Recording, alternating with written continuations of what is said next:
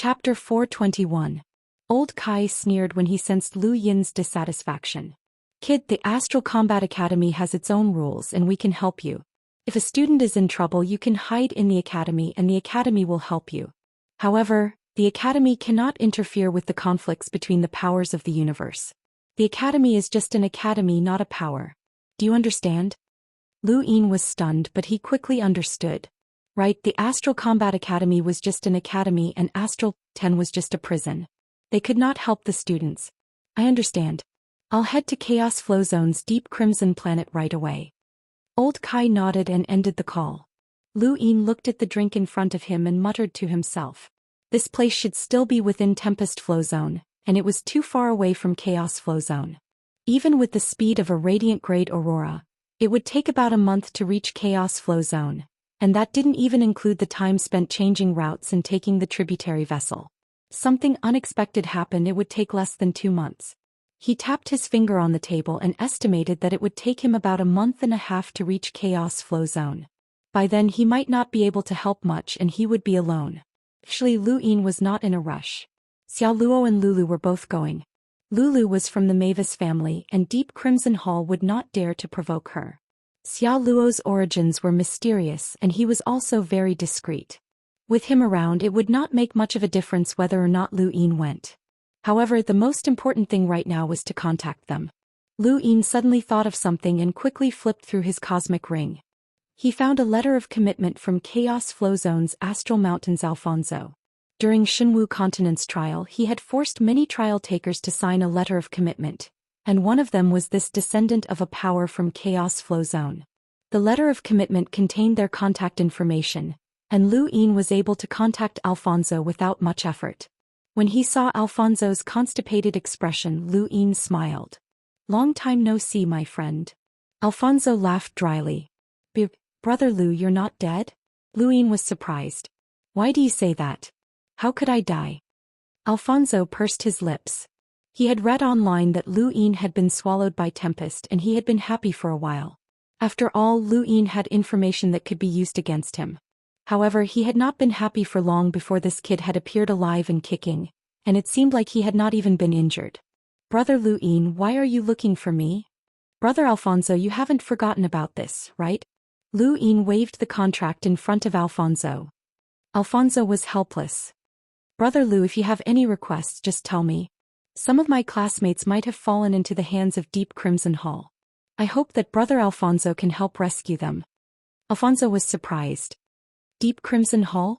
How did your classmate offend them? Revenge, I guess. What's wrong? Is this Deep Crimson Hall very powerful? He had investigated Deep Crimson Hall, and there were only 2 hunters who were known as the Bow Duo. Within the Chaos Flow Zone, this sort of power was considered weak and it was far from being able to compare to Elephant Star Mountain. Deep Crimson Hall isn't strong, but they're very troublesome. The Bow Duo are the type to fight to the death. Every year they hand over a large amount of star crystals to the Relentless Slayers and higher powerhouses from the Relentless Slayers to protect Deep Crimson Planet. You might not be aware of how powerful the Relentless Slayers are, but let me put it this way. In Chaos Flow Zone, the Relentless Slayers are second only to Chaos God Mountain, Alfonso explained. Lu Yin frowned as he could tell that Alfonso was not lying. This was going to be troublesome as the Bow Duo really had some tricks up their sleeves. The universe was cruel and everyone had their own way of surviving. The Bow Duo would rather not develop themselves and only seek to protect themselves. These people were the hardest to deal with. Is there really no other way? Lu Yin asked. Alfonso shook his head. I'm not the only successor of Elephant Star Mountain, and the resources I can mobilize are limited. The sect won't provoke the Relentless Slayers for me. But the Relentless Slayers aren't Deep Crimson Hall. They're just hired. Brother Lu, you don't understand Chaos Flow Zone at all. As long as there's a reason, even if it's far-fetched, it can lead to war. The Relentless Slayers are overbearing and ruthless, and the sect won't be willing to get involved with them. Lu Yin muttered to himself, Deep Crimson Planet is currently sealed off. Do you have any way for me to contact my classmates? Alfonso's eyes flashed. Sure. Here's the promise agreement. Lu Yin tore it up. How about this? Alfonso laughed. Brother Lu is straightforward. Alright, you can contact your classmates in one day. Lu Yin nodded and disconnected the call. He felt that it was a pity that the promise agreement had been torn up, but he still wanted to make the best use of it. He just wanted to know how Xiao Luo and the others were doing and see if there was a need to go to Chaos Flow Zone. He sent a message to Xianxia and the others in the Great Yu Empire that he was safe. The war in the Great Yu Empire had stopped and there was nothing he could do. Now there was one more important matter. Night King Yuanjing. Lu Yin had not attended the Night King's banquet, which meant that he had failed to keep his promise. He needed to apologize to Night King Yuanjing. However, before that he had to inform the Ghost Monkey that the Day-Night clan had failed to rescue the third Night King, and they would definitely come looking for him again. This was probably the reason why Night King Yuanjing had invited him to the Night King's banquet. Lu Yin could not provide any more information about the Great Realm of Nothingness, or else Night King Yuanjing would definitely think of a way to kidnap him and take him to the Astral Beast domain. However, if he could not provide any information about the Great Realm of Nothingness, then he would no longer have any value, which was very troublesome. The Great Yu Empire was currently unable to unify Frostwave Weave due to economic reasons. If the Day-Night clan removed their restrictions on Night Queen Yanqing at this time, then given her hatred for Lu Yin, it was very likely that she would interfere in the Frostwave Weave's war and drag the Great Yu Empire to its death. Lu Yin took a sip of his drink and glanced at his right arm. That damned monkey was still asleep. The sky quickly darkened and the store was about to close. Lu Yin heard the footsteps of a waiter approaching, and he rolled his eyes before disappearing. When the waiter came in, he only saw an empty private room and a completely empty drink. Where was he? Did he skip the bill? The waiter cursed under his breath as he tidied up the room. Suddenly, a group of people rushed in with solemn expressions and resolute gazes. They occupied the corners of the room, and it was obvious that they were well trained. The waiter was scared silly. "Where's the person who was here just now?" the leader of the group asked the waiter solemnly. The waiter trembled as he replied, I don't know." The leader frowned. "Pull up all the surveillance cameras along the coastline and activate facial recognition to find the stranger." "Sir." Lu Yin did not know that his gadget had a signal when connecting to the internet. Although this planet's technology had yet to reach the level where it could travel through the universe, it was still capable of recognizing unfamiliar signals. He had not activated his gadget's signal blocking function, so it was easy for him to be detected. 2 hours later, Lu Yin was standing atop a tall tree along the coastline, deep in thought as he stared at the sea. Below him, groups of soldiers had surrounded him, and they were all pointing their weapons at him while shouting something. Lu Yin yawned and his body disappeared once more. Compared to this planet, Lu Yin's strength was akin to that of a god. His existence had been completely concealed by the upper echelons and recorded in secret files, just like the files of those who had seen the alien spacecraft. Lu Yin had no interest in bullying this planet, so he reappeared atop a tall building. Coincidentally, the ghost monkey had woken up. "Monkey, I want to contact Night King Yuanjing. Is there any way to trap him again?" Lu Yin asked.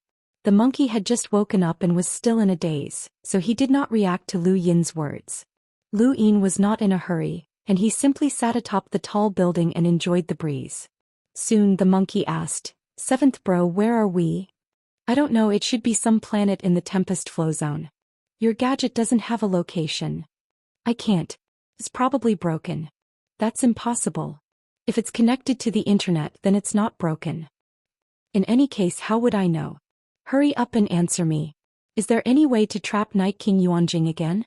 The monkey rolled his eyes. "You still want to trap him? Do you think he's an idiot? Using the third Night King to trap him was already a huge risk. If not for Astral 10, you might have already been captured by the Day-Night clan. If you trap him again, they'll definitely kidnap you as well." Lu Yin was helpless. "If that's the case, then I'll just tell you the truth. I've already told you everything I know about the Great Realm of Nothingness and I don't know anything else. That's the only way. Seventh bro, it's very dangerous to make deals with these powerful clans, especially the Night Kings. They're very overbearing and you'd rather make them think that you have no value than make them think that you have a lot of value. The more valuable you are, the more likely they'll kidnap you." Lu Yin did not believe that Night King Yuanjing would dare to touch him if he revealed his background. Pirate King Heizijlian was not someone to be trifled with, but it was best to keep his background a secret as his reputation was too bad. "Right, how did we get out of that damned place?" The monkey asked, finally reacting to the situation. Lu Yin casually answered, "We climbed to the top of the mountain and it just so happened that there was a spatial tear so we fell out." "Seventh bro, I'm not stupid," the monkey said after a long pause. Lu Yin thought about it. "Alright, I'll tell you. I found a reclusive expert as my master." "I'll say it again, seventh bro. I'm not stupid." The monkey rolled its eyes. Lu Yin was speechless. "That's the truth. I know that you're lying to me. Tell me, how did you get out?" The monkey was annoyed. "I don't know," Lu Yin replied. The monkey believed him. "That's more like it." Lu Yin blinked. "You believe me?" The monkey's tone was very serious. "That place isn't something that a limiter can come into contact with. Only a fool would believe that you were able to walk out on your own. It's more likely that you don't know how you got out. Back then, someone was swallowed up by a storm and escaped with no memory of what happened. You probably don't know because your memories were erased." "That makes sense." Lu Yin sighed. The monkey was pleased. "I've roamed the astral beast domain for many years and I've experienced all sorts of dangerous places. I still have some knowledge. Let me ask you a question. Have you heard of Fateson?" Lu Yin asked. The monkey was astonished. "How do you know about Fateson?" "I have. I've fused with 3 grains, Lu Yin replied. "Seventh bro, I'm not stupid," the monkey repeated. Lu Yin smiled as there was nothing he could do if no one believed him. Fateson is a precious treasure. From what I know, there are very few people in the entire universe who possess Fateson. This thing can awaken different forms depending on the person, and it can even strengthen the physical body. However, I've only read about it in biographies and I've never seen it with my own eyes."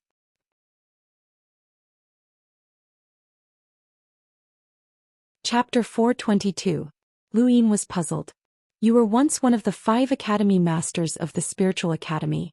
Logically speaking, you should be one of the top youths in the Astral Beast domain. Why can't you get your hands on Fateson?" "Seventh bro, you defeated Tian Ho as well. He's the strongest in the Spiritual Academy, but you can't get your hands on Fateson either. It's not something that just anyone can take out. Even the rewards from the Astral Combat Tournament aren't as valuable as Fateson. I've heard that this thing can drag someone to their death." The monkey thought about it. "I've heard of it, but I don't know the details." "Alright, seventh bro, don't ask anymore. You might not be able to get your hands on it in your entire life. Think about something more practical and figure out where we are." Lu Yin looked up. He had just thought that any planet in the innerverse or outerverse would be under the surveillance of a powerful civilization, which meant that there would definitely be traces left behind by that civilization. All he had to do was find the place with the most legends about this planet. Soon Lu Yin tore through the void and left. Not long after he left, the top floor was discovered by the military, but Lu Yin had already disappeared. His gadget could directly hack into the planet's network, and Lu Yin quickly found out that the most dangerous place on this planet was called the Ocean Trench. It was located at the intersection of several continents and was hexagonal in shape. It was so deep that one couldn't see the bottom. Since ancient times, countless ships had disappeared from this place, including airplanes and other technological products. Anything that approached the trench would disappear without exception. The planet's most powerful nation had been constantly exploring this place, but they had not been able to find any information about it. Once, a nation had used their strongest weapon to bombard the trench, causing a tsunami that killed countless people on the coast. This had also led to the entire planet's denunciation of that nation, which had eventually led to the breakup of the nation. There were countless photos of strange spacecraft on the network and all of them were located near the trench. Lu Yin quickly tore through the void and soon arrived outside the trench. His eyes filled with star energy as he stared at the trench. There were many rune lines gathered in the trench, and in terms of quantity alone, it had surpassed the limiter realm and reached the level of an explorer. This meant that there was an explorer's strength within, but it might not necessarily be a person. Could be some kind of energy, but of course it was most likely a human. Regardless, this place posed no threat to Lu Yin. He leaped down and charged into the sea. A huge whirlpool instantly formed in the ocean with a powerful suction force that was no weaker than a melder's. In other words, it was comparable to the power of the planet's strongest weapon. Unfortunately, it posed no threat to Lu Yin at all. The bottom of the sea was dark and only the bottom of the straits had a flickering light. Lu Yin used flash to appear at the bottom of the straits and he took a closer look. Sure enough, there was a small warship with a weapon that could fire power comparable to an explorer's. It was this ship that had gathered the rune lines of an explorer. This planet was indeed under the surveillance of a powerful civilization. It was very sad. He easily entered the spacecraft and spread out his domain. He saw a dozen or so people busily working within the spacecraft. Most of them were melders and there were a few limiters as well. However, there were no explorers among them. He casually grabbed a person and under the person's horrified gaze he threatened, "Speak, where is this planet located in the universe?" The person looked at Lu Yin in fear as he had never expected that someone would appear on the spacecraft. "Xinjiang Flow Zone," he said with a trembling voice. Lu Yin was shocked. "Xinjiang Flow Zone? Where is it?" The person was puzzled but he still replied, "Xinjiang Flow Zone is located at the intersection of the Day-Night Flow Zone, Spirit Seal Flow Zone and Chaos Flow Zone. It's slightly to the west of the Innerverse." Lu Yin was shocked as Mr. Mu had sent him all the way to the west. He had thought that he was in Tempest Flow Zone, which was too exaggerated. He felt that distance did not exist for Mr. Mu, and if the man wanted to, he could even throw Lu Yin back to Earth. However, this place was just right for Lu Yin to head to Chaos Flow Zone. After asking a few more questions, Lu Yin knocked the person unconscious and hid him away. He then headed to the captain's room to take control of the spacecraft. Otherwise, he would not be able to leave this planet. As he approached the captain's room, he actually heard his own name being called. "Did you hear about the banquet a while ago? That famous Lu Yin actually didn't go. Everyone said that he's dead. What a pity. The Day-Night clan is rumored to have the 4 strongest limiters in the universe: Yixingchen, Mu Rong, Ling Ke and Lu Yin. If Lu Yin had been there, he would have been able to fight Ling Ke and see who's stronger." "You're too naive. My friend's younger brother's ex-girlfriend's brother-in-law is in the Astral Combat Academy. He said that Lu Yin has a grudge with the Day-Night clan, and that they're purposely putting him on the same level as Ling Ke and the others to instigate a fight. They want to use those people to suppress Lu Yin. But Lu Yin is on the same level as them and he's even more famous. How can the Day-Night clan be so sure that they can suppress Lu Yin? The reason Lu Yin is on the same level as them is because he's rumored to have tied with the 10 Arbiters' Divine Fists record. However, another Arbiter has said that the Divine Fists record is not true, and that Lu Yin is still a bit off. The other 3 are different. Yixingchen roams the Cosmic Sea and Mu Rong is from the 10 Arbiters' Council. He's considered the strongest limiter, and Ling Ke is from the Lingling clan. You should know how terrifying the Lingling clan is, and Lu Yin is indeed a bit weaker than them. So you're saying that they're trying to overpraise him? That should be the case, but the Day-Night clan's plan didn't work out. Lu Yin didn't even go and died, huh? That's true, but this Day-Night feast has raised Ling Ke's reputation by a lot. Who in the universe doesn't know his name now? Apparently he went to the Starfall Sea to challenge an expert on the top 100 rankings. If he succeeds, he'll become the only limiter on the top 100 rankings. He's too terrifying. Yeah, these freakish geniuses are really incomprehensible. Normal people don't even think about challenging someone on the top 100 rankings. It's already quite impressive for a limiter to be able to withstand an explorer's attack. Those who can challenge explorers are all freakish geniuses, but this person actually managed to challenge someone on the top 100 rankings. Although those on the top 100 rankings are all from the younger generation, which one of them isn't a freak? They're definitely at the top of the explorers, and even the older generation explorers don't dare to provoke them. Right, I heard that after the Day-Night clan pushed out the top 4 experts, many young powerhouses in the universe became dissatisfied. Ling Ke went to the Starfall Sea and so did many other young powerhouses. They want to compete with him. Yeah, our young master went as well. Forget about the young master. He can't even challenge an explorer. He'll just be there to watch the show. Yeah, it's a pity that we won't be able to see it. The Starfall Sea should be very lively. What a pity. Lu Yin stood outside the captain's cabin and listened to the conversation. As he listened, he searched for more information about the Day-Night feast. There were many pictures online, and many young elites had appeared at the Day-Night feast. The most eye-catching one was naturally Ling Quebec. His K's mighty slash had intimidated everyone present, and Night Queen Yanqing had been nothing more than a foil. Many experts had challenged him during the day-night feast, but no one had been his opponent. Lu Yin specially clicked on the video to take a look, and his expression turned serious. This person was indeed very strong, and that K's mighty slash had a strange power. This person was from the Lingling clan, a clan that Lu Yin had never heard of before. Out of curiosity he searched the internet, and soon some records regarding the Lingling clan appeared. The more Lu Yin read, the more shocked he became. This Lingling clan member was quite terrifying. The Lingling clan was an extremely rare human race. Every member of the Lingling clan could absorb another person's innate gift for their own use. They could absorb up to 10 different innate gifts, which would eventually solidify into a single eternal innate gift. This innate gift combined the advantages of the other innate gifts, and it was quite terrifying. In other words, every member of the Lingling clan was an extremely powerful powerhouse with an innate gift. Although the universe was vast and there were many rare races with innate gifts that exceeded one's imagination, Lu Yin had never imagined that there would be a race like the Lingling clan. Innate gifts could be chosen, and they could even be combined. This was something that Lu Yin did not even want to curse at. Fortunately, there were very few members of the Lingling clan. Otherwise, even the Day-Night clan would not be able to compare to them. However, no matter how few members there were, the Lingling clan was still the true ruler of the Spirit Seal Flow Zone. Any member of the Lingling clan was an absolute expert. As for Ling Ke, he was an expert among experts. His K's mighty slash was an eternal innate gift that had been solidified from all sorts of innate gifts. All of this information could be found on the network, and Lu Yin used his honor points to search deeper into the Lingling clan's records. He saw a lot of information that was not available to the average person, including the Lingling clan's shocking inherited technique, soul splitting.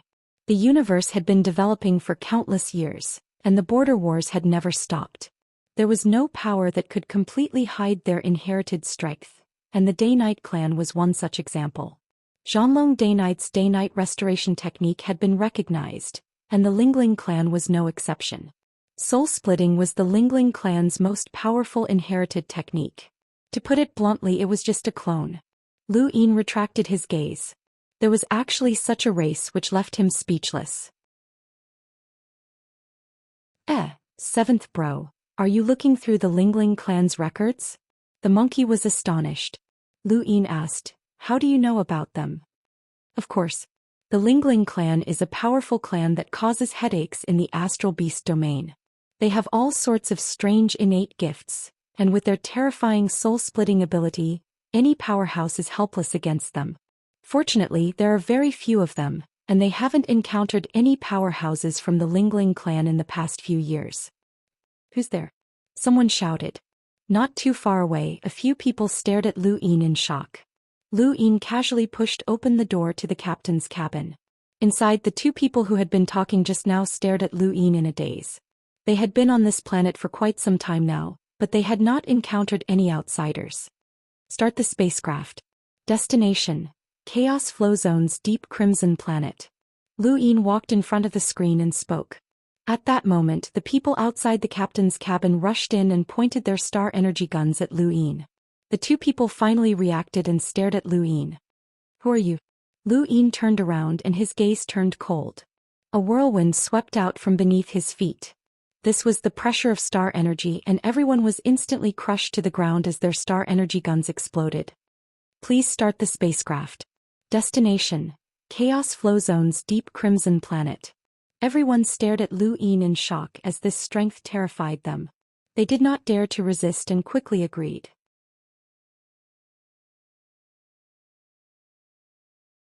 Chapter 423. Lu Yin was satisfied and he looked at the screen. How long will it take to get to Deep Crimson Planet? We can't go. The surrounding space has been sealed off, and if anything strange happens to this spacecraft, it'll be attacked immediately, someone said nervously. Lu Yin frowned. There's an explorer in space? Yes. Lu Yin nodded. Invite that explorer onto the ship. Tell him that you've been kidnapped. Everyone was shocked and looked at Lu Yin strangely. Lu Yin glared at them and they immediately followed his instructions. After some time, a powerful aura appeared on the spacecraft. Lu Yin continued to look at the screen and occasionally glanced at his gadget. It was time to contact Xiao Luo, and he hoped that Xia Luo would be able to help him. Lu Yin did not control those people and allowed them to leave the captain's cabin. Soon enough, an explorer walked in and stared at Lu Yin's back with a gloomy expression. "You're the one who kidnapped the spacecraft?" Lu Yin turned around. "That's me." The explorer looked at Lu Yin and was confused at first, but then he was shocked. He muttered to himself for a moment and then turned to the others. "Take this mister to where he wants to go." The others were stunned. But our mission is to guard this planet." The explorer's tone was gloomy. "Cancel the mission. Immediately take this mister to where he wants to go." "Yes, sir." The others were bewildered. Lu Yin nodded gratefully. "Thank you." The explorer forced a smile and then left. Not long after, the explorer stood at the bottom of the ocean trench and watched the spacecraft leave. His eyes flickered. This person is actually still alive. He was able to survive the storm and even make it to Xinjiang flow zone. That's too shocking. There's definitely a super powerhouse protecting him and I can't afford to offend him. However, Chaos Flow Zone is about to get lively. I hope that he can fight with Ling Ke and see if he's qualified to be ranked as one of the 4 unequaled powerhouses. Xinjiang Flow Zone was close to Day-Night Flow Zone, so it paid close attention to news about the Day-Night banquet. This was why the explorer had been able to recognize Lu Yin. If it had been a more distant flow zone, he might not have been able to recognize him. In outer space, Lu Yin activated his gadget and contacted Xia Luo. Xia Luo's figure soon appeared on the screen and he beamed. "So you're still alive?" Lu Yin nodded. "How are you guys?" "Not bad, we didn't expose ourselves." "What about the 2 seniors?" "Captured?" "Don't worry, many people from Deep Crimson Planet have been captured. They were just unlucky." Xia Luo shrugged. "Alright, I got it. I heard that Deep Crimson Planet has been sealed. Just now, a group of people were risking their lives to fight on Deep Crimson Planet. They even managed to take down a spacecraft. The seal is temporarily broken, but it will be restored soon.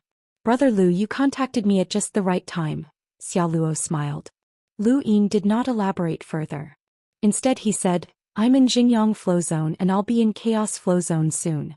We'll then work together to leave Deep Crimson Planet." "Won't be that easy. Deep Crimson Hall has a grudge against the 2 seniors. They won't leave so easily if they want to take revenge." Lu Yin felt a headache coming on. The Deep Crimson Hall's Bo duo are both hunters, and they won't be able to take revenge on their own. Xia Luo spread out his hands. "There's no other way. I can't take it anymore. The 2 seniors have already assassinated 4 powerful figures from Deep Crimson Hall, which infuriated the Bo duo. They sealed off Deep Crimson Planet and captured all of the unfamiliar space-exploring powerhouses." Lu Yin muttered to himself for a moment. "Tell the 2 seniors that they'll have plenty of chances to take revenge in the future. Even if they have to use force, they'll have to take them away." Xia Luo nodded. "I'll try." Meng Yu and Zhao Yilong have already snuck into the place where they were captured. They'll probably meet up soon. "We'll wait for you." Lu Yin nodded and ended the call. He then looked up at the sky. Which cultivator in this universe did not have any grudges? His enemies were even more terrifying and they were the 10 arbiters. Was he going to take revenge without thinking? That would not work and he would have to take things one step at a time. Lu Yin believed that even the pirate king Heizij Leon would not be able to take revenge for them. Ignoring the 10 arbiters' strength and background, the reason why they had such great influence was because of the myriad of organizations behind them. It could be said that the 10 arbiters' name was connected to half the universe, and this was just a conservative estimate. This was the most attractive aspect of the 10 Arbiters Council. It was an organization with a huge gap in power between the ages, and if Lu Yin wanted to take revenge on the 10 Arbiters, it would be difficult. Big Pao and Little Pao's enemies were the Bo duo, and if Lu Yin wanted to, he could use his own influence to deal with them. However, the most important thing right now was to go to Deep Crimson Planet. Before that, there was one more thing that he needed to do. He activated his gadget again and Night King Yuanjing quickly appeared on his screen. He looked at Lu Yin in pleasant surprise. "Little Yin, you're still alive?" Lu Yin knew that Night King Yuanjing's surprise was not because he was still alive. If Lu Yin had no value to Night King Yuanjing, then Night King Yuanjing would not have cared if Lu Yin lived or died. Lu Yin had always placed himself in an upright position, but he still had to pretend. He apologetically said, "Grandpa Yuanjing, I've made you worry. Night King Yuanjing looked at Lu Yin in surprise. Little Yin, were you swallowed by the storm? Lu Yin nodded. Night King Yuanjing's eyes flashed. How did you get out? Lu Yin shook his head in confusion. I don't know. I don't have any memories of the storm. Night King Yuanjing was disappointed, but this was within his expectations. There had been others who had survived the storm before, but they had also lost their memories. How's your body? Are you all right? Night King Yuanjing asked with concern, looking like a benevolent elder. Lu Yin bitterly replied, I was injured, but it's nothing serious. Thank you for your concern, Grandpa Yuanjing. It's just that little Yin has let Grandpa Yuanjing down by not showing up on time. Night King Yuanjing waved a hand. As long as you're fine, everything else is not important. He paused and then looked at Lu Yin. Right, little Yin, what else can you remember about the great realm of nothingness? Lu Yin was astonished. The great realm of nothingness? I've told you everything I know and I didn't hide anything. Night King Yuanjing looked at Lu Yin expectantly. Is there really nothing else? For example, the ancient powerhouses of the Void Wanderers. Is there any way to deal with them? Lu Yin was confused. The ancient powerhouses of the Void Wanderers? I don't know. Night King Yuanjing stared into Lu Yin's eyes for a while before sighing in disappointment. Forget it. If you remember anything else, you must tell Grandpa Yuanjing. Lu Yin sincerely replied, Grandpa Yuanjing, don't worry. Little Yin will definitely tell you everything. Night King Yuanjing nodded and then ended the call. Lu Yin relaxed as he had been afraid that Night King Yuanjing would fall out with him on the spot. Fortunately, these old fellows still had some magnanimity and it could be said that they were silent. However, this meant that Lu Yin no longer had any value in Night King Yuanjing's eyes, and Night King Yuanjing would no longer restrict Night Queen Yanqing for Lu Yin's sake. Lu Yin frowned as he had to think of a way to make Night King Yuanjing value him again. Otherwise, Frostwave Weave might descend into an endless war. A single word from Night Queen Yanqing could mobilize countless experts to deal with the Great Yu Empire. Lu Yin currently had many important matters to attend to. The Great Yu Empire's economy was under lockdown, and Night Queen Yanqing was eyeing him covetously. He also had to rescue Big Pao and Little Pao, and he also had to come up with a plan to make money. All of these matters were very important, especially money. He needed to reach the peak of the Lemiter realm in the shortest amount of time possible. He did not want to slowly accumulate power like everyone else and take a few years to reach the peak of the Lemiter realm. If Lu Yin did not break through to the Explorer realm, then there would always be an insurmountable barrier in the universe. Exploring the universe was the goal of a cultivator. Lu Yin thought about it for a long time, and in the end he decided that after rescuing Big Pao and Little Pao he would think of a way to raise his own lockbreaker rank. Not only would he be able to earn money, but he would also be able to raise his status. Perhaps he could even chat with Madame Nalan and borrow the Nalan family's enormous wealth to support the Great Yu Empire. Right, there was also Bushtree Planet. As long as he had the money, that planet would be the fastest place for him to increase his power. As he pondered this, the spacecraft unwittingly entered the tributary Arkansas. After crossing the tributary, he arrived at the Chaos Flow Zone. The tributary arc was not as large as the Astral River arc, but it was not small either. It could carry no less than 10,000 spacecraft, and the small warship that Lu Yin had seized was just a very ordinary one. As he watched the Astral River tributary roar, Lu Yin began to yearn for the cosmic sea. Yi Xingqian's reputation had been built there, and not many people had seen his strength before. However, just the fact that he had been able to roam the cosmic sea was enough to rank him as one of the top 4 Lemeters of the younger generation. This showed just how dangerous the cosmic sea was to the innerverse and outerverse. The monkey was right. Lu Yin should find some teammates and form a team to venture into the cosmic sea. If a man did not explore the cosmic sea, then there would be no passion in his life. On the Ark, numerous spacecraft were fixed to a track. Once they reached the other end of the tributary, the track would extend and allow the spacecraft to depart. Generally speaking, very few people would leave their spacecraft and enter the track, but there were exceptions. The track was very safe and there were many special services on the Ark alongside the track. Many people were very enthusiastic about such things. Lu Yin stood in the captain's cabin and looked outside. From time to time a spacecraft would fly by and almost every one of them had a beautiful woman on board. Lu Yin was a little tempted as he had never experienced such things before and was not interested. He suddenly thought of Ming Yan and wondered how she was doing. After being separated for so long, did she still have feelings for him?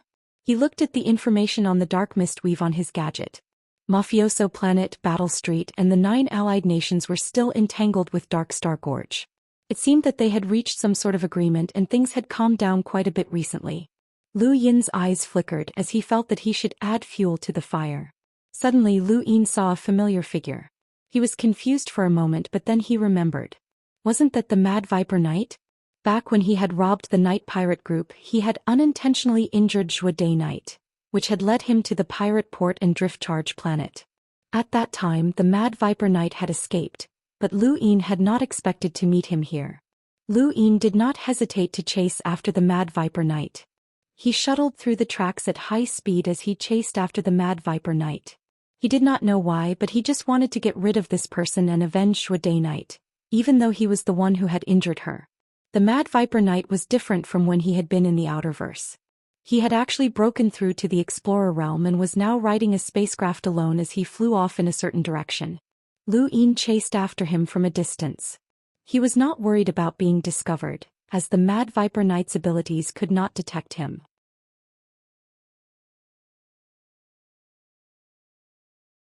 Chapter 424.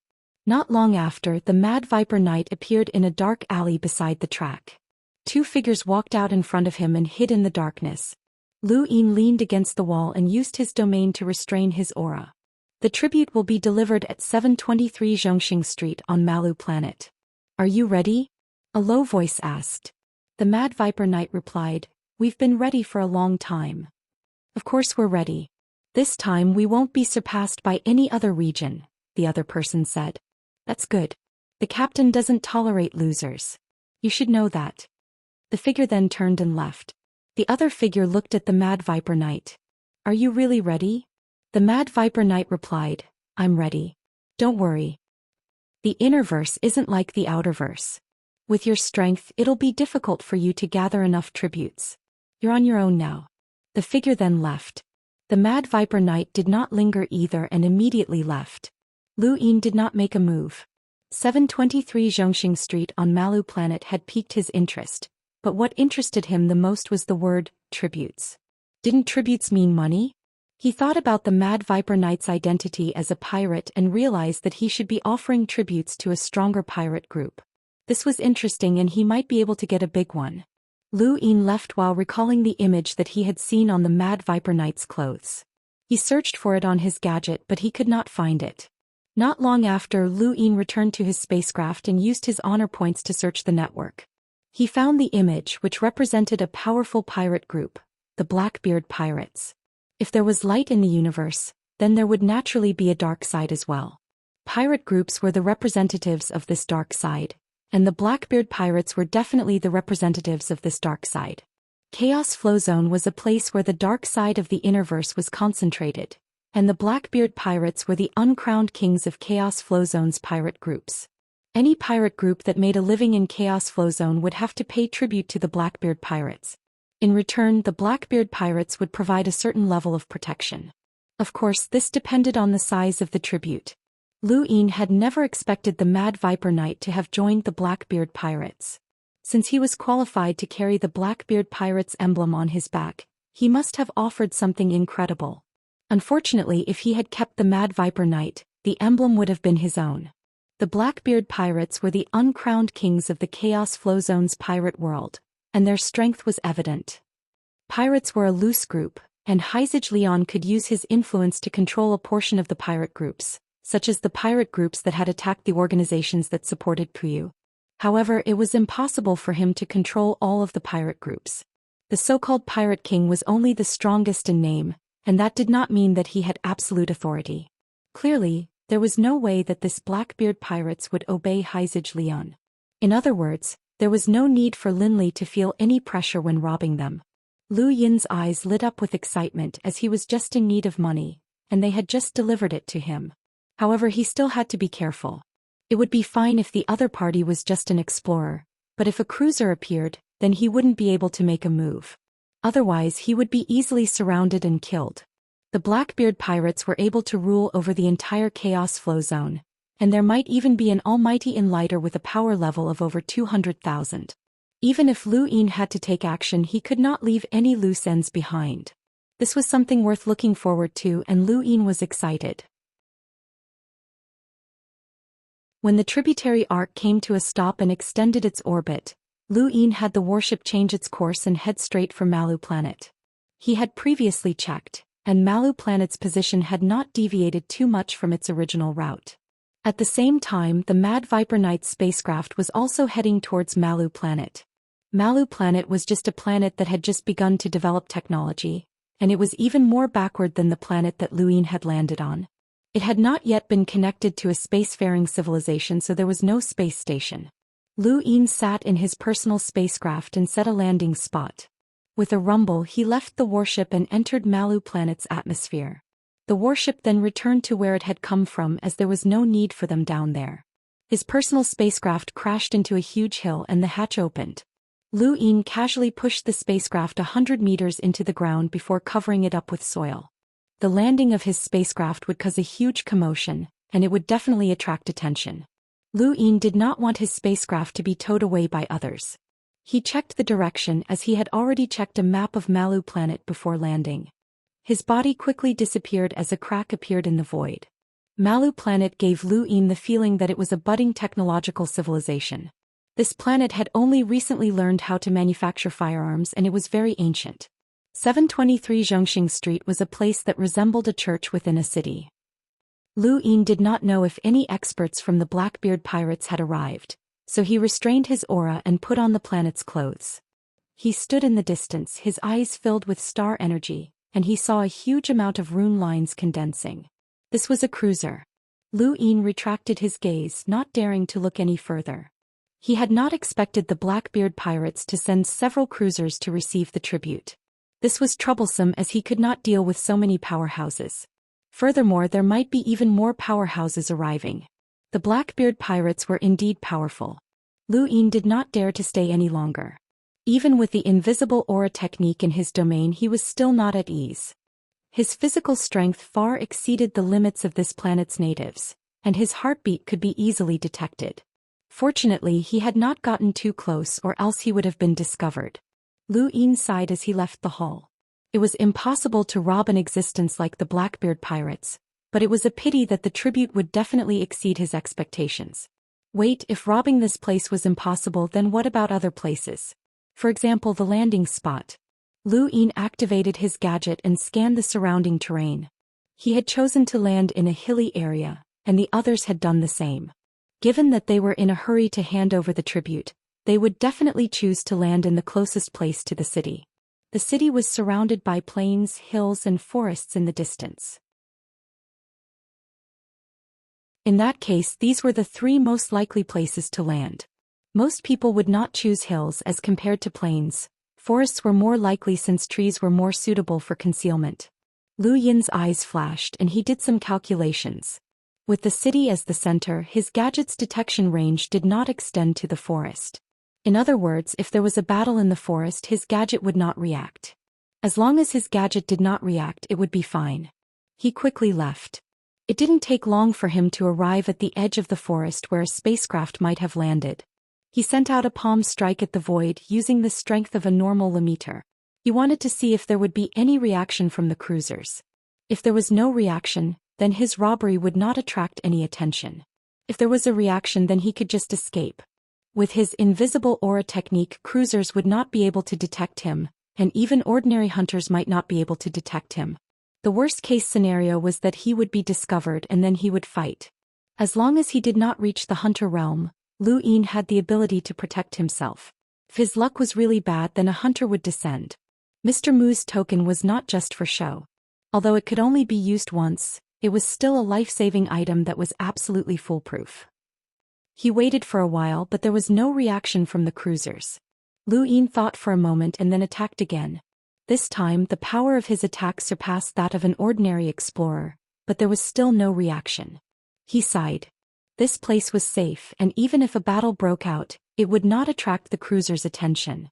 None of the cruisers had comprehended a domain, so they could only be considered ordinary cruisers. Not long after, Lu Yin looked up from the top of a large tree in the forest and excitedly looked up at the sky. Several red dots were crashing down. These were spacecraft descending. One of the targets was the forest, and there were other spacecraft landing in other directions as well. Fortunately, several spacecraft had landed at the same time in different directions, so they would not attract the cruiser's attention. Since they had appeared on Maru planet at this time, they were definitely offering themselves to the Blackbeard pirates. Lu Yin hurriedly hid himself and stared at the sky, preparing to launch a sneak attack. After all, any pirate group that could survive in the chaos flow zone was not weak, and it would not be easy to win an open battle. Boom! The ground shook as an enormous shockwave set the forest ablaze and swept out in all directions. A small spacecraft crashed into the ground, and the hatch opened to reveal a valiant-looking middle-aged man walking out. There were dozens of people behind him, most of whom were Limeters, but there were also sentinels and melders. There were even 2 explorers in the group. The valiant-looking middle-aged man was a cruiser. "Captain, we'll wait for you here." The valiant-looking man nodded and took a step towards the city. Lu Yin did not hesitate. This person did not have many rune lines, and he could not compare to the cruiser who had been thrown into the storm, so he could deal with him. The valiant-looking man had just walked out of the forest when he was greeted by many residents who were carrying water to extinguish the fire. The valiant-looking man did not care, and just as he was about to walk past them, a resident blocked his path with a terrified expression. "Sir, may I ask how large the forest fire is? Sir, please help us extinguish the fire." The valiant-looking man glared at the resident. Scram! The resident grew anxious and tried to pull the valiant-looking man back. Killing intent flashed in the valiant-looking man's eyes, and he casually waved his hand. In his mind, this person should have been killed by the shockwave, but the next moment he felt that something was amiss. This person had actually grabbed his arm, and his strength was abnormally strong. The valiant-looking man immediately knew that things were not good, and his first reaction was to dodge. However, it was too late, and his chest was struck squarely by a palm. The continuous overlaying stacks shattered his organs and sent him flying into the forest. The valiant-looking man spat out a mouthful of blood, and his eyes turned red. He flipped over and immediately donned his ring armor. Lu Yin used flash to appear behind the man and struck out with 30 stacks again, not giving the man any chance to cause a commotion. The man was shocked and tried to dodge, but his organs had been severely injured and he could not move his body. He was viciously struck again, and this time he was sent flying into the ground. Fortunately, he was wearing his ring armor, or else this strike would have killed him instantly. Within the forest, 2 attacks descended towards Lu Yin, but he easily dodged them. The Sky Beast Claw easily defeated 2 explorers, and the remaining people could not even withstand the pressure of Lu Yin's star energy and were knocked unconscious.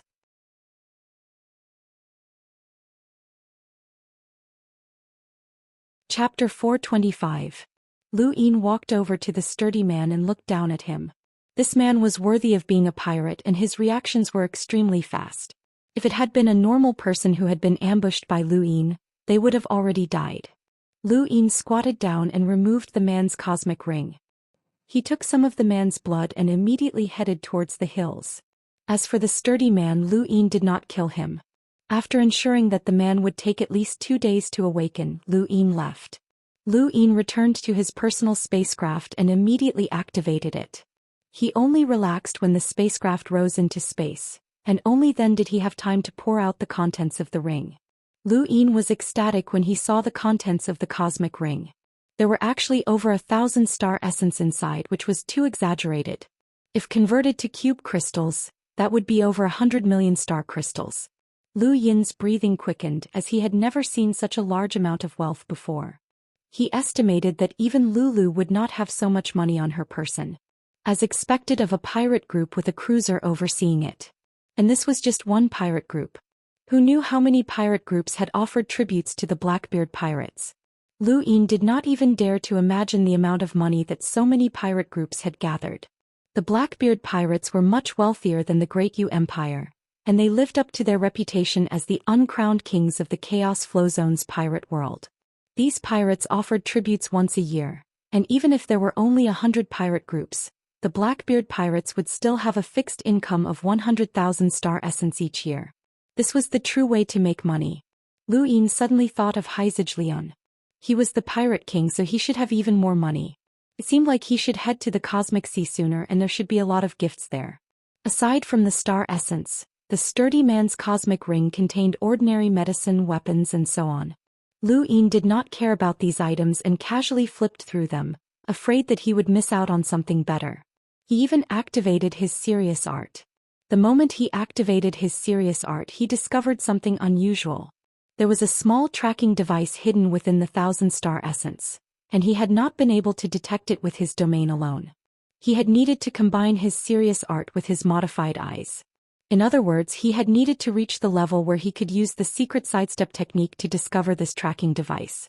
Lu Yin was about to destroy it, but his hands stopped in midair. His eyes flashed and he put away the star essence and the tracking device. Unfortunately, it was not the Mad Viper Knight who had landed in the forest. But if it had been the Mad Viper Knight, then he might not have been able to obtain so much money. It was impossible for all the pirate groups to offer the same amount of money, and there was at most a bottom line. The Mad Viper Knight was just an explorer, so it would already be quite good if he could offer up more than 100 star essence. Lu Yin was rather excited as he looked at the sky. He had never received such a huge sum of money before, and his confidence had soared. "Seventh bro, your robberies are quite nimble. Do you do this often?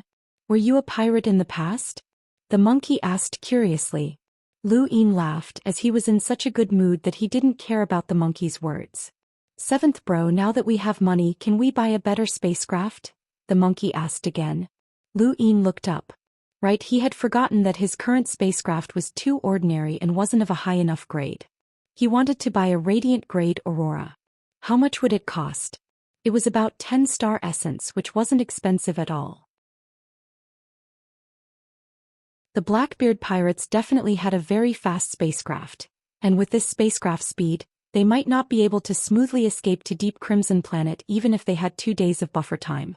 Besides, the cruisers must have seen the spacecraft landing in the forest, so it might not take them 2 days to discover them.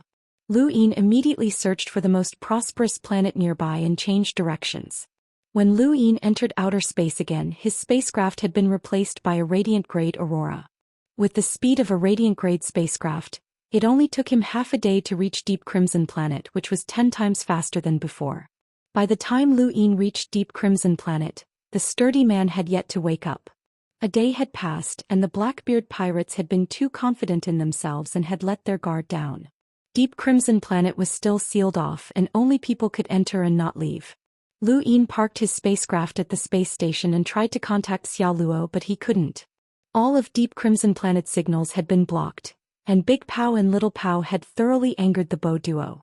They were willing to seal off the entire planet just to find them. Deep Crimson Planet's capital was called Honda, and it was where the Bo duo resided. Lu Yin wasn't in a hurry to find Xiao Luo and the others, so he went to Honda instead. With his ability to restrain his aura, his power level could not be detected. He snuck into the kitchen of Deep Crimson Hall's headquarters and then hid the star essence with the tracker inside before leaving. Now all I have to do is wait for the Blackbeard pirates to attack. Lu Yin looked out into space and sighed. The monkey sighed in admiration. "Seventh bro, that's a good move. But aren't you afraid that Deep Crimson Hall will clarify things?" "How?" "The location is at Deep Crimson Hall's headquarters and they've blocked off all signals. The last place the Blackbeard pirates received signals is Deep Crimson Planet. If they want to pinpoint the location, they'll have to attack Deep Crimson Planet. At that time I'll be able to contact Xiao Luo and take them away. Deep Crimson Planet is so big. Will the Blackbeard pirates and Deep Crimson Hall have enough time to escape? It'll be difficult." The monkey was suspicious. Lu Yin muttered to himself, "It won't be difficult. They're not too far away and the Bo duo are doing so poorly. They definitely haven't comprehended a domain, and they can't constantly use their star energy to observe their surroundings. The range that they can observe isn't very large. Deep Crimson Hall has captured so many people and they'll have to catch Big Pow and Little Pow right under their noses. So Big Pow and Little Pow aren't too far away from Honda, right?" The monkey suddenly understood. Lu Yin's lips curled up into a smile. Logically speaking, that was indeed the case. Fortunately, not everyone could comprehend a domain. Otherwise, he wouldn't feel safe doing anything. Back on Xinwu continent, Lu Yin's actions had been discovered by Ming Zhaoshu. This was the power of a domain. Without a domain, even a hunter would be blind and their range of observation would be limited. Not long after Lu Yin arrived on Deep Crimson Planet, the fierce-looking man regained consciousness. He was taken home by a nearby resident, and he endured his injuries to contact the Blackbeard pirates. For many years the Blackbeard pirates had dominated the Chaos Flow Zone, but they had never been robbed. Now their tribute had actually been stolen. This was not only a humiliation for the fierce-looking man's pirate group, but also for the Blackbeard pirates. In an instant the Chaos Flow Zone's Blackbeard pirates were mobilized to track down the signal, vowing to make the robber regret it for the rest of his life. The hunter who had been enjoying himself on another planet was even more furious. He was in charge of collecting the tribute from this area, but such a thing had actually happened. He had become the laughingstock of the entire Blackbeard pirates, and he would not let this matter rest. He would not let that bastard off. Found it. The signal disappeared in this area. One of the pirates placed a star chart on the screen and a spot on the chart glowed red. The hunter looked over and narrowed his eyes. Deep Crimson Planet, the Bo duo sure have guts. Contact the boss and tell him to leave this matter to me. If I don't get my tribute back, then I'm not human. He then leaped up and charged into outer space. On Deep Crimson Planet, within Honda's capital, Lu Yin found a slum to hide in and decided to roll his die. Now that he had money, he wanted to roll enhance. He still had a strengthening fruit that had been upgraded to a gold color and half of a white fruit in his cosmic ring. He did not plan on using the strengthening fruit, as his physical body had already been upgraded to the limit. He could not advance any further in the Limiter realm, so he wanted to upgrade the white fruit instead. His mentor had said that the white fruit was filled with vitality, and that it could even bring the dead back to life if it was old enough. Of course, this was a bit of an exaggeration, but Lu Yin believed that if he raised it to the same age as the strengthening fruit from before, then even if it could not bring the dead back to life, it could at least prolong his life. Right, he suddenly remembered that he still had his universal armor, but he did not know if it could be upgraded. There was also progenitor Wuxiang's hide, which he did not know if it could be upgraded into a complete hide. He also did not know how many pieces of progenitor Wuxiang's hide had been broken into. Some were large, some were small, and it was almost impossible to gather all of them. He was overthinking things. Lu Yin felt as if he had been possessed. He wanted to upgrade everything, so why hadn't he thought of throwing himself onto the screen to upgrade himself? Who knew, he might even be able to level up. This was the slum, and Lu Yin used his domain to blend into the surrounding environment and restrain his aura. He did not have to worry about being discovered by hunters. Suddenly his domain distorted and another domain appeared. Lu Yin's eyes snapped open. He turned to look to the west. At the same time Xiao Luo looked up from the west and his lips curled up. It was a familiar domain. Lu Yin had arrived. Lu Yin also felt the familiarity of this domain. It was Xiao Luo and he could not help but laugh. Deep Crimson Planet was so large, but they had actually bumped into each other. The slums were huge and Lu Yin's domain did not cover a large area. At most, it covered a third of the slums, which meant that both he and Xiao Luo were coincidentally within this third. Soon Lu Yin pushed open a shabby wooden door and entered. He saw Xiao Luo, Lulu, Michelle, Zora, Coco, Dark Void, and Hui Day Night. Alright, not a single one was missing. They were all here, and he was surprised to see that even Dark Void and Hui Day Night were here. This was strange. Brother Lu, you're here. Coco was pleasantly surprised. The others looked at Lu Yin as well. He was a powerful addition to the group and he was equivalent to a cruiser in terms of power level. It seems like we have the same idea. Xiao Luo beamed at Lu Yin. He was always like this except for when he was with Silver. Lu Yin nodded at Coco and the others before looking at Xiao Luo and shrugging. I was worried about where to find you guys. If I'm not wrong, the place where the two seniors were captured is not far from here. Xiao Luo nodded. How about it? Do you want to rest for a bit before thinking about how to save them? Meng Yu and Zhao Yilong have already snuck in, and they're right below Honda. Lu Yin was shocked. Underground? There's a huge mine below Honda, and it's about 1,000 meters below the surface. Everyone who was captured was sent down there, including the two seniors. The place where we contacted Meng Yu and the others is right below me, Xiao Luo explained. Lu Yin looked down and saw that his domain had penetrated 1,000 meters deep. There was a commotion, and as expected there was a huge mine below. "What's the plan?" Lu Yin asked. Lulu rolled her eyes. "What plan? We were just waiting for you. There are 2 hunters and we can't escape on our own." "Is the academy that confident that you can come?" Lu Yin was puzzled. Lulu grinned and a money bomb appeared in her hand, which she tossed around.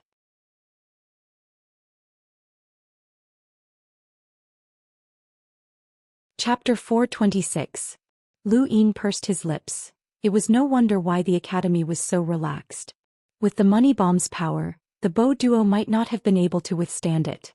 As long as they were used properly, they might even be able to avenge their seniors. He did not doubt Lulu's wealth at all. She definitely had more than 1 money bomb. "How many do you have?" Lu Yin could not help but ask.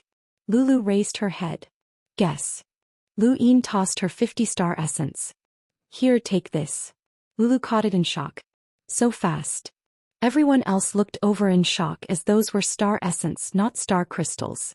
50-star essence was equivalent to 5 million star crystals, which was a huge sum for a student, but Lu Yin had actually been able to take it out. Lu Yin raised his head. "It's just a small sum. Earning money is easy." Lulu carefully sized him up. "Not bad. Looks like I'll consider charging you interest the next time you borrow money from me." Lu Yin gritted his teeth. If he had known earlier, he would not have spoken. "7th bro, who told you to run your mouth?" the monkey said. "Xiao Luo, tell Meng Yu and the others that they're ready. When Deep Crimson Planet falls into chaos, they can escape." Everyone was shocked. "Chaos on Deep Crimson Planet? Is that your backup plan?" Michelle asked. Lu Yin smiled mysteriously. "Something like that. Don't ask too much, it won't be long." Coco immediately ran over and stared at Lu Yin. "Brother Lu, tell Coco." "Coco won't tell anyone else." Lu Yin laughed heartily and whispered into Coco's ear. "The Blackbeard pirates?" she cried out. Lu Yin was speechless. Everyone else looked at Lu Yin in shock. Michelle's eyes flashed coldly as she stared at Lu Yin. "Rumors say that you're related to pirates. Is that true?" Lu Yin rolled his eyes. "Don't make wild guesses. I have nothing to do with pirates. I just happened to receive news that Deep Crimson Hall stole some treasure from the Blackbeard pirates. The Blackbeard pirates will be arriving soon, so it has nothing to do with me." Michelle clearly did not believe him and she frowned at him. "I hope you don't have anything to do with pirates. Otherwise I'll tell my sister and ask the 10 arbiters to remove your identity." Lu Yin frowned and looked at Michelle. His tone turned cold. "It's none of your business." Michelle glared at him and the atmosphere fell silent. Although the members of Astral 10 had been getting along well for the past year, they still weren't on good terms. Dark Void didn't talk to anyone, Hui Day Night was alone, and Michelle was the same. Everyone knew that she hadn't come to Astral 10 with pure intentions and had even harbored some enmity towards them. Even though she no longer had any intentions of suppressing Astral 10, she still couldn't change her stance. She was used to acting from the perspective of the 10 Arbiters Council, and her tone sometimes sounded a little arrogant. However, Lu Yin did not indulge her. He had even dared to take liberties with Wendy Yushan and Mira, let alone Michelle. Coco hurriedly tried to smooth things over and pulled Lu Yin to the side. Michelle sat quietly at the side. Xiao Luo walked to the window and looked up at the sky. Deep Crimson Planet was soon in chaos. "Brother Lu, there's something that's very troublesome. According to the methods of many large factions, it's very likely that the captured people have placed tracking signals in their bodies. Even if we save the 2 seniors, escaping will still be a problem," Xiao Luo said. Lu Yin's eyes flashed. "Let's save them first. This is our only chance and there won't be a next time if we miss it." "Right, Coco, why are Dark Void and Hui Day Night here?" Lu Yin asked curiously. Coco replied, "It's a mission from the academy and the rewards are pretty good." Lu Yin understood. No wonder. It seemed that the academy wasn't just not interfering, it was just using a different method. With Michelle, Hui Day Night and Lulu's status, even if they were captured by the Bo duo, they wouldn't dare to kill them. This was enough to ensure their safety. Lu Yin suddenly felt sad for the Bo duo. Their enemies were destined to never be destroyed, and they had to suffer the consequences of their revenge. Furthermore, they had attracted the Blackbeard pirates. It was a sad sight. He didn't chat with Coco for long before Lulu walked over and sent the girl away. She looked at Lu Yin seriously. Tell me the truth. Did Undying Yushan leave anything behind? Lu Yin was confused. Undying Yushan? What does that have to do with you? Lulu stared at Lu Yin. Don't play dumb with me. You really don't know? Lu Yin shook his head. What should I know? I've looked into it. When the palace was sealed, you were the only one who entered. Undying Yushan also left you a ring of authority. There should be something special about that ring. For example, you might be able to obtain something through it. Lulu stared into Lu Yin's eyes. Lu Yin snickered. It seemed that Lulu hadn't gained anything from the Great Yu Palace and was planning to lay her cards on the table. You should ask Wendy Yushan about that. She was the last person to leave the palace. By the time I returned, it had already been cleaned up. Lulu's eyes flickered and she rolled her eyes. She smiled slyly. Are you short on money, Lu Yin? Lu Yin nodded. If you tell me Undying Yushan's secret, I can give you a lot of money. You don't care about 50 star essences, but what about 100? 200? Or you can become a permanent VIP at the Mavis Bank and get an interest-free loan from them. The loan amount is over 10,000 star essences. Lulu enticed.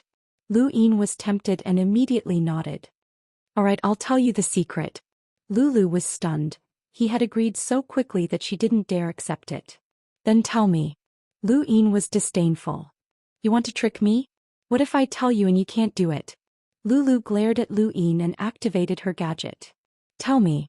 As long as the secret is big enough, I can apply to the clan. That's more like it. But before that, let's make a deal.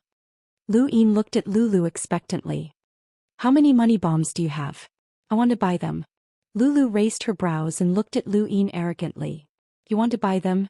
You're insulting me with money. Do I look like someone who lacks money? Lu Yin felt like Lulu was glowing when she talked about money in front of a Mavis clansman. Ahem, I know you don't lack money, but I do lack money bombs. Why don't you give me some? Lu Yin probed. Lulu pouted. Although she was rich, money bombs weren't cheap. She wasn't stupid, so how could she give them away for free? How many do you want to buy? Money bombs are so expensive, so you probably won't be able to buy too many. Forget it, I'll just buy a few, Lu Yin muttered to himself, but his voice was just loud enough for Lulu to hear. Lulu's hair stood on end when she heard him, and she immediately tossed out 30 money bombs. This number, oh fuck. 50 star essences for one. How much is that? 1,500 star essences? Super rich woman. The monkey shrieked. Lu Yin was stunned. He knew that Lulu was rich, but did she really have that much money? Old Kai had offered a price of 100 star essences for 3 money bombs, which meant that the total amount of money bombs here was 1,000 star essences, which was exactly the amount that Lu Yin had managed to snatch from the clan. This little brat had taken out so much money without batting an eye, and it was definitely not all of it. Lu Yin looked at Lulu in a different light, as if he was looking at a god. Lulu raised her head proudly. She had never been afraid of money before, and if there was a competition among the richest students, she would definitely take first place. There was no doubt that she wouldn't even care if the rest of the students ganged up on her. She was invincible in this field. 7th bro, please keep her. You're short on money and she's rich. You're a match made in heaven. The monkey cried out. Lu Yin pursed his lips. I'll buy 6. Lulu was shocked. You can afford them? Lu Yin's face turned ugly. Yes. Lulu casually handed 6 money bombs to Lu Yin and then extended her hand. Qinghui, 300 star essences. Lu Yin looked up. 300? Wasn't it 200? Lulu looked at him with disdain. 50 for 1? Haven't you learned math? Old Kai said that it was 100 for 3, Lu Yin said. Lulu's brows rose and her face twitched. She could clearly feel an unpleasant aura gathering around her. Were you scammed? Lu Yin's eyes widened. Lulu's gaze turned cold. Of course not. I know that it was 100 for 3, but I should have made a profit if I sold them to you. I have Undying Yushan's secret, Lu Yin said confidently. Lulu's face turned ugly and she snorted. Give me 200. Lu Yin grinned as he handed over the money. He could guarantee that Lulu had been scammed. Old Kai hadn't given her a discount, and this brat had refused to admit it. Fortunately, otherwise he would have been scammed as well. However, old Kai's ability to judge a person's price was truly disgusting. Lu Yin definitely couldn't show off his wealth in front of old Kai in the future, or else he would be scammed. Tell me Undying Yushan's secret. Lulu put away the remaining money bombs unhappily and stared at Lu Yin. Lu Yin's face turned solemn and he looked at her seriously. I'll tell you, but you can't tell anyone else. Lulu nodded and her gaze turned cold. Don't worry. Lu Yin took a deep breath and said seriously, Undying Yushan likes women with long hair, thin legs and small breasts. Lulu was stunned and stared at Lu Yin, unable to react for a moment. What did you say? Lu Yin looked around like a thief and whispered again, Undying Yushan likes women with long hair, thin legs and small breasts. Lulu suddenly punched at Lu Yin, but he caught it with his hand and felt his palm shake. What strength! This brat had gotten stronger again. Hey, why did you sneak attack me? Lulu gritted her teeth. That's the secret you wanted to tell me? Lu Yin was furious. Isn't that enough? Aside from you and me, no one else in the universe knows this secret. Lulu was furious. You bastard. She tried to pull back her hand and punch him, but her fist was caught in his and she couldn't move. Coincidentally, Coco returned at this moment and cried out when she saw the scene. Brother Lu, sister Lulu, when did you two get together? She couldn't be blamed for her misunderstanding as their posture was just too ambiguous. Lu Yin's back was facing her and he was tightly holding onto Lulu's fist. From Coco's angle, it looked like Lulu was about to fall into his embrace. Lulu's face turned red. Brat, don't talk nonsense. Coco's cry attracted the attention of Zora and Xia Luo. Even Michelle and Hui Dayknight looked over. Lu Yin awkwardly let go and took a few steps back. It's just a misunderstanding. Lulu glared at him. This isn't over. Just you wait. Lu Yin wanted to say something else, but Xia Luo smiled from nearby.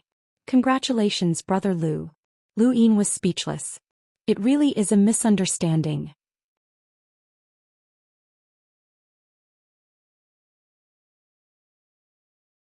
Chapter 427. After this incident, Lulu hated Lu Yin even more.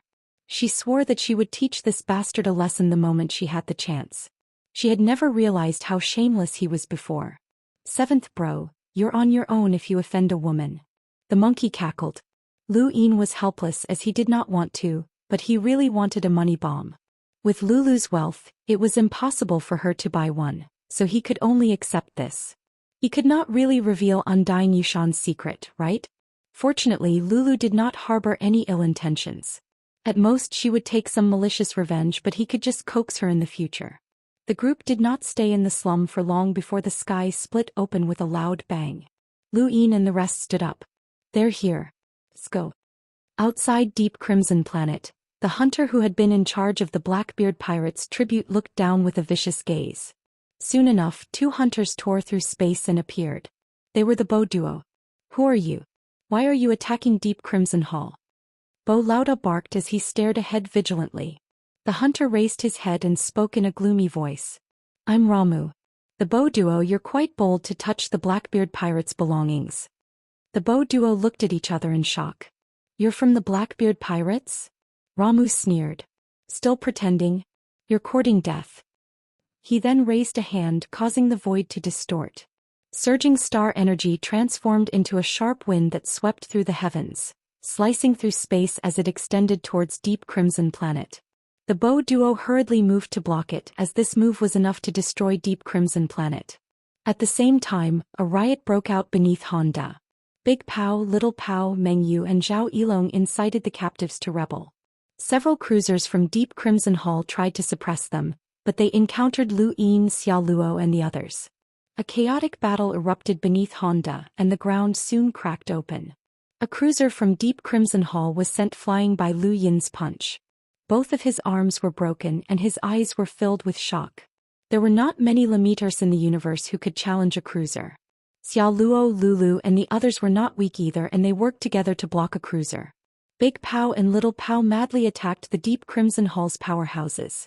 Among the captives, a considerable number of them were explorers, and they fought fiercely against Deep Crimson Sun. Honda became the battlefield. In the starry sky, the Bo duo received the report, but they had no time to care about it.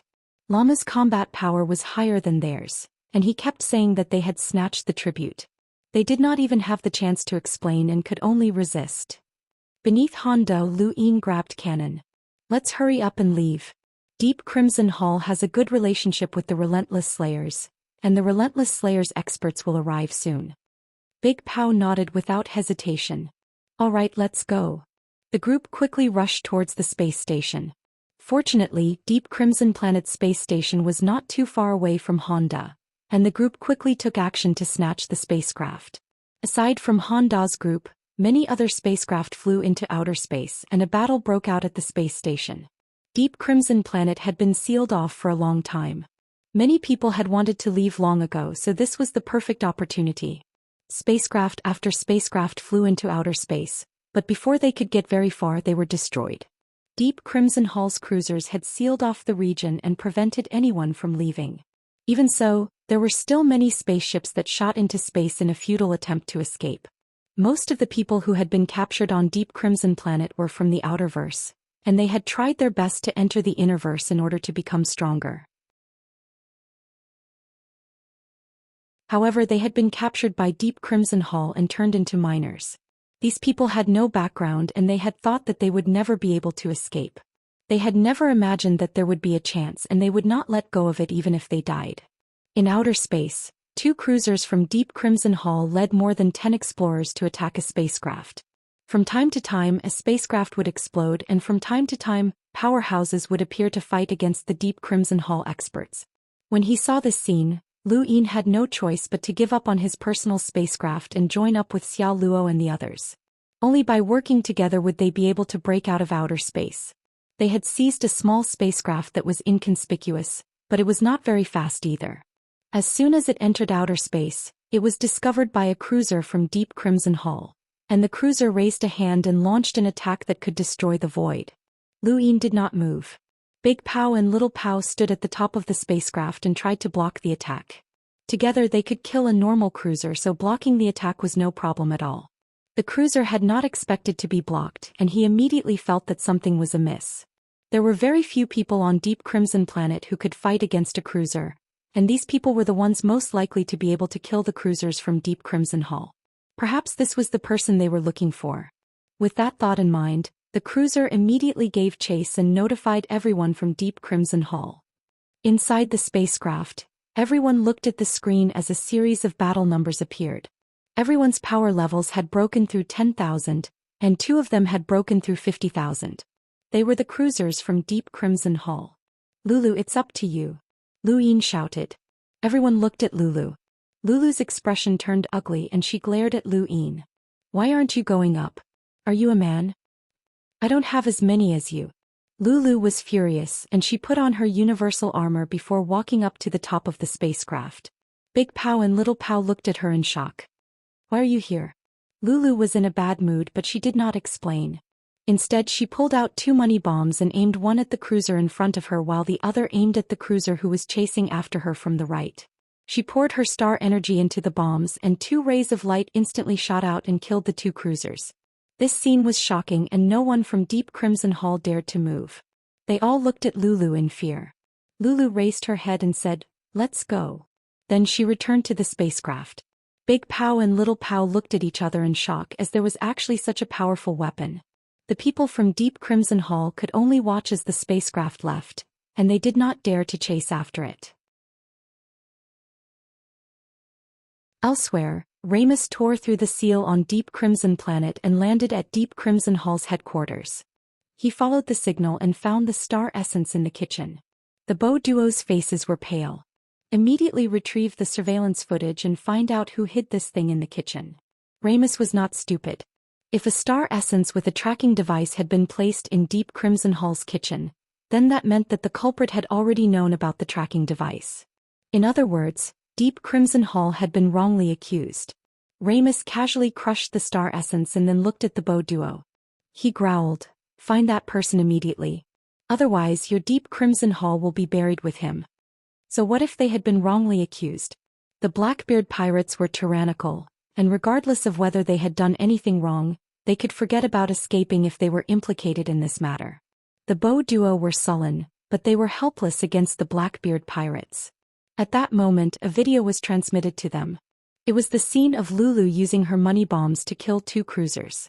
When they saw this, the Bow duo were enraged. Deep Crimson Hall did not have many cruisers to begin with, and now that 2 of them had died, it could be considered a blood feud. Ramus also saw the video and he frowned. Strange, why does this weapon look so familiar?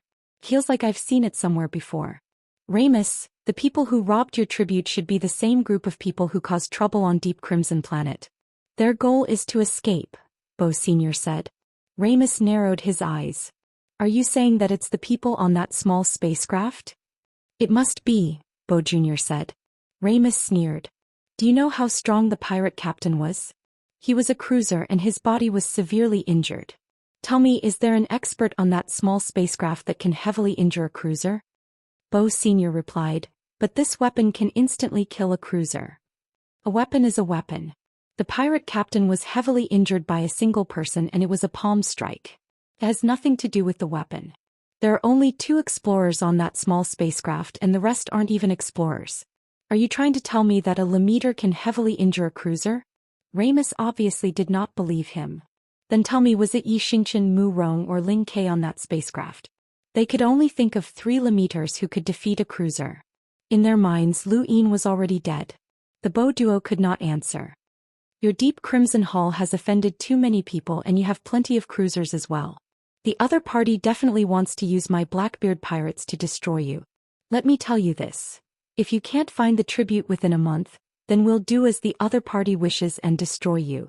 This is the Blackbeard pirates' way of doing things. Ramus then left. Pirate groups did not follow the rules and they only followed the pirates' rules, which was to rob. As for Deep Crimson Hall, it was worthless in their eyes. However, they would not let go of anyone who dared to use the Blackbeard pirates. Within a month, Deep Crimson Hall would not be the only one searching. They would do the same. They would focus on investigating the cruisers that Deep Crimson Hall had offended. As they watched Ramus leave, the Bow duo did not stop him. Immediately ask Mr. Feng Mo to act and intercept that small spacecraft. We can track the signal of the escapees and send a request to any friendly organizations along the way to seal off space. Regardless of whether they're the culprits or not, they killed 2 of my cruisers and we have to avenge this grudge, Bo Sr. said gloomily. Bo Jr. acknowledged the order and immediately left. In outer space, inside the small spacecraft, Big Pow and Little Pow were grateful for the rescue. Seniors, what kind of grudge do you have with Deep Crimson Hall? Coco asked. They only knew the general gist and did not know the details. The 2 looked at each other and then Little Pow answered, we were born in an organization called the Blackfire Hall. The Blackfire Hall and Deep Crimson Hall are enemies. Originally, both sides were similar in strength and neither could do anything to the other. However, the Bow duo invited an expert from the Relentless Slayers to exterminate my Blackfire Hall. We were lucky enough to be rescued by Astral 10, but everyone else from the Blackfire Hall died. Everyone fell silent. The struggle between the universe's powers was cruel, and no one could say who was right or wrong. If the Blackfire Hall had been strong enough back then, they would have definitely exterminated Deep Crimson Hall. The Bow duo are both hunters, so it's still too early for you 2 seniors to take revenge. Wait a bit, at least until you become cruisers, Lu Yin advised. The 2 felt bitter. You're right. We were too impatient and we even implicated our juniors. Lulu magnanimously waved her hand. It's not a big deal. Just treat it as a vacation. The others looked at her strangely, as she did indeed have the qualifications to say such words. Even if she was captured by Deep Crimson Hall, so what? As soon as she announced her name, the Bow duo would have to send her away. They did not dare to offend her. Everyone, let's stop chatting. The path ahead has been sealed off. Let's think of something, Meng Yu spoke up as he stared at the screen.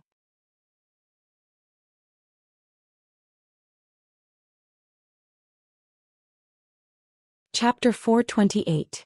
Lu Yin's gaze immediately turned to Hui Day Night. You go. Hui Day Night was stunned. He hadn't said much since the start and had kept a low profile. He hadn't expected Lu Yin to notice him so suddenly. The others looked at Hui Day Night as well. The characteristics of the Day Night clan were too obvious, and they were not to be trifled with. Who would dare to offend them in such close proximity? Hui Day Knight was helpless. He walked to the screen and faced the powers that had sealed off the region. Soon the spacecraft left. The Day-Night flow zone bordered the Chaos flow zone, so it was normal for a Day-Night clan member to appear here. Normal people wouldn't dare to provoke the Day-Night clan, and of course, no one dared to impersonate them either. The Day-Night clan hated impersonation and they were merciless. Hui Day Knight, sit in front of the screen. There will be many blockades along the way, Lu Yin said from afar. Hui Day Knight was helpless, but he didn't refute Lu Yin's words. Everyone, I think it's best to change directions, Xiao Luo suddenly said with a stern expression. Everyone looked at him. I've received news that the Bo duo have already contacted the Relentless Slayers. Hunters are blocking our path ahead. Hui Day Knight can intimidate these small powers, but he can't intimidate the Relentless Slayers, Xiao Luo said. Everyone shivered. With hunters around, it wouldn't be easy to escape. He opened his star chart and looked at it for a while. We can only escape in this direction. The other directions will either be sealed off by the various powers, or there will be experts from the Relentless Slayers. Senior has a tracking device in his body, so we can't avoid them. This is the safest direction, Xiao Luo said. Everyone looked in the direction Xiao Luo was pointing and saw 3 words appear on the star chart. Starfall Sea. There was a mystical place in the Innerverse called the Starfall Sea. Rumor had it that it was an ocean, but it was different from the Astral River or the Cosmic Sea. It was a real ocean made of water that submerged an entire region of space. Regardless of whether it was a planet or a continent, everything was submerged in the ocean. Rumor had it that the Starfall Sea's water would wash through space every once in a while. It was rumored that weapons that didn't belong to this region of space could often be found in the Starfall Sea's water. There were even battle techniques that were rumored to have originated from ancient times. It was rumored that the Starfall Sea had a powerhouse whose power level exceeded 500,000. It was rumored. In short, there were too many rumors about the Starfall Sea and no one knew if they were true or false. Countless people in the universe wanted to venture into the Starfall Sea. That place was a paradise that attracted experts because there were many people who shocked the world after coming out of the Starfall Sea. Lu Yin's deepest impression of the Starfall Sea was the Undying Manual. Back when Undying Yushan and Undying Zishan had roamed the Starfall Sea, they had both changed their names to become the Undying Duo. Undying Yushan had even charged into the top 30 of the top 100 rankings, shocking the universe. It was precisely because of the Undying Manual that Undying Yushan had been heavily injured, and he had been lucky enough to escape and return to the Great Yu Empire. He had been coveted by many Innerverse powers for many years, which had prevented him from unifying the Frostwave Weave. It could be said that if not for the Undying Manual, the Great Yu Empire would have already unified Frostwave Weave. Lu Yin still had a deep impression of the Starfall Sea, but he had never learned much about it. He had never thought that he would be so close to it. The Starfall Sea was west of the Chaos Flow Zone. It's a little dangerous for us to venture into the Starfall Sea with our strength, Zhao Yilong said. He was from the Myriad Swords Peak, which was located in the Spirit Seal Flow Zone. It wasn't too far from the Starfall Sea, so he knew a little about it. Those who are qualified to venture into the Starfall Sea are usually space-exploring powerhouses. Because the Starfall Sea is constantly being eroded by rivers, a spacecraft can't withstand them. It's not that easy to enter a planet either. Only space-exploring powerhouses can barely protect themselves. I heard that you can coat a spacecraft at the entrance of the Starfall Sea with a film that can block the river's erosion, Zora said. Zhao Yilong shook his head. That's too expensive. Lu Yin looked up and then decisively looked at Lulu. The others immediately reacted and looked at her as well. Lulu raised her brows and sneered. Zhao Yilong, what did you just say? Expensive? Zhao Yilong's eyes twitched. Pretend I didn't say anything. Xiao Luo clapped his hands. Everyone, we have no other choice. No matter what, there's only one direction, and that's the Starfall Sea. Otherwise, if the experts from the Relentless Slayers catch up to us, we might be fine, but the 2 seniors will definitely die. Big Pow and Little Pow's faces sank. Let's just take our personal spacecraft and leave. Without us, the Relentless Slayers and Deep Crimson Hall won't make things difficult for us. It'll take some time for the tracking signals in our bodies to be removed, and we definitely won't be able to escape during that time. Xia Luo solemnly replied, "It's too late. We've definitely been targeted. The Relentless Slayers are Chaos Flow Zone's most professional assassin organization, and they're extremely secretive. They don't fear anyone, whether it's the Astral Combat Academy, the Lockbreaker Society, or Shamrock Enterprises. They even dare to touch the Day-Night clan and the Mavis family. The Chaos Flow Zone's reputation isn't just for show. Here the powerful clans can only intimidate small organizations like Deep Crimson Hall, and they're completely useless against the Relentless Slayers. Chaos Flow Zone has always been filled with killing. It's not like the Relentless Slayers haven't assassinated Day-Night clan powerhouses before. They don't have any scruples," Michelle added. Coco was shocked. "Sister Zora, they even dare to assassinate the Day-Night clan.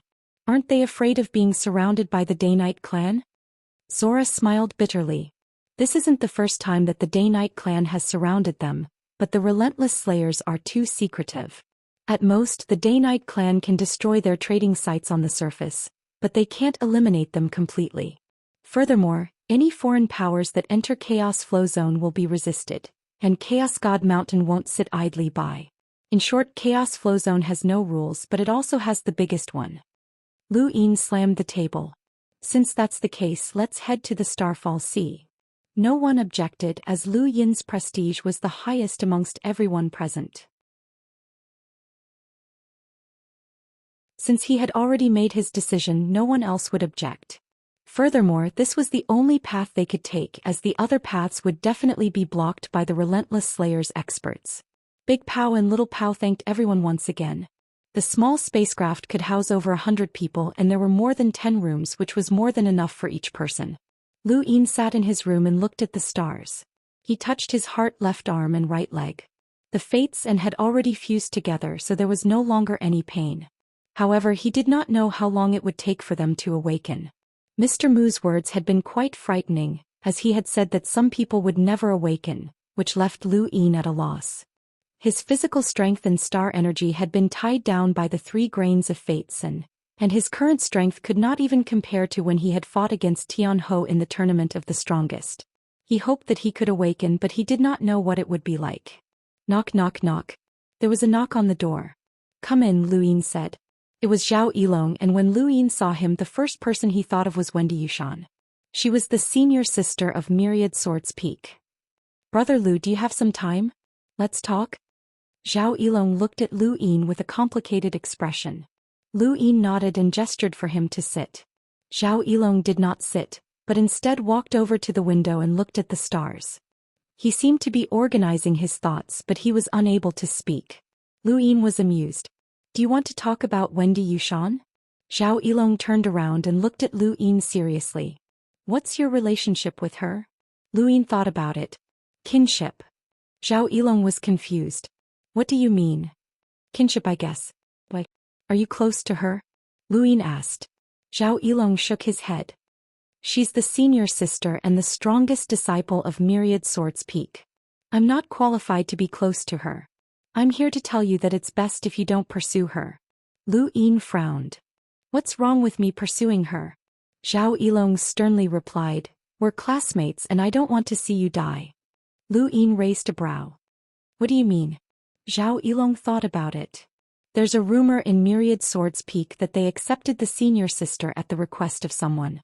She's from the Outerverse, and no matter how talented she is, Myriad Swords Peak would not give her too many resources.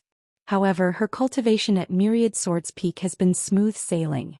Although no one knows the reason behind it, it's rumored that it has something to do with someone." "Who?" Lu Yin was curious. Zhao Yilong shook his head. "I don't know the specifics, but it's rumored to be one of the 10 arbiters." Lu Yin's eyes narrowed. 10 arbiters? Which one? "I don't know. Only the sect master and the older powerhouses of Myriad Swords Peak know. None of us disciples know. Rumor has it that the senior sister is the 10 arbiters' chosen wife." Lu Yin's gaze turned cold and he felt displeased. Although he did not want to do anything with Wendy Yushan, seeing her become someone else's wife would definitely make him uncomfortable. This was a man's possessiveness, especially after he had given her the secret art. The way she looked at him had changed, and Lu Yin did not want her to leave with someone else. "Is it the 10 arbiters that Wendy Yushan follows?" Lu Yin asked. Zhao Yilong shook his head. I'm not sure. It's just a rumor and it's hard to tell if it's true or not. If there really is an arbiter who admires the senior sister, then she wouldn't have been injured in the Ross Empire. Lu Yin nodded as that was true. If it had been him, he definitely would not have watched his beloved be injured by someone else without doing anything. However, Wendy Yushan was from the outer verse and she was indeed taken care of by Myriad Swords Peak. The inner verse looked down on the outer verse, so it was impossible for her to not be taken care of. Lu Yin glanced at his gadget, and he suddenly wanted to contact Wendy Yushan. Zhao Yilong had left as he had only told Lu Yin this out of camaraderie. Whether or not Lu Yin listened to him had nothing to do with him. Although Lu Yin was strong and talented, no one believed that he could stand shoulder to shoulder with the 10 arbiters. The 10 arbiters were supreme existences among the younger generation. Lu Yin looked at his gadget and opened the page to contact Wendy Yushan. He wanted to contact her, but he did not know how to start. Speaking of which, he did not seem to have any relationship with her. Other than an engagement that no one recognized, Lu Yin still felt displeased, especially when he thought about the way Wendy Yushan had looked at him in San Dios. He really wanted to ask her if she had any admirers. Wendy Yushan was so beautiful, so it was normal for her to have admirers. Puyu was one of them, but the 10 arbiters were different. Puyu's status paled in comparison to theirs.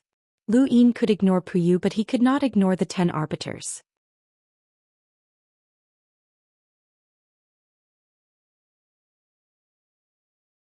Chapter 429. His hand hung in the air for a long time, but Lu Yin could not make up his mind to contact her. Seventh bro, don't ask anymore. You'll feel sad if you ask too much, the monkey said sympathetically. Lu Yin did not reply. Some things are better kept to yourself. What if people compare you to one of the 10 arbiters? How embarrassing. The monkey gloated. Lu Yin blocked off his right arm. This guy's mouth was really foul. Knock knock knock. There was another knock on the door and Lu Yin looked up. Come in. Hui Day Night entered and he looked at Lu Yin. The Day Night clan has already removed the restrictions on Frostwave Weave. Lu Yin's heart skipped a beat. What do you mean? Hui Day Night replied. Night King Elder Night King Yuanjing had previously forbidden anyone from the Day Night clan from participating in Frostwave Weave's war. However, that restriction was removed a few days ago. Lu Yin's eyes turned cold. This old man had burned the bridge after crossing it, and he had immediately turned hostile after realizing that Lu Yin was no longer useful. This restriction was removed by the elders of the Night King clan, but you don't have to worry too much. The Night King clan has many restrictions on the clan, and new restrictions are often introduced.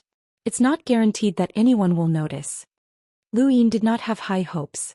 Night Queen Yanqing's hatred for him ran deep, and she was probably watching him closely at all times. Perhaps the removal of the restrictions was her doing. Otherwise, even if Night King Yuanjing had turned hostile, he would not have acted so quickly. At most, he would not have interfered. If Night Queen Yanqing really wanted to interfere in Frostwave Weave's war, then it would be troublesome. The Great Yu Empire was already facing problems due to the economic blockade, and if a day-night expert were to appear, then the Great Yu Empire might not be able to survive. Hui Day Night left after relaying the news. Lu Yin muttered to himself. He could not allow the Great Yu Empire to suffer because of his grudges. Knock knock knock. There was another knock on the door and Lu Yin raised his brows. Come in. A delicate fragrance wafted over as Michelle walked in and looked at Lu Yin indifferently. Lu Yin looked at her. What is it? I just contacted my sister. She knows that we're going to the Starfall Sea and she wants me to remind you of something. Lu Yin had a bad premonition. What is it? In the past, Undying Yushan caused many murders in the Starfall Sea, so he has many enemies. Those enemies might come looking for trouble with you, Michelle said. Lu Yin's heart sank. Why was there so much bad news today? It can't be that bad, right? It's been so many years since Undying Yushan roamed the Starfall Sea. Most of our enemies are definitely gone, but we can't rule out the possibility that there are some who have a blood feud. Can you guarantee that none of the Innerverse organizations monitoring the Great Yu Empire came from the Starfall Sea? Michelle asked. Lu Yin immediately thought of the one-armed hunter who had ambushed him. When Undying Yushan had been on the verge of death, many powers from the Innerverse had appeared. Lu Yin wasn't in a good mood. He couldn't possibly have to foot the bill for undying Yushan, right? He suddenly felt that going to the Starfall Sea wasn't a good idea. Michelle left as soon as she finished speaking. She was here to deliver a piece of bad news. Lu Yin didn't close the door as he felt that it was better to leave it open. Now that he heard someone knocking on the door, he felt an indescribable sense of panic. Unfortunately, leaving the door open was useless, as Xiao Luo had also arrived to deliver a piece of bad news. The Relentless Slayers sent Feng Mo, a hunter with a power level of over 150,000. Lu Yin blinked. Really, bad news was coming one after another and he couldn't stop it. Then what do we do? Xiao Luo was helpless. We can only rely on luck. With Feng Mo's speed we might not be able to safely escape to the Starfall Sea. Lu Yin exhaled, feeling rather sullen. He had many identities that made others apprehensive, and even the Day-Night clan had to consider whether or not to kill him. However, the Relentless Slayers had no such apprehensions. This sort of assassin organization and pirate organization didn't have to worry about identity issues, which was the most disgusting thing. The stronger the clan, the more they had to put on a show. Even if the Day-Night clan was tyrannical, it was still the same. After all, they didn't dominate the universe and the dark powers didn't care. How do you know so much about the Relentless Slayers? Lu Yin looked at Xiao Luo curiously. Xiao Luo casually answered, a clan brother is in the world of assassins and is very familiar with the Relentless Slayers. He told me. Can he issue missions to the Relentless Slayers? Lu Yin's eyes flashed. Xiao Luo nodded. Just change your identity. Why? Who do you want to kill? Who's on the way? Lu Yin's lips curled up. Xiao Luo didn't react. Lu Yin whispered something to him. Xiao Luo looked at Lu Yin in amazement. You're quite quick-witted. This should buy us some time. Then we'll have to depend on your clan brother, Lu Yin said. Xiao Luo nodded and left Lu Yin's room. Lu Yin turned around and closed the door. There shouldn't be any more bad news, and even if there was bad news, it wouldn't be related to him. Monkey, did you translate the text? Lu Yin asked in a low voice as he unblocked his right arm. The monkey lazily answered, no, I said that I can only translate one word. The other words are too ancient. Give me a year. I can't wait. I'm going to use it, Lu Yin said with a cold gaze. The monkey was stunned. Use it? How? What do you mean? Lu Yin activated his gadget and directly contacted Night King Yuanjing. This time Night King Yuanjing took a long time to answer the call. What's the matter, little Yin? Night King Yuanjing looked at Lu Yin with a smile. When he saw Night King Yuanjing's smile, Lu Yin suddenly understood that the decision to cancel the Day-Night clan's influence in the Frostwave Weaves War had been made by this old man. Night King Yuanjing was using this method to pressure Lu Yin and see if he could get more useful information out of him. Even though the Day-Night clan was certain that a mere cultivator like Lu Yin wouldn't know anything about the great realm of nothingness, this was their way of doing things. They were cautious and watertight. The older the ginger, the spicier it was. Grandpa Yuanjing, do you still remember the centipede that appeared in the Northline flow zone? Lu Yin asked respectfully. Night King Yuanjing's eyes flashed. Centipede? Of course. This matter had a huge impact and the Northline flow zone was currently bustling with activity. The Day-Night clan, Lingling clan, Sword Sect, Divine Great Hall, Blaze Realm, Ross Empire, and many other powerful organizations had gathered to explore the centipede's body. Even that old freak Northgate Taisui couldn't stop them, and he didn't even dare to stop them. However, Night King Yuanjing wasn't in charge of this matter, so he didn't pay too much attention to it. Lu Yin respectfully answered, I was one of the first people to explore the centipede's body, and I saw some scenes that I wanted to tell Grandpa Yuanjing about. I want to repay Grandpa Yuanjing's kindness in protecting little Yin for so long. Night King Yuanjing's expression turned serious. What scenes? 5 spear dismemberment, Lu Yin said. Night King Yuanjing calmly replied, we saw that scene. But there were words beside the dismemberment. Does Grandpa Yuanjing know about them? Lu Yin slowly asked. This was his bargaining chip and he wanted to use these words to obtain protection. He didn't even consider the value of these words as they were ancient artifacts, and no matter how valuable they were, they would disappear with time. However, an ancient clan like the Daoist clan still needed them as this was a cultural inheritance. Grandpa Yuanjing's eyes trembled. There were indeed rumors of words, but no one recorded them. Little Yin, did you record them? Lu Yin nodded. I was lucky enough to record them and I'm willing to offer them to Grandpa Yuanjing. Night King Yuanjing laughed heartily and looked at Lu Yin in admiration. Good, Grandpa didn't dote on you in vain. Not bad at all. I heard that you even stole 3 spears from Northgate Lai. Not bad, Little Yin. Lu Yin smiled. I have to thank Grandpa Yuanjing for protecting Little Yin's Frostwave Weave. Otherwise, I might not have been able to compete with Northgate Lai. After all, he's an expert on the top 100 rankings. Night King Yuanjing smiled and nodded. Don't worry, Little Yin. Protecting Frostwave Weave's peace is our Daoist clan's responsibility. That was the case in the past and it's the same now. Nothing will change. Lu Yin relaxed as this was exactly what he wanted. I'll make a copy of the words and give it to Grandpa Yuanjing. Night King Yuanjing nodded in satisfaction, as he was not worried that Lu Yin would lie to him. The Daoist clan had ancient artifacts, and it was easy to tell whether or not the words were ancient. However, it seemed like this kid really didn't know about the great realm of nothingness, or else he wouldn't have revealed the words. Unfortunately, it seemed like he would have to think of another way to save the third Night King. Lu Yin quickly made a copy of the words and placed it in front of the screen so that Night King Yuanjing could see it and film it. After concluding his transaction with Night King Yuanjing, Lu Yin's face sank. He did not know how long the words would protect Frostwave Weave. Perhaps a few months or perhaps half a year. 7th bro, this is an endless cycle. The Daoist clan is overbearing and the old man's promise will only last for a few months at most. It definitely won't last for a year. At that time, you'll have to come up with something that can attract his attention, or else the Daoist clan will still interfere with Frostwave Weave. Can you guarantee that you'll have something that can attract the old man's attention? Lu Yin's gaze turned cold. We'll see when the time comes. From the moment he had contacted Night King Yuanjing, this endless cycle had begun. Unless he surpassed the Daoist clan one day and broke free from this restriction, the Daoist clan would always use Frostwave Weave to extract his value. It was extremely difficult to surpass the Daoist clan, but there was another way, which was to expose his background.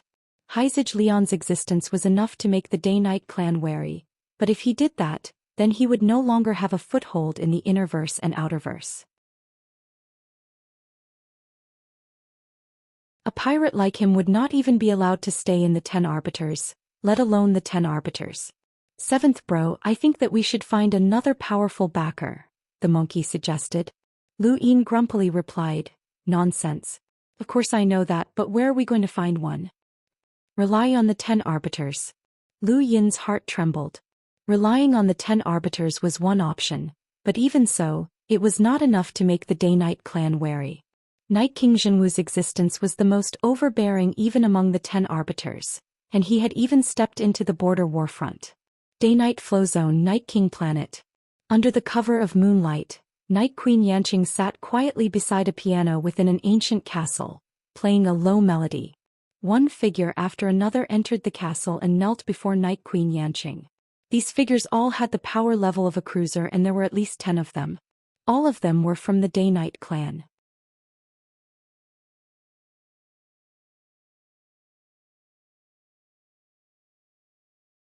Chapter 430. Night Queen Yanqing continued to play the music, and as more and more people gathered, the music grew deeper and more somber. Suddenly, the music stopped and Night Queen Yanqing looked at the music sheet with excitement. I have a mission for all of you. Head to Frostwave Weave and slaughter every space-exploring powerhouse in the Great Yu Empire. Don't let a single one escape. Yes, the kneeling crowd replied. Night Queen Yanqing's lips curled up into a cruel smile. The clan had finally removed the restrictions on Frostwave Weave. She wanted to act as soon as possible and make Lu Yin regret it for the rest of his life. She would not immediately destroy the Great Yu Empire and she would play with it slowly. Although these people were only cruisers, the Daoist clan's cruisers were not something the Outerverse cruisers could compare to. If they worked together, they could challenge a hunter, and if they sent a few more hunters to deal with the Great Yu Empire's hunters, it would be enough to slaughter the Great Yu Empire's upper echelons. Suddenly, there was a soft beep and Night Queen Yanqing looked at her gadget. Her expression changed and an intense chill appeared in her eyes. She immediately opened the message and soon Night King Yuanjing's image appeared. Elder Yuanjing, why did you restore the restrictions on Frostwave Weave? Night Queen Yanqing suppressed her anger as she asked. Night King Yuanjing's tone was gloomy. You don't need to know. I will explain to Zhenwu. The restrictions will continue. Night Queen Yanqing's eyes went wide. What is your relationship with Lu Yin? Night King Yuanjing did not waste any more words with her and immediately closed the screen. To a powerful clan in the universe, the most important thing was always their inheritance.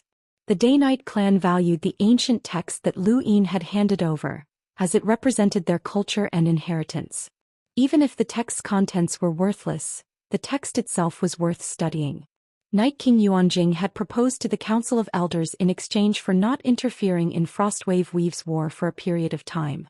This deal had curbed Night Queen Yanqing's killing intent, but Night King Yuanjing had not told Lu Yin exactly how long it would take. This meant that he could break the deal at any time. Night Queen Yanqing looked at the hazy moonlight outside and trembled with anger. This was the third time. She had wanted to attack Lu Yin 3 times, but she had been restrained 3 times. Fine, she would wait. She did not believe that the Council of Elders would protect this person forever. One day she would trample him beneath her feet. At this moment not only was Night Queen Yanqing shocked, but Hui Day-Night as well. He had been the one to inform Lu Yin about the removal of the restrictions that affected Frostwave Weave's war, but it had only been a short while since then, and now those restrictions had been reinstated. What exactly had Lu Yin done? At this moment, Lu Yin had become incomparably mysterious in his heart. It was no wonder why this person had dared to oppose the Day-Night clan in the trial zones. Behind Lu Yin's group, a radiant-grade aurora shot out from outer space with Mr. Feng Mo of the Relentless Slayers on board. He had accepted Deep Crimson Hall's request to capture Lu Yin and the others. Although Feng Mo did not know the details of Lu Yin's group, they had shown their faces on Deep Crimson Planet, and their images had already been sent to Feng Mo's gadget. With his strength as a hunter, it was impossible for him to conceal his appearance. Although the cosmos was vast, there were not many habitable planets. With the Relentless Slayers' methods, they had long since investigated whether any spaceships had landed on habitable planets. This was not just the Relentless Slayers' method, it was also the method of the universe's various major powers. Otherwise, no one would be able to find them if they simply hid on a planet. With Feng Mo's strength, it was very easy for him to sweep through a planet with his star energy. Even if it was an uninhabitable planet, he could still quickly investigate and ensure that no one could hide. The Relentless Slayers could only track the signals of Big Pow and Little Pow. The others did not have any signals to track, so they could only search. The cosmos is vast, but there's only one escape route for you. Feng Mo's eyes were cold as he stared ahead. As they passed by a planet, his star energy transformed into a gale that swept through the planet. The explorers on the planet were shocked and trembled, not daring to resist. Very quickly, Feng Mo swept through the entire planet and continued onward. If it weren't for the fact that he had to search planet by planet, he would have caught up to them long ago. After all, a radiant-grade spacecraft was 10 times faster than a normal spacecraft. At this moment, Feng Mo received an assassination commission. The mission location was in the opposite direction, but it was not too far away. He hesitated for a moment, but after looking at the high bounty on the commission, he changed directions and headed towards the mission location. A space-exploring powerhouse's physical body had changed in order to adapt to the universe, and they needed to circulate star energy to maintain their life. Otherwise, their physical body would begin to deteriorate. This was the so-called exhaustion period. Generally speaking, a normal explorer would need to consume at least 10 million star crystals to complete a cycle without entering the exhaustion period, which was the equivalent of over 100 star essence. As a hunter with a power level of over 150,000, Feng Mo would need to consume at least 10,000 star essence if he wanted to maintain his body and not enter the exhaustion period. This was just the most basic consumption.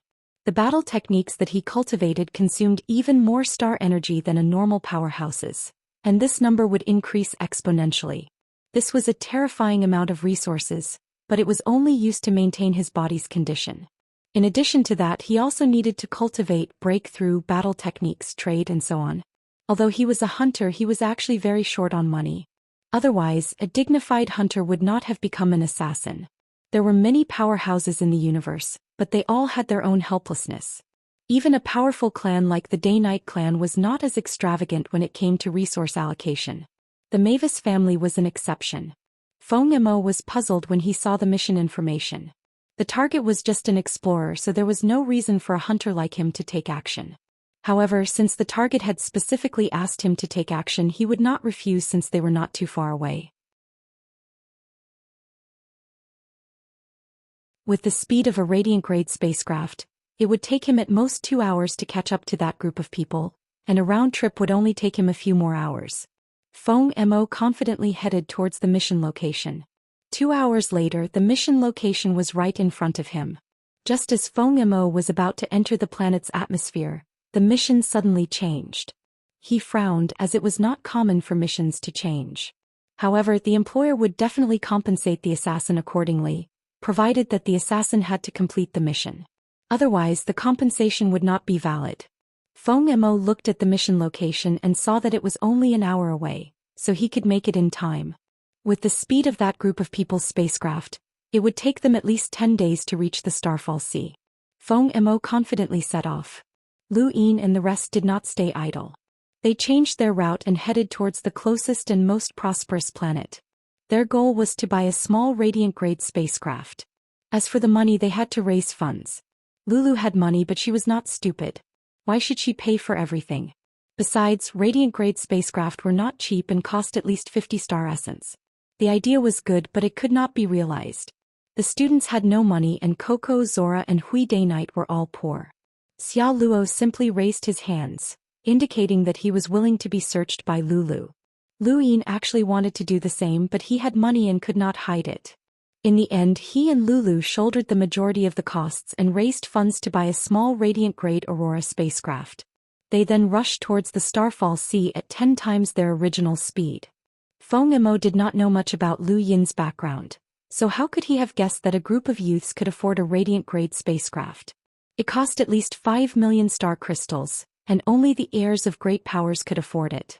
If they were, then there would be no need for them to hide. He did not know that Lulu did not care if they hid or not, as she wanted to protect Big Pow and Little Pow. On the other side, Feng Emo arrived at the mission location, but the mission target had changed again. Feng Emo was not stupid, and he immediately guessed that there was a problem. Someone must have been deliberately delaying his pursuit, which surprised him. Who would know so much about the relentless slayers that they could even track his movements? Feng Emo wanted to continue, as the mission could not be changed so frequently. It could only be changed 3 times at most, and after that he would receive compensation. However, the location of the mission this time was too far away. Once he started carrying it out, those people would definitely not be able to catch up. In the end, Feng Emo weighed the pros and cons and gave up on the mission. He rushed towards the Starfall Sea and gave up on the mission. On the small Radiant-grade spacecraft, Xia Luo put away his gadget and looked at Lu Yin. Feng Emo is chasing us. Lu Yin nodded. That's not surprising. He's been in the universe for so long, so it would be strange if he didn't notice anything amiss. He's quite decisive, and it looks like Deep Crimson Hall paid a heavy price. Not far away, the others also knew about Feng Emo. Little Pow said, the powerhouse from the relentless slayers who helped Deep Crimson Hall destroy the Blackfire Hall was Feng Emo.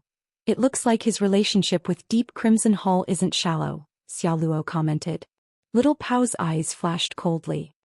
Half of Deep Crimson Hall's resources were used to support him, so their relationship is naturally not shallow. At that moment, the spacecraft's alarm sounded, and everyone looked towards the command deck. Michelle frowned and said, "There's a nebula up ahead. We need to change course." Everyone looked at the screen as the route constantly changed.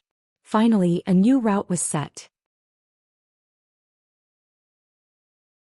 Everyone's hearts sank when they saw the new route, as it would take 7 hours to reach the Starfall Sea compared to the previous route. 7 hours? Feng Emo won't catch up to us, right? Coco was worried. Michelle looked at the route. The time isn't the main issue. It's that the new route will take a detour, and that's the distance that Feng Emo will be able to catch up to us. That means that Feng Emo might catch up to us at that distance, Lu Yin said. Michelle looked at Lu Yin. Or we can change our destination and not go to the Starfall Sea. Northwest of the Starfall Sea was originally an endless weave of the Outerverse. Unfortunately, that area has been taken over by the technocracy, so we have no other choice, Xiaoluo said. Lu Yin smiled bitterly. There's no other choice. Let's go to the Starfall Sea. Hopefully we'll be lucky and not be caught. Everyone had no choice but to agree. There were no records of Fates and on the network, and even if Lu Yin used his honor points to search, he still couldn't find anything about it. Seventh bro, are you looking for Fates, An? Didn't I say that it's a precious treasure that you might not be able to obtain in your entire lifetime? Let's be more direct, even the top 10 of the top 100 rankings might not have it, the monkey said. Lu Yin calmly replied, I have it. I've fused with 3. The monkey didn't believe him. Forget about 3, a normal person would be burning incense to thank the gods for even 1. Lu Yin sat down cross-legged and fully activated his domain. His eyes filled with star energy as he looked at his heart, left arm and right leg.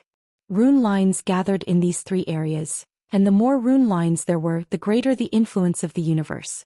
These 3 areas gathered all of Lu Yin's star energy and mental energy, and they also locked down his physical strength. The number of rune lines gathered there exceeded his own.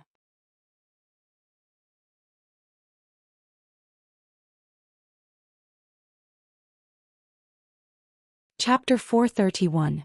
He did not know when it would awaken. Lu Yin silently recited the Stonewall scriptures. There were only a dozen or so hours left until they reached the Starfall Sea, which was a very short amount of time. He actually wanted to take a nap, but reciting the Stonewall scriptures would have about the same effect. However, Lu Yin had not expected that the moment he recited the Stonewall scriptures, his heart, left arm and right leg would suddenly heat up and become scalding hot. This heat did not affect anything else, but it made him feel like he was in a furnace, which was unbearable. He hurriedly stopped reciting and panted heavily as beads of sweat dripped down his forehead. What was going on? How did the Stonewall scriptures affect the Fateson? The range was too wide. Lu Yin muttered to himself as he listened to the monkey's questions. He immediately shielded his right arm, as this was the reason why he had fused the fates and into his left arm. He had been afraid that shielding his right arm would affect the fusion process. No, he had to try again. Lu Yin's gaze was resolute. If the Stonewall scriptures could speed up the fusion process, then that would be perfect. As he recited the Stonewall scriptures, Lu Yin once again felt the pain of being in a furnace. With his physical strength he would not have been affected even if he was thrown into the sun, but now he felt like he was about to melt. No, he was truly melting. The Fateson had melted into his body, but they had not fused at all. The 3 grains of Fateson were like a lock that locked down his physical strength, and they had not truly begun to fuse. If they did not fuse, then they would not awaken. Lu Yin rejoiced that he had recited the Stonewall scriptures and allowed the Fateson to begin the fusion process. Otherwise he might have been dragged to death. 3 grains of Fateson were enough to trap him in the Limiter realm forever. The painful fusion process continued, and Lu Yin endured the burning as he sensed the Fateson. At this moment he could clearly sense that the Fateson in his heart was gradually changing forms. Once this process ended, it would awaken. He was looking forward to what form the Fateson would take. A powerful weapon? A spiritually connected treasure? An obscure ancient painting? Lu Yin could sense that the Fateson in his heart was changing forms the fastest. No matter how much Fateson fused with a person, they would only have one form. This meant that when the Fateson in his heart completely awakened, the remaining 2 grains would only increase in size or power, and they would not change into other forms. After an unknown amount of time, Coco's excited voice sounded from outside the door. Brother Lu, we've arrived at the Starfall Sea. Come take a look. It's so spectacular. Lu Yin's ears twitched as he heard the voice, but he did not respond. He could sense that his Fateson was about to awaken. Unconsciously, Lu Yin's domain spread out and covered the entire spacecraft. Aside from Xiaoluo, who sensed Lu Yin's domain, the others did not, and they all excitedly looked into the distance. The Sea of Fallen Stars was famous throughout the universe, and there were too many legends about it. The entrance to the Sea of Fallen Stars itself was very unique because it was filled with huge seaweed. It was indescribably huge, and it looked like pieces of land floating in the starry sky, covering an endless distance. Beyond the seaweed was the sea of fallen stars. There, the starry sky seemed to have a fault, and endless water surged violently, flowing into the distance. No one knew where the water in the Starfall Sea came from, and no one knew where it ultimately flowed to. Its origin was a waterfall that flowed from an unknown place in the starry sky, and its end was a reverse waterfall that flowed to an unknown place in the starry sky. This was a mystical place. In the past there had been experts who had searched for its origin and end, but to no avail. The entire Starfall Sea was like a depression in the starry sky of the universe. It was like a huge lake with two waterfalls at the head and the tail. To those who were visiting the Sea of Fallen Stars for the first time, this place was quite spectacular because the rivers flooded the starry sky and concealed the stars. Within the spacecraft, Hui Day Night was excited. If we want to enter the Sea of Fallen Stars, it's best to coat our spacecraft with a layer of seaweed. Otherwise, we'll be easily torn apart by the currents. Lulu raised her head and took a step forward. They had discussed this before, and since she had the money, she would do it. Besides their spacecraft, there were many other spacecraft sailing around. The closer they got to the seaweed, the slower they slowed down as they prepared to board it. Suddenly, a boundless pressure swept over them like an astral storm, causing all of the surrounding spacecraft to tremble. Everyone's expressions changed, and they looked behind them to see a radiant grayed aurora speeding towards them without slowing down at all. At the top of the ship, a man was staring at Lu Yin's ship with a murderous expression, a sneer on his face. Xiao Luo and the rest narrowed their eyes. Speed up and board the seaweed. It's Feng Emo. There was no need for him to say anything as Meng Yu had already accelerated at full speed. However, it was difficult for them to escape Feng Mo's pursuit, even if the seaweed was right in front of them. Feng Emo raised a hand and a suffocating killing intent filled the area. The spacecraft closest to him immediately exploded. This was the power of a hunter, and it shook the heavens. Xiao Luo and the rest felt their scalps go numb. Big Pao and Little Pao looked at each other and immediately tore through the void to appear at the top of the spacecraft. Feng Emo, we killed the people from Deep Crimson Hall. If you want to kill us, then kill us. There's a Day-Night clan member in this spacecraft. Do you dare to attack us? Feng Emo coldly replied, I can choose not to attack, but aside from you, there's one more person I want to take away. He then waved his hand, causing Lu Yin's image to appear on the void screen. It would be too easy for Deep Crimson Hall to investigate Lu Yin, as he was the only one who had entered Deep Crimson Planet to meet up with Xiao Luo and the rest. Feng Emo, do you know who he is? Little Pao shouted, but before he could even speak, he was suppressed by Feng Mo's star energy and was unable to move. My mission is to accept a commission. I don't need to know who he is, Feng Emo replied coldly. Suddenly, a beam of light shot out from the spacecraft. It was a money bomb. Feng Mo's expression changed slightly, and he tilted his body to the side, easily dodging the attack. He then looked at the spacecraft in confusion. What a familiar weapon. Inside the spacecraft, Lulu distributed a money bomb to each person and then waved her hand. Explode. The next moment, beams. Oh fuck. Seventh bro, you really do have fates. The monkey boasted. At this moment, Feng Mo's spacecraft entered the seaweed and arrived right after Lu Yin and the others. He stared at them coldly from nearby. Xiao Luo and the others did not have the time to be shocked, and they stared at Feng Emo warily. Lulu even held 2 money bombs ready to attack at any moment.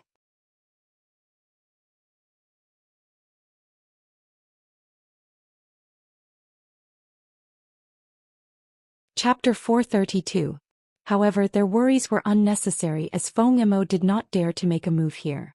Chaos Flow Zone bordered the Starfall Sea, and they knew how terrifying that place was. The rule that no fighting was allowed on the seaweed had been set by the Sea King, and no one dared to violate it. When they saw that Feng Emo did not make a move, they all sighed. He doesn't dare to make a move, or else the Sea King will teach him the meaning of regret, Hui Day Night said. Lu Yin relaxed, but the pain in his abdomen suddenly swept over him. He looked down and saw that his skin had been torn apart by the recoil, and his chest was covered in blood. Ah, brother Lu, you're injured. Coco will give you a shot, Coco hurriedly said as she took out a large syringe. Lu Yin immediately refused. I have medicine. He then took out a special medicine from Shamrock Enterprises and swallowed it. Coco was disappointed. Lu Yin stood up with Coco's help and walked out of the spacecraft. He stepped onto the soft seaweed, and when he looked around he saw many people staring at him in astonishment. The seaweed was very large and it was not much different from a city with countless buildings. At that moment, a man wearing a sky-blue ring armor landed in front of Lu Yin's group. You've damaged the seaweed. Either pay up or you'll be punished for fighting on the seaweed. Lulu casually tossed out a Crystal Mavis Bank card. Pay up. The man was stunned by her extravagance, but then he tossed the card back to Lulu. I'm not paying. How much? Xiao Luo asked. 5-star essence for the maintenance of the seaweed, the man said. Everyone was shocked. This thing is that expensive? That's 500,000 star crystals. The man arrogantly replied, this was planted by our Sea King's dome. Aside from the Starfall Sea, there's no other place in the entire universe. The rarer something was, the more valuable it was. Lulu's mouth twitched and she casually tossed the man 5-star essence. The man took the money and left without even looking at the group. He was very arrogant from start to finish. That guy doesn't respect us at all, Meng Yu said unhappily. Hui Day Knight was apprehensive. He has the right to do so because he's from the Sea King's dome. The Sea King's dome? Meng Yu was puzzled. He was also from the Outerverse like Lu Yin, so he did not know much about the Starfall Sea. Furthermore, information about the Sea King's dome was not something that could be found on the internet. The Sea King's dome is the ruler of the Starfall Sea, and it rules over the entire Starfall Sea. The master of the Sea King's dome is the Sea King, and his words are like the heavens in the Starfall Sea. Even outside of the Starfall Sea, no one dares to disobey the Sea King. It's rumored that the Sea King's power level exceeds 500,000, Xiao Luo said seriously. Everyone was horrified as the strongest amongst them had been Big Pow and Little Pow, but they had suddenly become explorers with power levels that had broken through 10,000. What did it mean to break through 500,000? Lu Yin's heart skipped a beat. 500,000 envoys. Alright, we need to move the spaceship to a berth and get someone to code it before we can enter the Starfall Sea. The longest we can stay in the seaweed is 3 days. That means that after 3 days, we can either enter the Starfall Sea or leave, Michelle said. She had some understanding of the Starfall Sea. In the end, Hui Day Knight led Meng Yu, Zhao Yilong and the others to a berth. Lu Yin, with Coco's support, followed the group to a bar in the distance. Coco did not forget to give Lu Yin an injection, but he had only sustained superficial injuries that were not serious. He refused to agree no matter what, leaving Coco very disappointed. Foam Mo continued to stare at them from afar, making them feel as if there was a dagger at their backs. There were many people on the seaweed, and the bars were built by people who could stay there permanently. The application process was very troublesome, but once one was successful, they would be completely protected by the Sea King. They would not have to worry about their former enemies as no one would dare to attack them on the seaweed.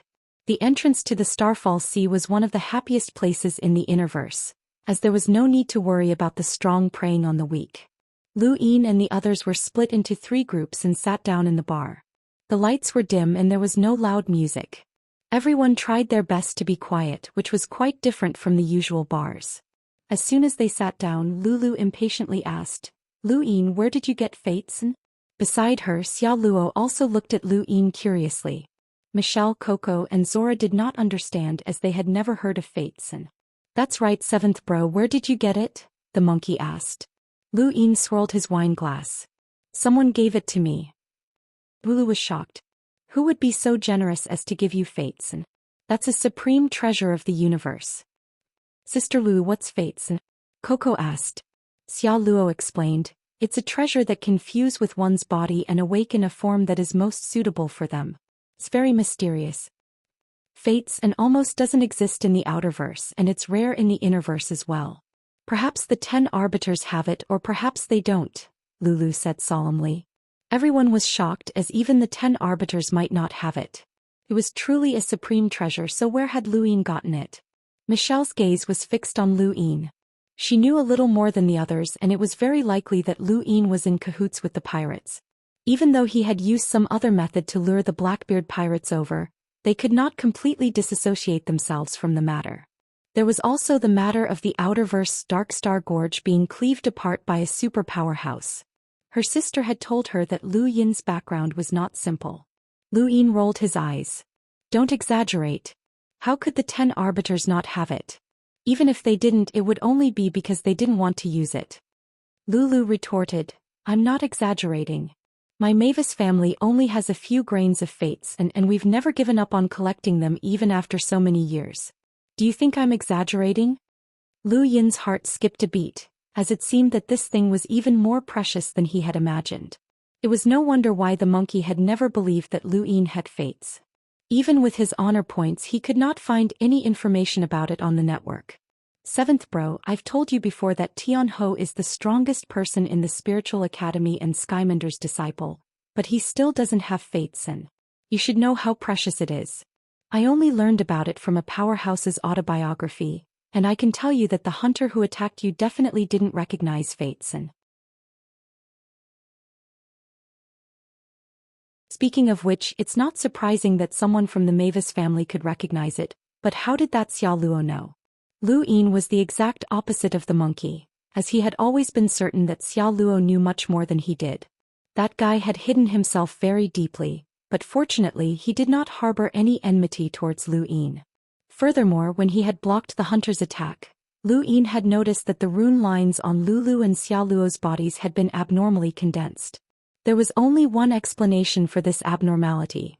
They were preparing to block a hunter's attack. Lu Yin could still believe that Lulu could block a hunter's attack if she used her innate gift. But what about Xiao Luo? His secret piqued Lu Yin's interest as they both had primeval surnames. Brother Lu, your Fate Sense awakened form is very novel. Congratulations. Xiao Luo suddenly laughed as he looked at Lu Yin. To the side, Lulu blinked as she thought of that clump of dirt. Then she burst into laughter that was full of ridicule. Lu Yin was helpless. His fates and had awakened into a clump of dirt, and it was real dirt. There were no other traces of it, which left him speechless. Alright, stop laughing. At least its defenses are very strong. Lu Yin sighed. Xiao Luo's gaze turned serious. Brother Lu, I'm not mocking you. Although fates and is a precious treasure, it can't make up for the difference between a limiter and a hunter, much less a hunter with a power level of 150,000. Your Fate Sense awakened form was able to block Feng Mo's attack, which is unheard of. Perhaps it's not what we see but rather something that we cannot comprehend. Lu Yin thought about it and agreed. If an awakened form of fates and could block a hunter's attack, then it would defy the common sense of the universe. That was impossible, but why had his been able to do it? Although Feng Mo's attack had a power level of less than 70,000, it had still carried the pressure of a hunter. Lu Yin had charged out without thinking, which had been unwise. However, he still could not believe that he had been able to block it. Now that he thought about it, he had only charged out because Feng Mo's attack had not condensed enough rune lines, and he had believed that he could block it. But could it have also been because of the Fate Sense effects on him? Lu Yin pondered this. He desperately wanted to communicate with other people who had fused with their fates and see if this thing could affect his subconscious. Or perhaps, it had the ability to block a powerhouse's pressure.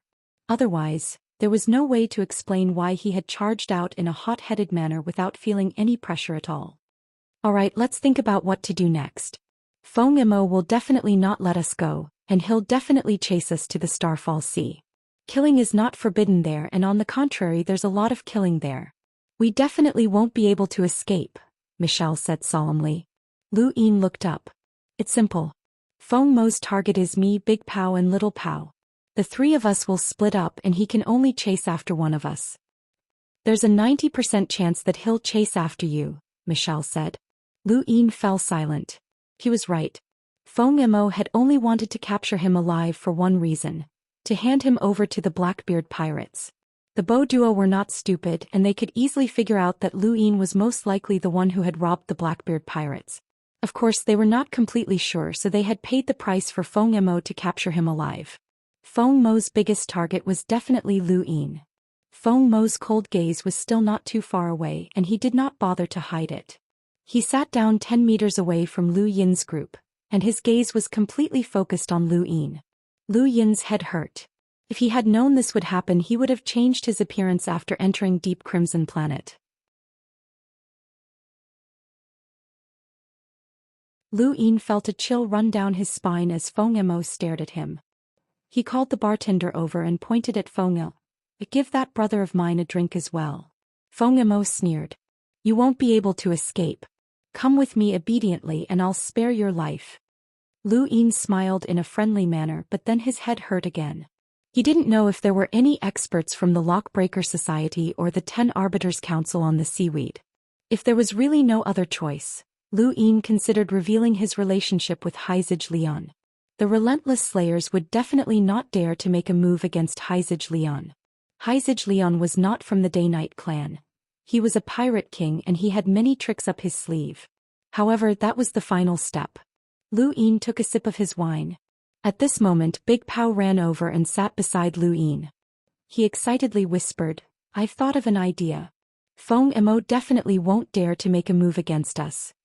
Everyone was surprised by Big Pao's words. What idea? Big Pao's lips curled up. Have you heard of the Sea King's son-in-law selection? The Sea King's son-in-law selection? Lu Yin and the others were confused as they had never heard of it before. Little Pao Mengyu and the rest also came over.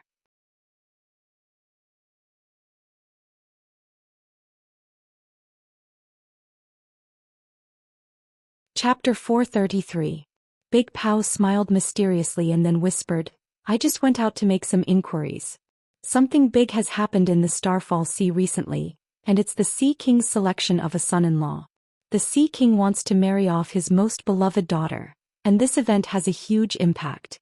Many of the Innerverse great powers have sent people to participate, hoping to marry the Sea King's daughter and form a relationship with him. What does that have to do with us? Coco was confused. Big Pao grinned. Do you think that the Sea King will let anything happen to his future son-in-law? Are you saying that you want to participate in the Sea King's son-in-law selection? Big Pao nodded. I've heard that the Sea King's son-in-law selection will be held at certain intervals at the entrance of the Starfall Sea. As long as you qualify, you'll be able to receive the Sea King's protection and head to the Sea King's dome. This is our chance to escape. With the Sea King's protection, even if the entire relentless slayers were to come, they wouldn't dare to make a move against us, let alone Feng Mo. Everyone muttered to themselves. This was a good idea. However, there's a problem. Big Pao's tone became low. Everyone looked at him. Big Pao ran his fingers through his hair and spoke with a hint of melancholy. I already said that this is the Sea King's son-in-law selection, which means that I'll have to marry into the Sea King's family and live in the Sea King's dome from now on. That's not something I can accept. You guys are fine, but I have to think of a way to qualify for the selection. Little Pao facepalmed. Coco widened her eyes and looked very innocent.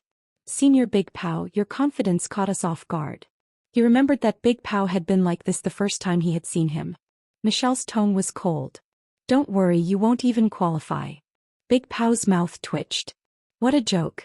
I'm so handsome, so how could I not be qualified? Let me tell you something. I've heard that there are 2 conditions for the Sea King's son-in-law selection, and you'll be qualified if you can fulfill one of them. He paused for a moment before continuing. The first condition is strength. The Sea King doesn't like weaklings, so you have to be under the age of 25 and be close to a cruiser in order to qualify. Everyone was shocked.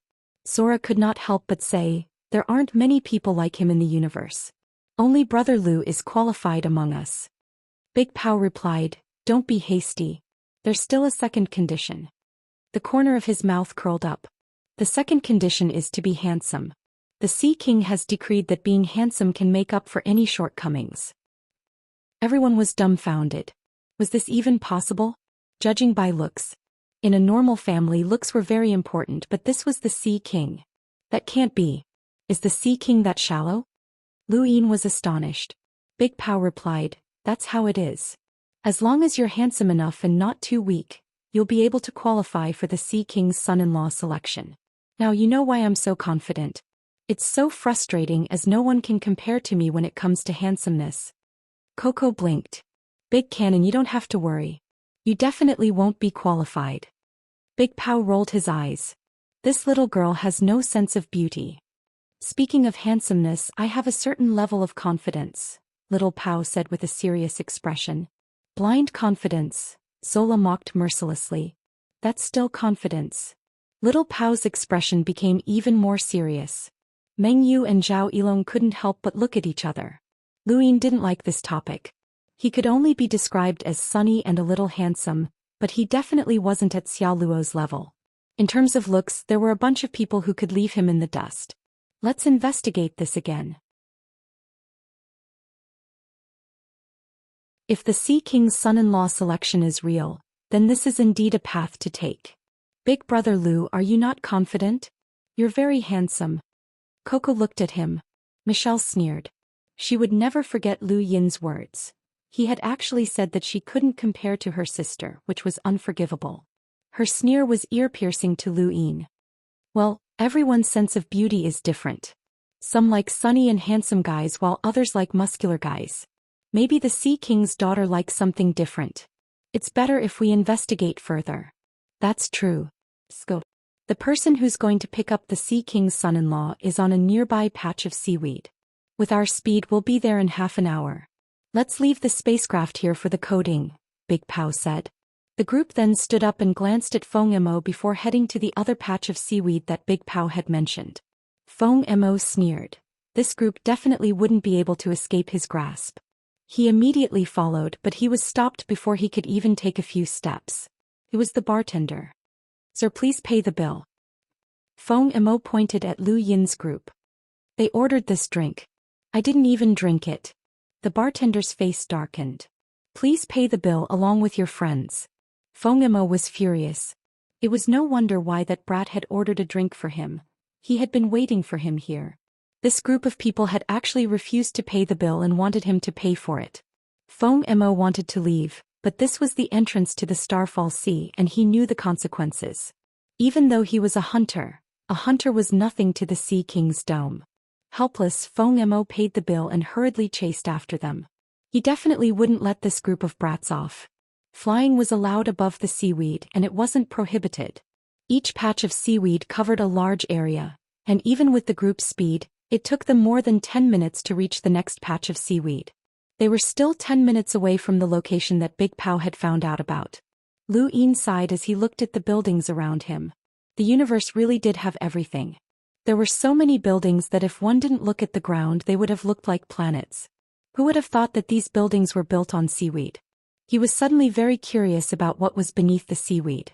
Feng Mo followed them at a leisurely pace, not bothering to hide his cold-killing intent. Lu Yin turned around and met Feng Mo's gaze.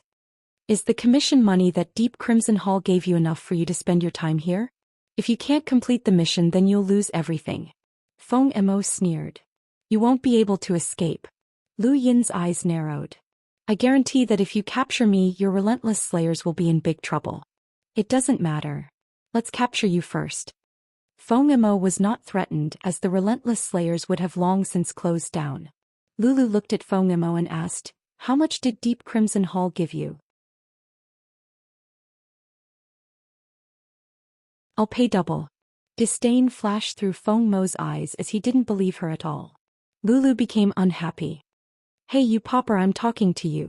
Feng Mo was furious. Little girl, be careful of your words. Do you dare to provoke me? My name is Lulu Mavis, she said proudly. Feng Mo's voice faltered and he looked at her in shock. You're from the Mavis family? Lulu raised her head. Tell me, how much is the commission? I'll pay double. Feng Mo no longer dared to underestimate Lulu, as he recalled that she was the one who had paid for the coding of the small radiant-grade Aurora spacecraft that these people had taken. Also, these people had only taken an ordinary spacecraft at the beginning, but they had switched to radiant-grade Auroras midway. Such an expensive spacecraft had been changed at such a young age, so it was quite possible that she was from the Mavis family. The Mavis family was not something that he could afford to offend. The relentless slayers could ignore the Day-Night clan since they could hide from them, but they definitely could not ignore the Mavis family. There was a Mavis bank in every corner of the universe, and a considerable amount of their money was stored there. Even if the Mavis bank did not dare to casually freeze their accounts, they would still need to withdraw their money, and as long as they did so they would be easily discovered. Feng Mo looked at Lulu and decided that he could not touch her, but he also decided to ignore her. The relentless slayers had their own rules, so how could they be instigated by a target? Seeing that Feng Mo was ignoring her, Lulu snorted. Popper. Feng Mo's eyes narrowed. He was furious, but he did not show it. Compared to the Mavis family, the entire relentless slayers were paupers. Even though he felt indignant, this was fate. Feng Mo, offending both the Mavis family and the Day-Night clan with a single commission isn't wise, Michelle said as she looked behind her. Feng Mo's eyes turned cold. And who are you? Before Michelle could speak, Coco jumped out from the side. She's Michelle, the younger sister of Red Lotus Witchbow Mira from the 10 Arbiters Council. Feng Mo's eyelids twitched, as this was another person that he could not afford to offend. Mira was still manageable, as he had heard of her before. Although her innate gift was powerful, she was not a threat to him for the time being. However, Mira had the backing of the 10 Arbiters. Even though he did not know which Arbiter it was, the 10 Arbiters represented an incomparably large power. Once that power approached the Chaos Flow Zone, he would be in trouble.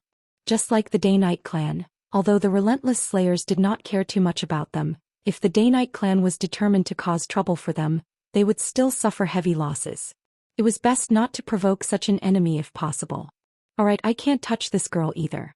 Michelle spoke up. Feng Mo, you'd better be clear about who you're dealing with. Feng Mo's gaze turned gloomy as he looked at Lu Yin. He had already investigated Lu Yin's identity when they had been in outer space, and this was the main reason why he wanted to capture Lu Yin alive. This person could not be killed by Feng Mo, or else it would be troublesome. There's no need to say anything else. Those two must be killed, and I'm going to capture this person as well. Feng Mo did not want to waste any more words with them.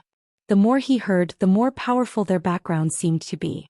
Lu Yin stopped Michelle from speaking and looked at Feng Mo. I must remind you that none of us are simple people, including the two you want to kill. They have Astral 10 behind them. Think about it. Is it worth it to offend the Mavis family, the Day-Night clan, the Astral Combat Academy, the Lockbreaker Society, the 10 Arbiters Council, Windrift Hall, Myriad Swords Peak, Vast Earth Sect, Shamrock Enterprises, the Ancient Xia clan, and the Ancient Lu clan for a mere commission from Deep Crimson Hall? Is it worth it? Not only was Feng Mo shocked by Lu Yin's words, but Michelle and the rest as well. They hadn't realized that they represented so many different powers when gathered together, and each one of them sounded rather terrifying. Wait, what were the Ancient Xia clan and the Ancient Lu clan? Feng Mo's eyelids twitched. Brat, don't think that you can protect yourself just by making up some random names. Lu Yin sneered. Think about it for yourself. He then turned around and told everyone to ignore Feng Mo. At this moment, Feng Mo hesitated. He had never heard of the Ancient Xia clan or the Ancient Lu clan, but they sounded grand and had a hint of an inheritance. It was very likely that they were legitimate clans with primeval surnames, similar to the Sword Sect's Lu family. He knew about the others, but what did Shamrock Enterprises, Myriad Swords Peak, Windrift Hall, and the Vast Earth Sect have to do with these people? How could there be so many of them? If these people really had so many powers behind them, then Feng Mo felt that this commission was not worth it. But then again, he did not plan on killing these people. Besides those three, he did not plan on paying any attention to the rest. Yes, as long as he did not harm these people, he did not care how many clans they represented. That was what he thought, but Feng Mo still felt uneasy. These people represented too many powers, so much so that it made his scalp go numb.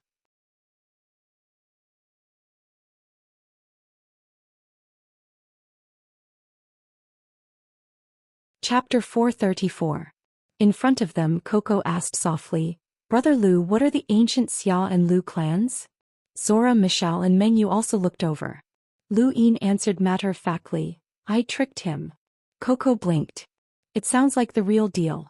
Beside them, Xia Luo laughed. That's because the Xia and Lu clans are both primeval surnames. You're used to hearing about primeval surnames, so it's natural for you to think that they exist. Brother Lu, he's still following us. It seems like he hasn't given up yet. Coco looked back. Lu Yin grunted. Don't worry about him. We'll participate in the selection.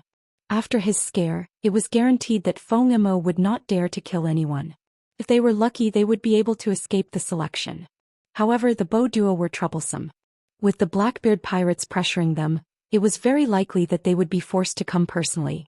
They were not Feng Mo who could withdraw at any time, but they would definitely not let him go. Thus, they still had to participate in the selection. At the very least, they had to delay until the tracking devices in their seniors' bodies were removed. More and more people gathered around them. The seaweed was not arranged in a straight line, but rather spread out in all directions. This meant that the people on the surrounding seaweed had all gathered here to watch the show. Even if they could not participate in the selection, they still had to watch. In the distance, a majestic ship was anchored. It was not a spacecraft but a real ship. It exuded an austere aura that seemed to be entwined with a powerful force, causing everyone who approached to keep quiet out of fear. From a distance, countless people were gathered below the ship, and even more people were gathering. All around them were cultivators wearing blue ring armor. These people were directly under the Sea King's dome, and they were the Sea King's subordinates. The Sea King's dome was the strongest overlord of the Starfall Sea, but almost all of its soldiers were limiters and explorers, which puzzled the crowd. However, Hui Day Knight explained, it's because no one dares to attack the Sea King's dome. Countless people were gathered below the ship. There were too many people in Lu Yin's group, and even if they qualified, each person could only bring 4 people with them. Thus the group was split into 3 groups. Lu Yin, Lulu, Michelle, and Big Pao, Xiao Luo, Dark Void, Meng Yu, and Coco. The last group consisted of Hui Day Knight, Zhao Yilong, Little Pao, and Zora. As he walked through the crowd, he could hear the discussions of the Sea King's son-in-law selection. Have you heard? Experts from the top 100 rankings have appeared at other entrances, someone said. Lu Yin and the rest stopped and listened attentively. The top 100 rankings attracted the most attention no matter where one went. I've heard that it's Xianxia. He's ranked 88th on the top 100 rankings. Not only that, but it's rumored that Northgate Lai has arrived as well. 2 experts from the top 100 rankings have arrived. Someone else spoke up. It's not just the top 100 rankings. Even the unequaled Limiter Ling Ke has arrived. He originally wanted to challenge someone, but he just so happened to arrive in time for the Sea King's son-in-law selection. These people are only on the surface. Who knows how many experts have gathered here from the shadows as well as the heirs of great powers. If the Sea King's son-in-law selection hadn't been so harsh, then the number of experts that would have been attracted would have increased by several times, or even dozens of times. Yeah, there are very few people under the age of 25 who are close to becoming a cruiser. Lu Yin had not expected Northgate Lai, Qianxia, or even Ling Ke to come. This selection had indeed attracted a considerable number of powerhouses, but Northgate Lai had already surpassed the age limit. The Sea King's conditions had been set just right. In truth, due to his memory loss, Lu Yin did not even know how old he was, but he should not be older than 25. Big Pao and Little Pao were exactly 25 years old, and their true strength surpassed most explorers. They could barely hold their own against a cruiser, but they definitely would not be able to challenge a cruiser. In other words, the 2 of them did not meet the qualifications. Those who qualified were at the same level as the Astral Combat Academy's student leaders, but they also had to break through to the explorer realm. Only one kind of person could reach this level, and that was the top heirs of great powers such as Lu Xiaoqiu. It was normal for top heirs to reach the cruiser realm with the strength of an explorer. Above that were the experts on the top 100 rankings. The Sea King was very picky, and those who had obtained the qualifications based on their strength were all very strong. The Starfall Sea was located in a remote area, and it was unknown how many experts it would attract. Regardless, 2 of the top 100 rankings had already appeared. There was also Ling Ke, whose strength was comparable to those at the bottom of the top 100 rankings. He was also just a limiter, and like Lu Yin, he was also quite difficult to deal with. Let's go. The receptionist is on the ship. Big Pao was very excited and he pushed the group aside as he rushed forward. Lu Yin and the other 2 followed, and they soon arrived at the front of the ship. A group of Sea King's dome soldiers blocked the group's path, and a young man stood below the ship with an ugly expression. On the ship, there was a young and beautiful woman dressed in disdain. Her eyes were filled with arrogance and disdain. You dare to come out with such a face? You're not just embarrassing yourself, you're embarrassing your parents and your unborn child. No, someone like you can't even find a wife, let alone a child. Hurry up and scram. You're tarnishing my eyes. Lu Yin and the others had just arrived when they heard these words, and they looked at the woman on the ship in shock. Someone beside them whispered, "This maid's mouth is too poisonous. She's not bad looking, or else she wouldn't have dared to come out." Lower your voice. She's the maid of the Sea King's daughter and she represents the Sea King's daughter. Her aesthetic standards should be similar. But her mouth is too poisonous. Listen, she's scolded so many people recently and she's the successor of a great power. There's nothing we can do about it. We have to endure when facing the Sea King. At that moment, another man walked out and pretended to be confident with his hands clasped behind his back. He bowed to the beautiful woman. Hello, Mississippi. I can't get better when I see you. You disgust me, the woman said. The man was stumped for a moment before he awkwardly left. Soon after, another person walked out, but before he could speak, the beautiful woman covered her eyes. My eyes hurt. That person's mouth twitched and he left. One after another, none of them caught the woman's eye. They were all scolded until they doubted their lives and none of them were repeated. Lulu looked at Big Pow. Senior, it's your turn. Go. Big Pow's face twitched and he coughed. Actually, I think we should prepare a bit more. Things like temperament. Before he could finish speaking, he was pushed away by Lulu. After that, a wave of merciless yet poetic insults burst forth. Big Pow returned with a pale face. It's my fault for being born in this universe. Lulu laughed. To the side, Michelle suddenly laughed and looked at Lu Yin. It's your turn. Lu Yin gritted his teeth. I want to gain the qualifications for strength. You can try. Who knows, she might like someone like you, Lulu urged. Big Pow also pushed Lu Yin but he did not budge. Go Junior. Senior has high hopes for you. Lu Yin sneered. He would rather die than go. The atmosphere suddenly became heavy and no one dared to step forward. On the ship, the beautiful woman disdainfully said, a bunch of ugly people. The more Lu Yin looked at her, the more he felt that this woman was asking for a beating. Suddenly, there was an uproar from the crowd, and a man walked out with a smile on his face as he looked at the beautiful woman. Lu Yin and the others were shocked when they saw the man. He was just too handsome. Men could be as handsome as women, but this was relative. There was a kind of handsomeness that could attract other men and it could even turn them gay. One such man had appeared in front of them and then he boarded the ship. Behind him, the beautiful woman stared at him with infatuated gazes. The crowd broke out into an uproar. A sentinel trash can even board the ship? How disgusting. Isn't the Sea King's daughter afraid of torturing him to death? Rumor has it that the Sea King's daughter is ugly, so she's looking for a handsome guy. I heard that too.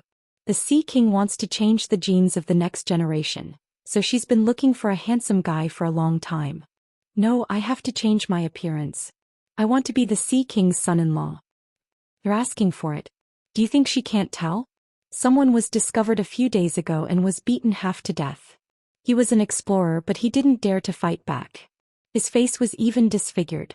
The super handsome man boarding the ship caused an uproar, but it also made people even more afraid to step forward. The contrast was too great. It wasn't until half an hour later that someone who had just arrived stepped forward. I'm curious about your parents. Where did they get the courage to send you out to scare people? You don't look too bad. You didn't make me vomit. Your face is a biological weapon. What are you laughing at? You look like you're going to get rich. Our Sea King's dome doesn't lack money. I'll have to trouble you to leave in a round way just like your face. Did a cucumber become a spirit?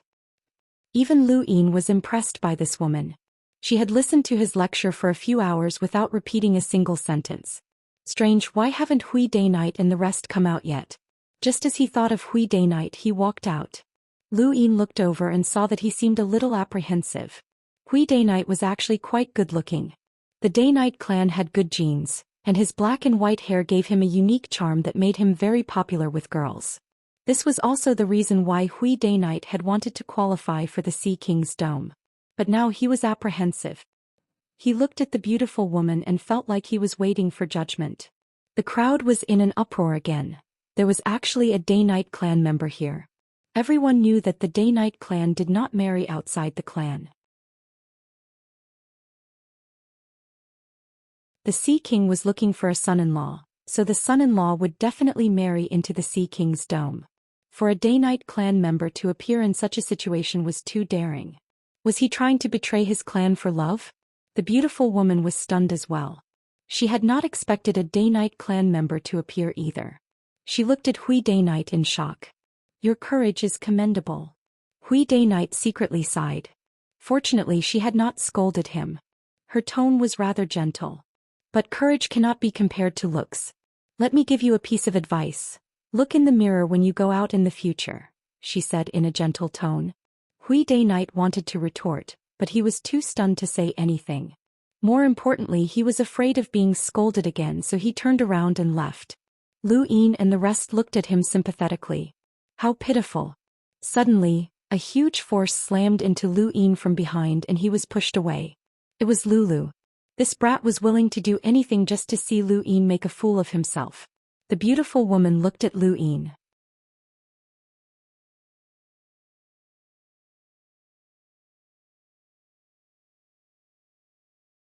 Chapter 435.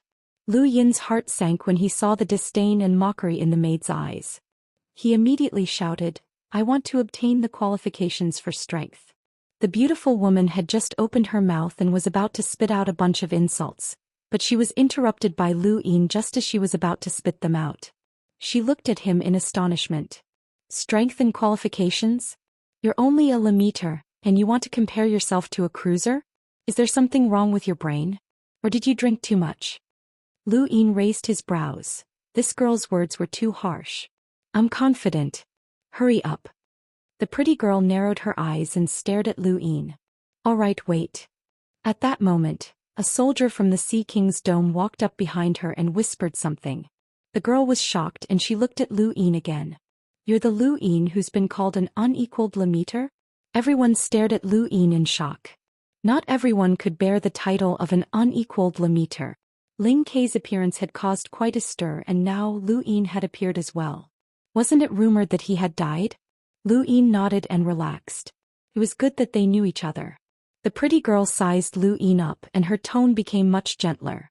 However, her eyes were filled with displeasure as he was delaying her performance. All right, you're qualified. She then tossed a medallion to Lu Yin. With this, you can board the ship for 5 days. Thank you.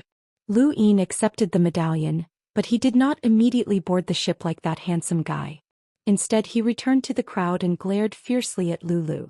Lulu stuck out her tongue and thought that it was a pity. Michelle also felt that it was a pity. Big Pao also felt that it was a pity. In the distance Hui Day Night and the rest also felt that it was a pity. Even Feng Emo felt that it was a pity. After Lu Yin, a few more people appeared and were mercilessly scolded back. The crowd realized that the girl's words were even sharper than before. In the crowd, Coco's eyes widened as she looked at Xia Luo. Brother Xia, aren't you going? Xia Luo smiled and nodded. He then stepped out of the crowd. Everyone rejoiced in Lu Yin's misfortune and was prepared to hear even more insults. The girl's words were very interesting to the onlookers, but they were disappointed. However, this time everyone was disappointed. The woman looked at Xia Luo and his warm smile and her heart softened. She gave him a command medallion and said gently, with this command medallion, you can board the ship at any time within 5 days. Xia Luo nodded and smiled faintly. Thank you. With that he returned to the crowd. Countless people looked at him with reverence. Was this guy really that handsome? Or was there something else going on? Coco worshipped him to death. Hui Day Night and Big Pao in particular, looked at Xia Luo with unfriendly gazes. If Hui Day Night fails, then 4 of us won't be able to board the ship. Feng Emo is still watching from behind, so that won't do, Lu Yin said in a low voice. Big Pao lowered his head. It was all his fault for being ugly. Where are the others? Lulu asked. Lu Yin felt helpless. Others? Little Pao? Dark Void? Mengyu? Zhao Yilong? These people weren't even as handsome as Hui Day Night. At the very least, Hui Day Night's hair color was eye-catching. I'll give it a try. Lulu's eyes were filled with excitement as she stared at the beautiful woman in the distance. Lu Yin was startled. Don't do anything rash.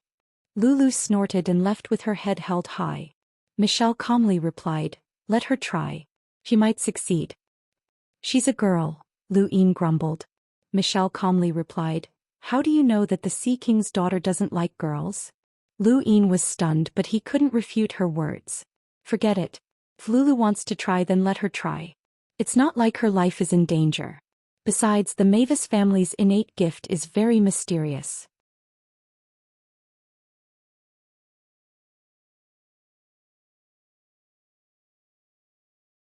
If we don't bring the ship and the Sea King's dome doesn't send us off, then Feng Imo might block us at the Starfall Sea. Lulu thought about it and agreed. With the speed of a Radiant-grade spacecraft, it would not be easy for Feng Imo to catch up to them. As long as they put some distance between them and the Sea King's dome, Feng Imo would definitely be able to catch up to them. They had not really thought about participating in the selection. They had only wanted to find some protection in the Starfall Sea. It was just an umbrella. Alright, I'll try, but I might not succeed, Lulu said listlessly. The innate gift of the Mavis family was not that easy to use. Try your best. Otherwise, one of us will really have to stay behind and become a live-in son-in-law, Xiaoluo joked. Lulu rolled her eyes. Although he was confident in his own strength, he wasn't so arrogant as to think that he could defeat the top experts of the top 100 rankings. There would definitely be experts ranked in the top 80s participating in this selection, and Lu Yin might not necessarily be able to defeat such a powerhouse, especially if he didn't use his Fatesin. However, if he did use his Fatesin, he was confident that he could defend against the attacks of the top experts. After all, he had even blocked one of Feng Mo's attacks. However, blocking was just blocking. It did not mean that he could win. He did not expect a piece of dirt to defeat those powerhouses. Half a day later, Lulu returned. Unfortunately, she had failed as the maid was on guard against Lulu. The group did not hide their actions from Feng Imo, as they could not do so even if they wanted to. Although hunters did not have domains, their star energy could cover a wide area. As long as they wanted to, they could instantly sweep through an entire planet. It was just that they would not use it under normal circumstances. With Feng Mo's ability, Lu Yin's conversation could not be concealed. He walked out of the bar and used his gadget to contact the Bo duo. For a hunter with a power level of 150,000, it was quite painful to be unable to capture the group of people in front of him. He could easily subdue them all in an instant, but he did not dare to do so. The word handsome could not be accurately defined. Everyone's sense of beauty was different, but regardless of the differences, Lu Yin and the rest felt that the maid of the Sea King's daughter had an extremely high sense of beauty. Any man with power or money would want a beautiful woman. With a beautiful woman, even if her genes were not as good, the next generation would not be too ugly, and the generation after that would be even better. As long as they did not decline, their appearances would only improve. Thus, the heirs of the various great powers who had the qualifications to come to the Starfall Sea, as well as the young elites, would all be good-looking. But in the maid's mouth, the word ugly had been rephrased in various elegant ways. She expressed it incisively and vividly, as if there was no such thing as handsome in her eyes. This scene was quite interesting from the ship's perspective. Lu Yin leaned against the ship's railing and watched the beautiful maid's merciless criticism. He did not know why, but he felt a little happy. The ship was very tall and from the deck one could see very far. Big Pao came to Lu Yin's side and looked into the distance. It looks like Feng Imo won't let this go. Lu Yin nodded. They had all seen Feng Imo, who had not concealed his presence and was coldly glaring at them. He did not believe that this group of people could become the Sea King's son-in-law. As long as the selection ended, he would be able to capture those who needed to be captured. Lu Yin was puzzled. Feng Imo is a hunter with a power level of 150,000. Why is he so loyal to Deep Crimson Hall? Can Deep Crimson Hall afford such a price? It's very strange. Big Pao frowned. The sharp taunts stopped and the pretty maid was thirsty. She asked someone to bring her some water, and an extremely handsome man carried the drink over to her with a smile on his face. He politely offered it to her. The pretty maid's eyes lit up and she happily took a sip. Thank you. The handsome man smiled and proudly swept his gaze over the crowd below. He smiled again, and it had to be said that this person was indeed very handsome. He even attracted a bunch of screams from the girls. I really want to kick him off the ship. Big Pao gritted his teeth, feeling very unconvinced. He had always believed that everyone had different tastes, and he was quite confident in his own appearance. Lu Yin laughed. Don't worry about him.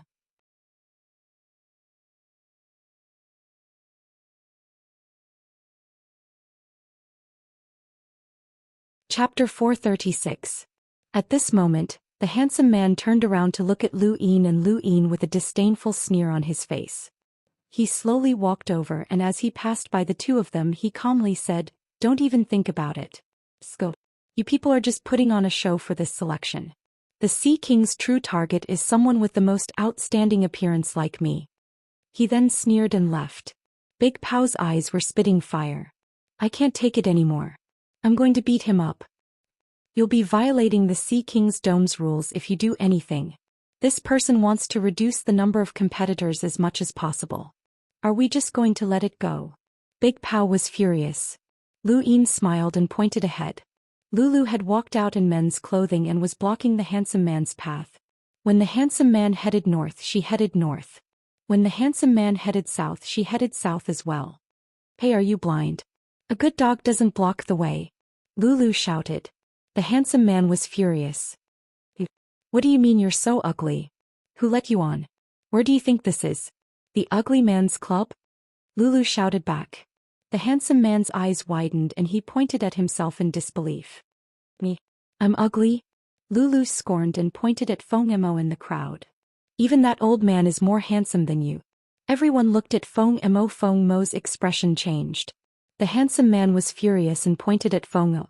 How can this ugly guy compare to me? You're insulting me.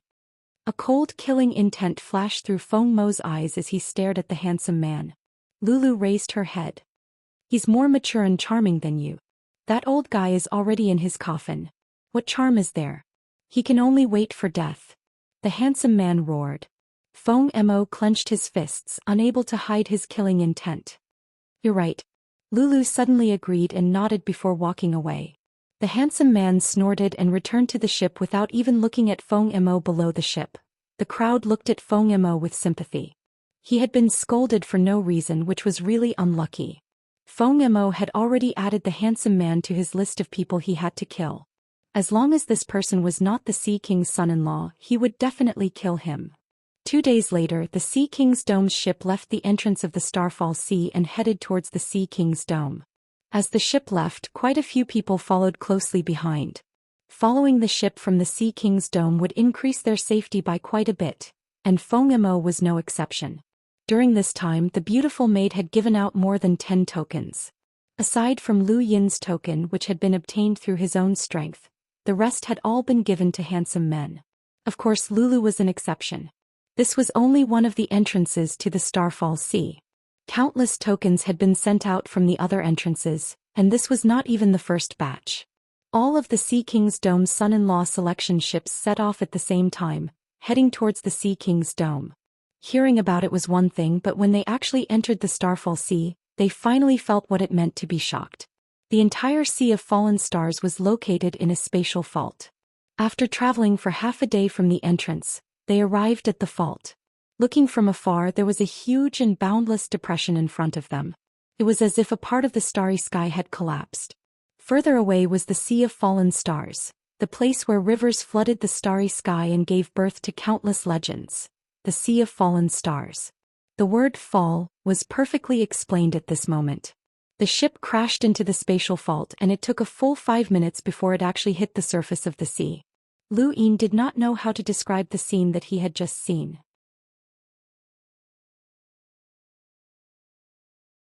Who would have thought that there would actually be a sea in outer space?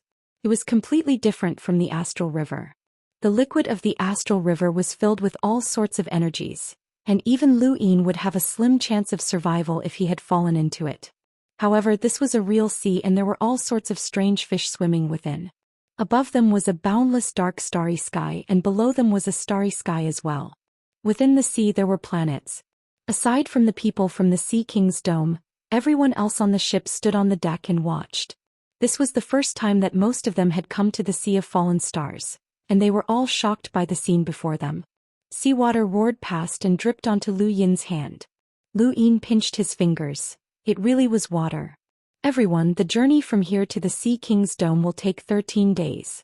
During these 13 days, everyone will understand what the Sea of Fallen Stars is, and you will personally experience its grandeur. You will also experience the Sea King's greatness. Do your best to fight for it. Who knows, the Sea King's son-in-law might even be among you, the beautiful maid said proudly as she stood on the deck. Finally, she added, although it's almost impossible. Everyone had personally experienced this woman's venomous mouth, so no one paid her any mind. Lu Yin scanned his surroundings. There were quite a few people standing on the deck and there were others at the stern and center of the ship. There were dozens of people in total, but there were less than 10 who had actually obtained a medallion. He was the only one who had obtained one through his own strength. Hey, if I become the Sea King's son-in-law, will the maid of the Sea King's daughter be married off as well? Someone on the deck suddenly asked.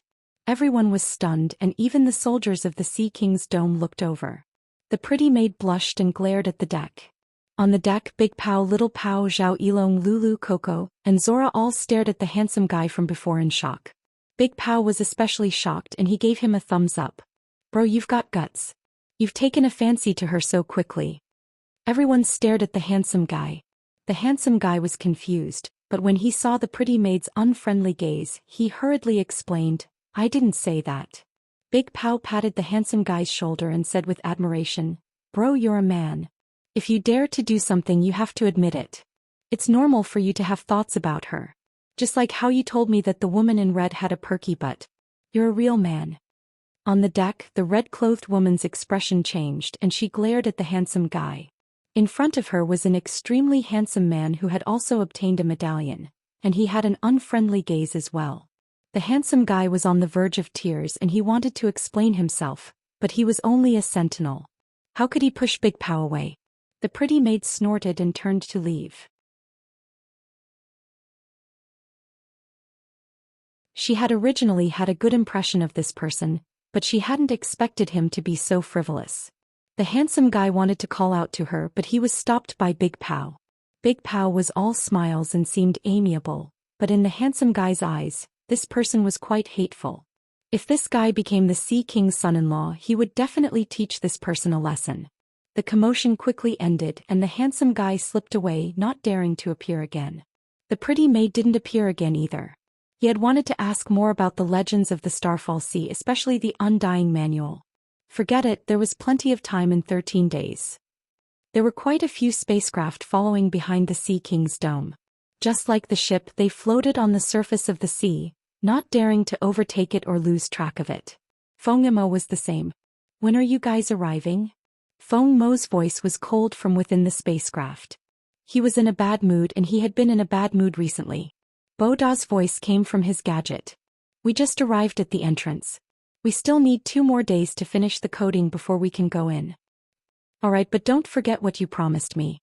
Those people don't have simple backgrounds and I don't even know if they're worth it, Feng Mo said in a low voice. Mr. Feng, you'll have to decide for yourself if they're worth it, but since you've already entered the Starfall Sea, you must have thought things through. Don't worry, we'll definitely give you that item, Boda replied. Feng Mo immediately ended the call and stared coldly at the Sea King's dome. The journey would take 13 days, and with the Sea King's son-in-law selection, the results would be revealed in at most half a month. At that time that item would be his and he grew excited as he thought about it.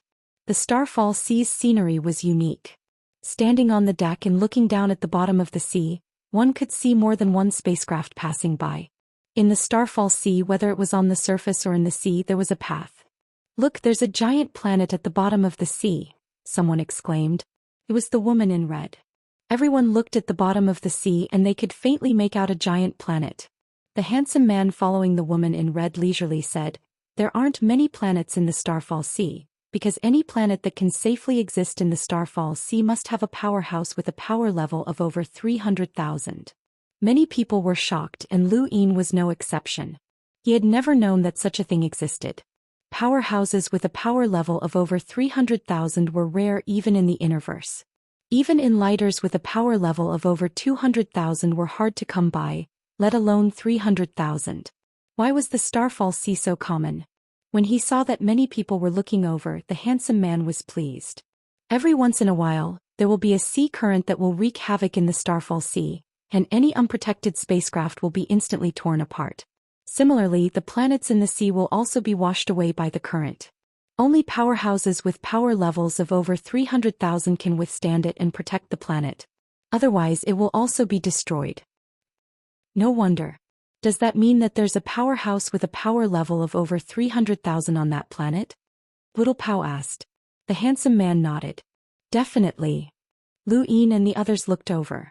A power level of 300,000 was equivalent to standing at the peak of the universe, and they did not know when they would be able to reach that level. I wonder how strong the Sea King is, Lu Yin muttered to himself, looking forward to it. At this moment the pretty maid walked over and heard Lu Yin's doubts. She arrogantly said, "Don't casually speculate about the Sea King's strength. It's at a level that you will never be able to comprehend." "So you can understand?" Lu Yin was puzzled. The pretty maid paused and rolled her eyes at Lu Yin. "Didn't they say that you died? How are you still alive and kicking?" Lu Yin pursed his lips. "Did you see me die?" The pretty maid paused again and frowned at Lu Yin. "Your words are quite infuriating. They're not as pleasant as your insults." Lu Yin pouted. He did not care whether or not he would offend this girl, as he did not actually want to become the Sea King's son-in-law. He still had Ming Yan waiting for him. The pretty maid snorted. "Of the 4 unrivaled Lemeters of the universe's younger generation, 2 of them have appeared in the Starfall Sea. I'm very curious as to who's stronger, you or Ling Quebec." Lu Yin was astonished. "Many people say that Ling Ke is stronger since he's from the Lingling clan. Don't you think so?" "So what if he's from the Lingling clan? Just because he was born into a good family doesn't mean that he'll always be strong," the pretty maid said. She then looked at Lu Yin with a disappointed expression. "It's a pity that we can't test this on you. You're clearly not Ling Ke's opponent." "Why is that?" Lu Yin was curious. "Because he's handsome," the pretty maid replied naturally. Lu Yin was speechless. In the end he had not escaped the fate of being mocked. "How many handsome men do you guys lack?" Lu Yin could not help but ask. The pretty maid looked up and seemed to be thinking very seriously. Lu Yin hurriedly said, "All right, don't think about it. I don't want to know either. Let me ask you a question. Have you heard of the Undying Manual? Today is the Dragon Boat Festival. I'll be adding a new chapter at 2 p.m. Thank you all for your support."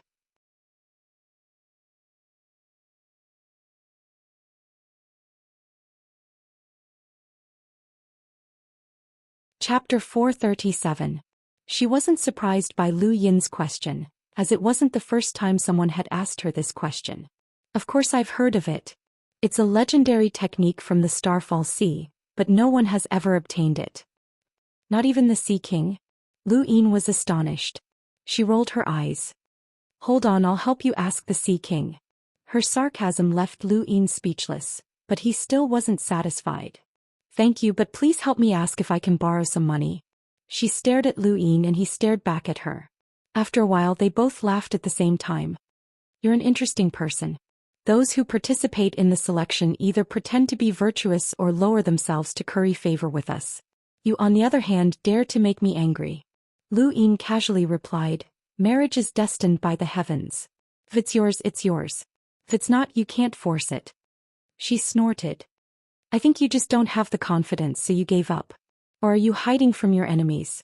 Lu Yin's heart skipped a beat, and he subconsciously glanced at Feng Mo's personal spacecraft behind them. This girl was quite shrewd. "Looks like I guessed right. You're hiding from your enemies," she said smugly. "So what if I am? I have the qualifications." She nodded. "Yes, you do have the qualifications and I personally confirmed it. In order to prove that my judgment isn't bad, you have to do your best in this selection. You can't be defeated by the others or else I'll lose face." "Why should I?" Lu Yin rolled his eyes. Her lips curled up. "I can tell you everything you want to know, such as the Undying Manual. But you don't know." "I'm lying. I know some things." Lu Yin's eyes flashed. "All right, I'll do my best." She grunted. "That's more like it. All right, I'll tell you. The Undying Manual does exist, but there's a 90% chance that it's been taken." "Why are you so sure?" Lu Yin was astonished. She explained, "There are many legends about the Starfall Sea. Although they're vague, they have some basis and aren't randomly made up. The same goes for the Undying Manual. The basis for its circulation has disappeared in recent years, so the Sea King speculates that it's been taken." "When did this happen?" "How would I know? Those proofs are illusory and nobody knows when they appear or disappear. Otherwise, they would have been taken away a long time ago. The proofs of the Undying Scripture have been missing for a long time, and the Sea King is only now guessing that it has been taken by someone for a long time. It had been a few hundred years since the Undying duo had ventured into the Starfall Sea. Could it really have been Undying Zhou Xian who had taken it? That shouldn't be possible. If he had, he would have definitely left it behind before he died. He had even left behind the secret art, so there was no reason for him to destroy the Undying manual. Someone else must have taken it. Of course, it's also possible that no one took it away. Perhaps after a day, a year, or even 100 years, the basis for the legend of the Undying scripture will appear again, said the beautiful maid. You'll be old by then. The beautiful maid was furious, her eyes spitting fire. Lu Yin smiled and waved his hand, distancing himself from her. The beautiful maid was furious. Ugly, disgusting, blockhead, idiot. In the distance, quite a few people looked at Lu Yin with admiration. This bro was truly awesome to be able to anger this woman to such an extent. How many people would celebrate once word got back to the entrance? Over the next few days, Lu Yin and the rest only saw one planet. Just as the handsome man had said, there were very few planets in the Starfall Sea, and there were no uninhabited planets either. Those planets had long since been torn apart by the current. On the deck, Lu Yin was enjoying the breeze when the ship's alarm rang out. Everyone returned to their cabins. The current had appeared. In the distance, surging seawater covered the entire starry sky, as if a heaven-devouring beast was roaring towards them. This was the first time that the group had seen the current, and they all went pale. It was like a normal person facing a 1,000-meter tsunami. The helplessness and despair could not be concealed, and even the handsome man was trembling in fear. Lu Yin stood in his cabin and watched the current sweep towards them. His eyes filled with star energy, and he saw an unimaginable number of rune lines. Blood flowed from his eyes, and Coco cried out beside him. Lu Yin hurriedly lowered his head, deactivated his star energy, and wiped away the blood. When he looked up again, he saw the same thing as everyone else. The current had already arrived. There was a limit to the number of rune lines produced by mountains, rivers, and land, buildings, and scenery. This was because they would not have any influence on the universe itself. However, when this current surged past, the energy it produced was far too great. It was just like how a tsunami on a planet could tear apart a steel cruise ship. The power of this current was enough to tear apart a planet. It was no wonder why a planet needed a powerhouse with a power level of over 300,000 to protect it. Only such a powerhouse could withstand the instantaneous erosion of the current. The ship of the Sea King's dome bobbed up and down as it was washed away by the current. Everyone inside grabbed onto something that was fixed around them in order to stabilize themselves. Many people were trembling in fear. Would the ship be able to withstand such a force? Outside the ship, a transparent membrane was being squeezed and deformed. Strangely, this membrane, which clearly did not have a strong defense, was actually able to withstand the force of the current's erosion. It was truly miraculous. It wasn't just the ship of the Sea King's dome. Many other spaceships behind them were also swept away by the current. Fortunately, they had already been coated and were able to safely survive. The current's erosion lasted for a full hour before it ended. At this point, the sea level had changed, and the ship of the Sea King's dome was no longer sailing on the surface. Instead, it was now sailing at the bottom of the sea. Everyone breathed a sigh of relief. They were safe now. Coco patted her chest, her face pale. That was so scary. I thought I was going to die. Zora hugged Coco's shoulders and comforted her. Michelle looked out of the ship, her eyes bright. Her sister had been here before, and now it was her turn. This really isn't a place for humans to live. There are still people living in this broken place. I really have to hand it to you. Big Pao sighed. Little Pao hurriedly gestured for him to keep quiet. Not too far away, the pretty maid glared at them. Big Pao smiled awkwardly and quickly ran away. Suddenly there was a strange sound. Everyone looked over and saw that someone had vomited. The pretty maid's expression changed. Get out. You're not allowed to vomit in the cabin. That person's body went limp and he could not move at all. He was carried out by the soldiers of the Sea King's dome. Everyone was astonished. Cultivators could get seasick? The pretty maid was disgusted and she immediately left. Not only could the membrane block the currents, but it could also isolate the seawater. Everyone could still go to the deck and enjoy the scenery of the Starfall Sea. Lu Yin arrived at the deck and saw the person who had just vomited crazily. He silently turned around and headed to the stern of the ship. There were already quite a few people at the stern of the ship, and when Lu Yin arrived he brushed past a man. He suddenly reached out and pressed down on the man's shoulder, causing the man to angrily turn around and look at Lu Yin. His expression changed. Lu Yin. Lu Yin retracted his hand as he had not expected to meet someone familiar here. I remember that you're called Sun Jiong. Back on the Xinwu continent, a bunch of people had been forced to write a pledge agreement, and Sun Jiong had been one of them. However, Sun Jiong's pledge agreement had long since been used up. The Sun family had helped the Great Yu Empire accuse the Ross Empire of starting a war, and the pledge agreement had ended at that time. Actually, Lu Yin had been thinking about how to obtain more pledges, but he had not expected to meet Sun Jiong again. Sun Jiong was not happy to see Lu Yin as the scenes from the Xinwu continent kept replaying in his mind. This person was definitely not someone easy to deal with. Brother Lu, I didn't expect to meet you here. Lu Yin smiled. I've been on this ship for a few days now, but why haven't I seen Brother Sun? Have you been in your cabin all this time? Sun Jiong nodded indifferently. Yes, I've been to the Starfall Sea before, so I've been cultivating in my cabin. But why have you come to the Starfall Sea, Brother Lu? Also, I heard that you were swallowed by a storm but you didn't die. Lu Yin's eyes narrowed. Rumors. They're all rumors. Someone made them up to deceive me. If that's the case, why haven't you gone to the day-night banquet? Sun Jiong asked, and then he sneered. I forgot. Ling Ke is there, so it's understandable that you haven't gone. I still have some matters to attend to, so I'll take my leave first. He then left without looking back. Lu Yin frowned as he watched Sun Jiong leave. This person's attitude was very vile, but it was a pity that he had already used the agreement, so he was not restricted in any way.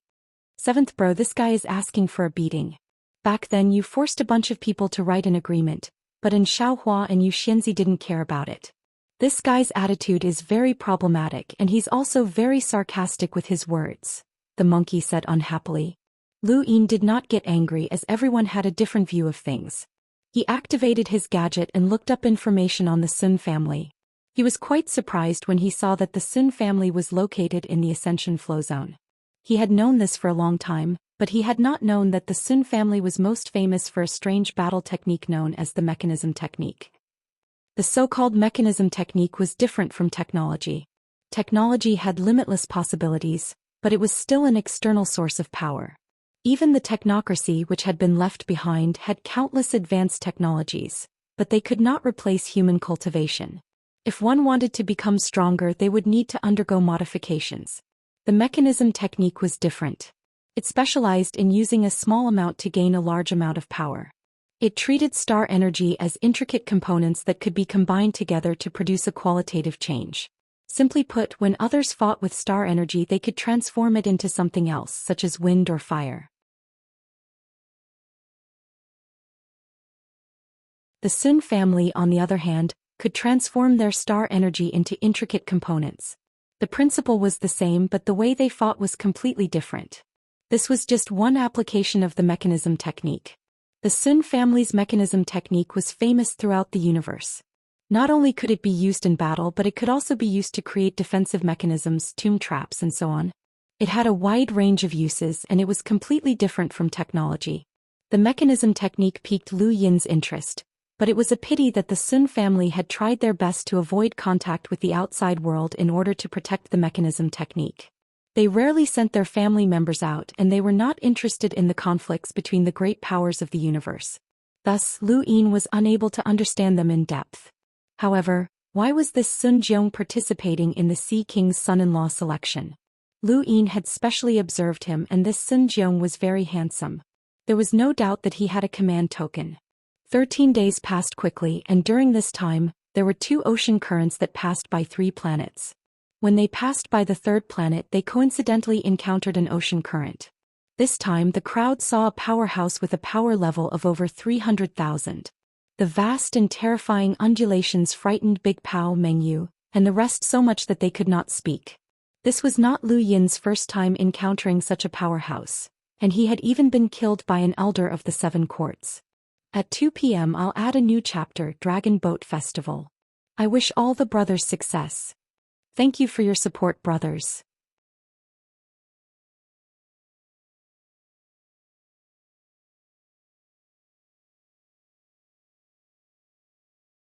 Chapter 438. When he thought about the 7 Court's elders, Lu Yin recalled that there was a Neo-Human Alliance stronghold in the Starfall Sea. He had asked the pretty maid for a star map of the Starfall Sea to study. "Brother Lu, come and take a look. It's so spectacular," Coco exclaimed from the deck. Lu Yin walked out of the cabin and looked into the distance. The starry sky was no longer dark and there was a sky-blue radiance in the distance.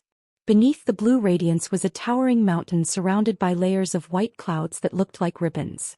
Faint rainbow-colored lights occasionally flashed through the clouds. The mountain was conical in shape and it became narrower the higher one went. Sunlight from an unknown source shone down on the mountain, making it feel warm and cozy. Large patches of greenery adorned the mountain, and it was full of life. As the ship quickly approached, the group could see the mountain clearly. A white waterfall flowed down from the top. It was a river and mist rose from it, making it seem like a fairyland. Every time the river flowed a certain distance, it would split into 2 branches that flowed horizontally, and the water would flow into the mountain stream. At the very back of the mountain, ripples appeared in the void that spread outwards in layers, as if someone was beating a drum in the void. The mountain was very large, wide and wide. From the moment they saw the mountain until the sunlight shone upon it, it took them a full half an hour to reach it, and there was still some distance between them and the mountain. "Everyone, congratulations on arriving at the Sea King's dome," the pretty maid said proudly, her expression full of pride. It wasn't just her. The soldiers on the ship also looked on proudly. This was the Sea King's dome, the master of the Starfall Sea. Although it was only a single mountain, it suppressed the entire Starfall Sea. Everyone stood on the deck and looked at the mountain with burning passion. This was no ordinary mountain. It was clearly a divine mountain. Lu Yin tried to slowly fill his eyes with star energy to look at the Sea King's dome, but it only lasted for a moment before his eyes stung. He didn't dare to look at it again as the Sea King's dome had a huge influence on the universe. It was just like the mountain that Mr. Mu was on, and Lu Yin didn't have the ability to look at it carefully. The closer they got, the more they could feel a boundless power sweeping through the area. It was gentle, but it was filled with a supreme dignity as if it was a true deity. Actually, the Sea King was a deity to them. It wasn't just them, even the Inlighters felt like they were facing a deity when facing the Sea King. There were still many spacecraft following behind the Sea King's dome, as they were all here for the Sea King's dome.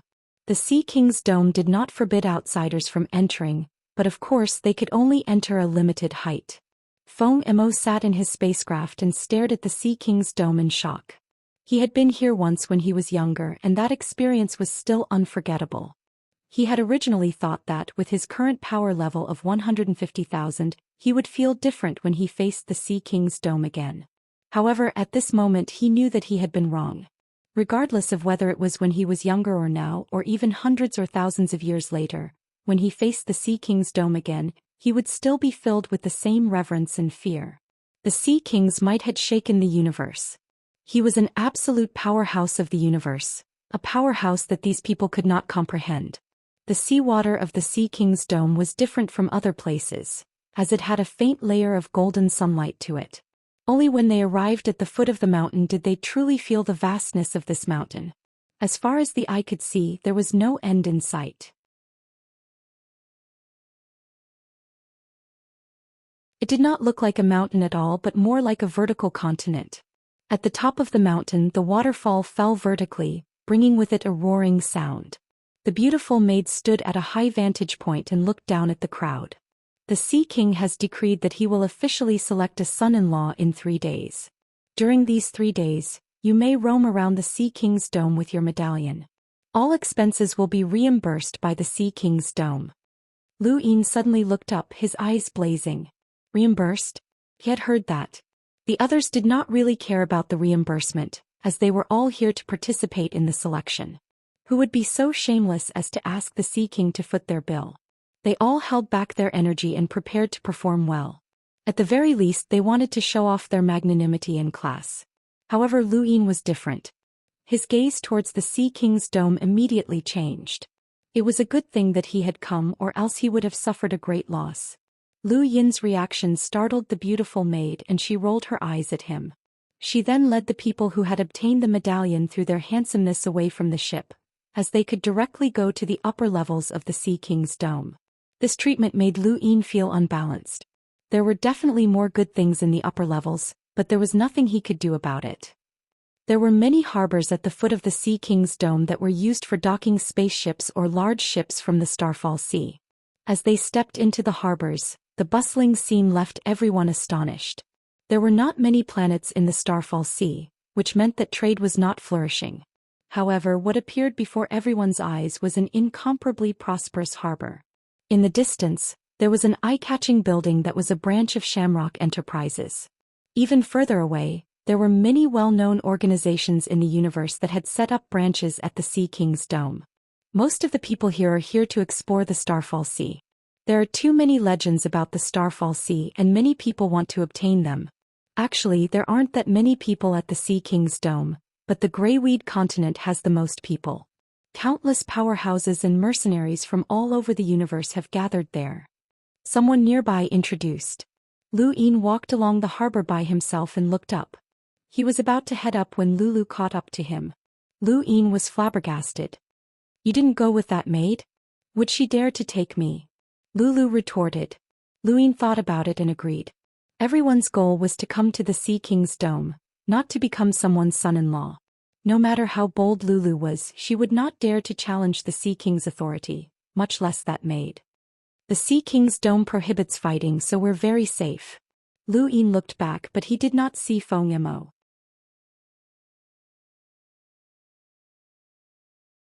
However, he did not believe that Feng Yamo had let them off and had simply hidden himself. During these 3 days, Lu Yin thought about it and decided to roll his die and use star essence to raise his cultivation to the peak of the Limiter realm. But should he go shopping first? That was a problem. In the end, Lu Yin decided to go on a shopping spree to prevent any accidents from happening. After all, they only had 3 days. "Lulu, what do you want to buy?" Lu Yin asked as his eyes scanned the area with a look of anticipation. Lulu thought about it. "The Sea King will reimburse me, so it would be a waste not to spend. Let's go to an auction house." Lu Yin's eyes lit up and he looked at Lulu with approval. An auction house was a good place. The two hurriedly asked around and then teleported to the largest auction house halfway up the mountain. "Pick one." Lu Yin and Lulu arrived halfway up the mountain and looked at the large auction houses on the east and west sides. Lulu chose the west side while Lu Yin went to the east. They could not kill each other. The scenery of the Sea King's dome was beautiful, and the people who lived here were simple and honest. At least that was what Lu Yin saw. He had taken quite a few things on his way up the mountain, and as long as he flashed his token, everyone would be very enthusiastic. Thus he felt that the residents of the Sea King's dome were very simple and honest. However, his biggest worry right now was that his cosmic ring was not big enough. Even though Northgate Lai had obtained his cosmic ring from the Starfall Sea, it was still not big enough. As he chewed on a fruit that was a specialty of the Sea King's dome, Lu Yin's token flashed, and he easily entered the auction house. Due to the Sea King's son-in-law selection, many disciples from great powers had gathered at the Sea King's dome. There was not a single one, and even if they were rich, the auctioneer did not need to raise any emotions. Any item that was put up for auction would cause a fierce competition. Anyone who could open an auction house halfway up the Sea King's dome was not simple, and the items being auctioned were naturally not bad. Lu Yin saw something good the moment he entered. A harmless perceptive intermediate source box. The auctioneer will personally test it and it's absolutely harmless. The auction will now begin. The starting price, 300 star essence. The auctioneer shouted. Very quickly many people started bidding and each time they flashed their tokens the price would increase by 10 star essence. Lu Yin used the Sea King's token to enter the auction house's VIP room, which was much higher class than the main hall below. There was no need to flash a token, and there was a button on the chair that could be pressed to increase the price. There were no less than 10 types of fruit and drinks placed in front of him, and there were even beautiful women accompanying him. However, Lu Yin rejected all of them. Although he did not care about the Sea King's son-in-law selection, it would be a provocation for a participant to run over to someone else's territory to flirt with another woman. He did not dare to provoke the Sea King. Lu Yin pressed a button and joined the bidding. Very quickly the price climbed to 500 star essence. There was no fixed price for a perceptive intermediate source box. Some could be sold for sky-high prices while others could be sold for very low prices. It all depended on whether or not there was anyone who wanted it, and there was no way to clearly set a price. Lu Yin did not even look at the price and continued to press the button until all of the auction house's employees were called over. He respectfully said, "Sir, there's no one else bidding, so you don't have to press the button anymore."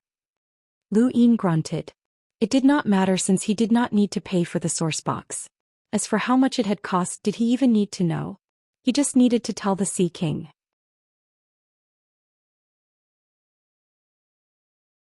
The next item up for auction was universal armor. It was not an ordinary universal armor, as it was fused with metals from the cosmic sea. It was abnormally sturdy and could even defend against a hunter's attacks. Lu Yin did not believe this, as it was just like the black hole-grade Aurora spacecraft. In terms of strength, it could indeed defend against an attack with a power level of 100,000, but hunters were not idiots. They had innate battle techniques, and a spacecraft would not be able to withstand their attacks. It was just like how that hunter with 2 crippled arms had attacked Lu Yin. Still, being able to defend against an attack with a power level of 100,000 was not bad, so Lu Yin casually bid for it. Lu Yin continued to bid for a few more items. Although they were not very useful, the Sea King was rich. However, his frequent bidding had already attracted the attention of the auction house. They sent someone to confirm his assets, but the person was sent away by the Sea King's token. This incident reminded Lu Yin of something. If the Sea King found out about the situation and refused to acknowledge it, then Lu Yin would have to fork out his own money. That would not do. After thinking about it, Lu Yin immediately became low-key and tried his best not to buy anything that was useless. The auction house returned to normal. On the other side, Lulu was different. She was much more unrestrained than Lu Yin, and she did not even press the buttons. Instead, she directly shouted and successfully bid for items that were twice the price of others. This scared the auction house so much that they immediately sent someone to inquire about her, but they only heard one sentence. "Do you think that the Mavis family doesn't have money?" This sentence left the auction house speechless. The Mavis family was synonymous with money, and after finding out that Lulu was from the Mavis family, the auction house became even more enthusiastic and treated her like a grandmother. This was a good opportunity to make a fortune. Lulu was pleased with herself. She would not fork out any money since she had the Sea King's token. The Sea King should be quite rich. Even the Sea King himself did not know that at this critical juncture of his son-in-law selection, someone's goal was to spend money, and they were even spending it happily. Third update. Thank you, brothers, for your support. Thank you. The curtains of the universe are about to open.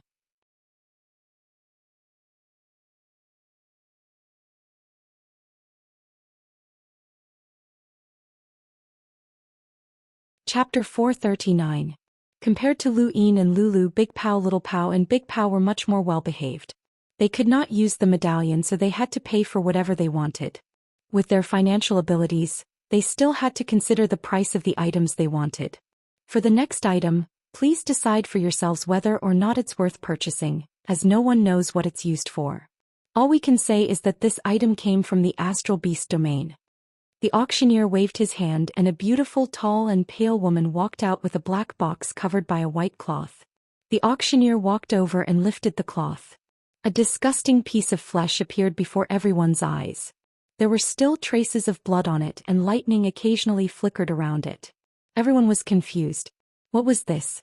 The auctioneer covered the box with the white cloth again. The auction will now begin. This is a piece of flesh that contains lightning. The starting price is 100 star essence. Someone shouted from below, "Hey, do you think that you can just sell something for money?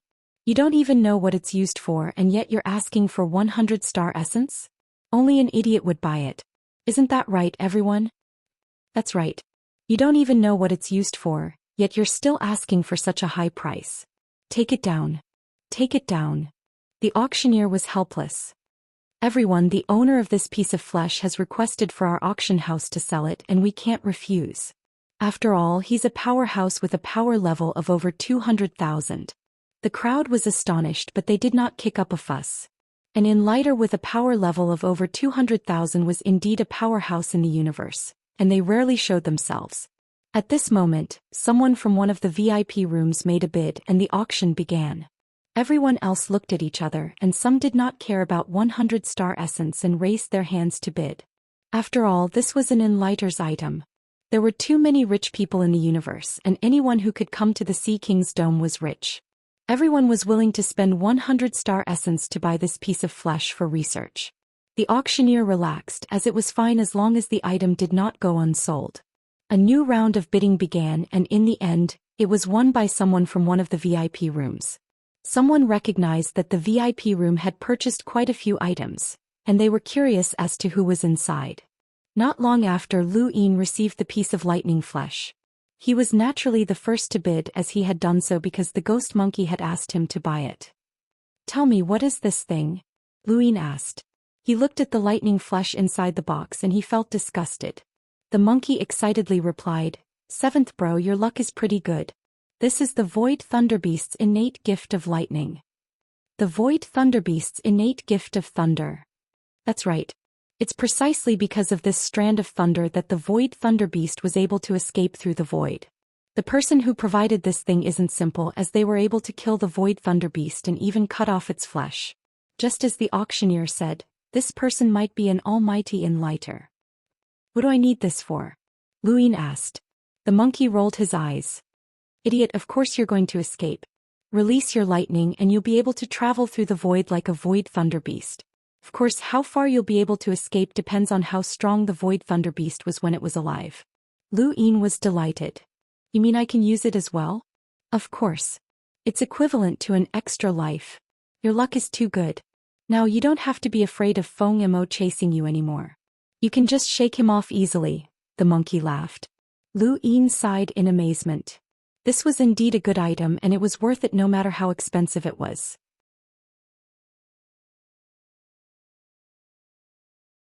Soon enough, the auction house took a break midway through the auction, and all of the items that he had obtained from the auction were delivered to him. He merely waved the Sea King's medallion around, and the items naturally fell into his pocket. Lu Yin did not linger and left the auction house to head to the next one. He could not be too conspicuous. At the auction house in the west, Lulu did the same thing as Lu Yin.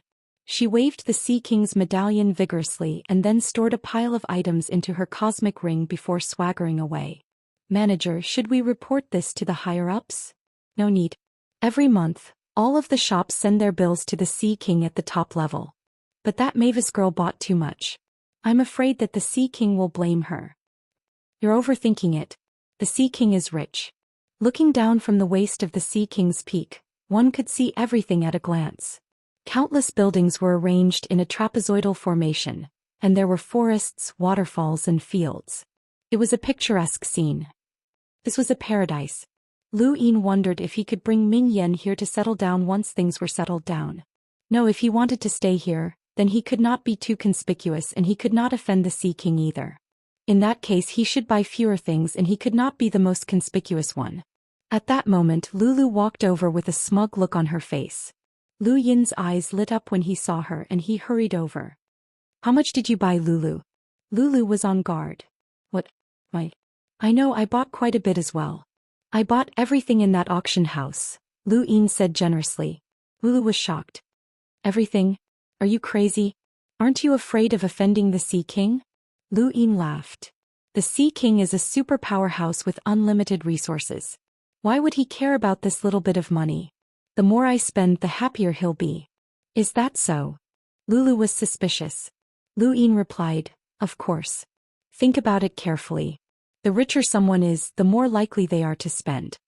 Lulu thought about it and realized that he was right. Did that mean that she had bought too little? No, she could not embarrass the Mavis family. She looked up and saw another auction house on the other side of the mountain. "I'm leaving. See you in 3 days." Lu Yin grinned and waved. Perfect. With Lulu in front of him, the Sea King would not notice him. This girl was from the Mavis family, so the Sea King would have to get her even if he wanted to. He would just casually buy something and not attract too much attention. Lu Yin also looked into the distance. Since Lulu had gone in that direction, he would head in the opposite direction. The Sea King's dome was a conical mountain that led in all directions. Not long after Lu Yin's ship arrived, another ship arrived. However, this ship was not in the same direction as the Sea King's dome and had deviated slightly. Given the size of the Sea King's dome, this small distance was already very far away.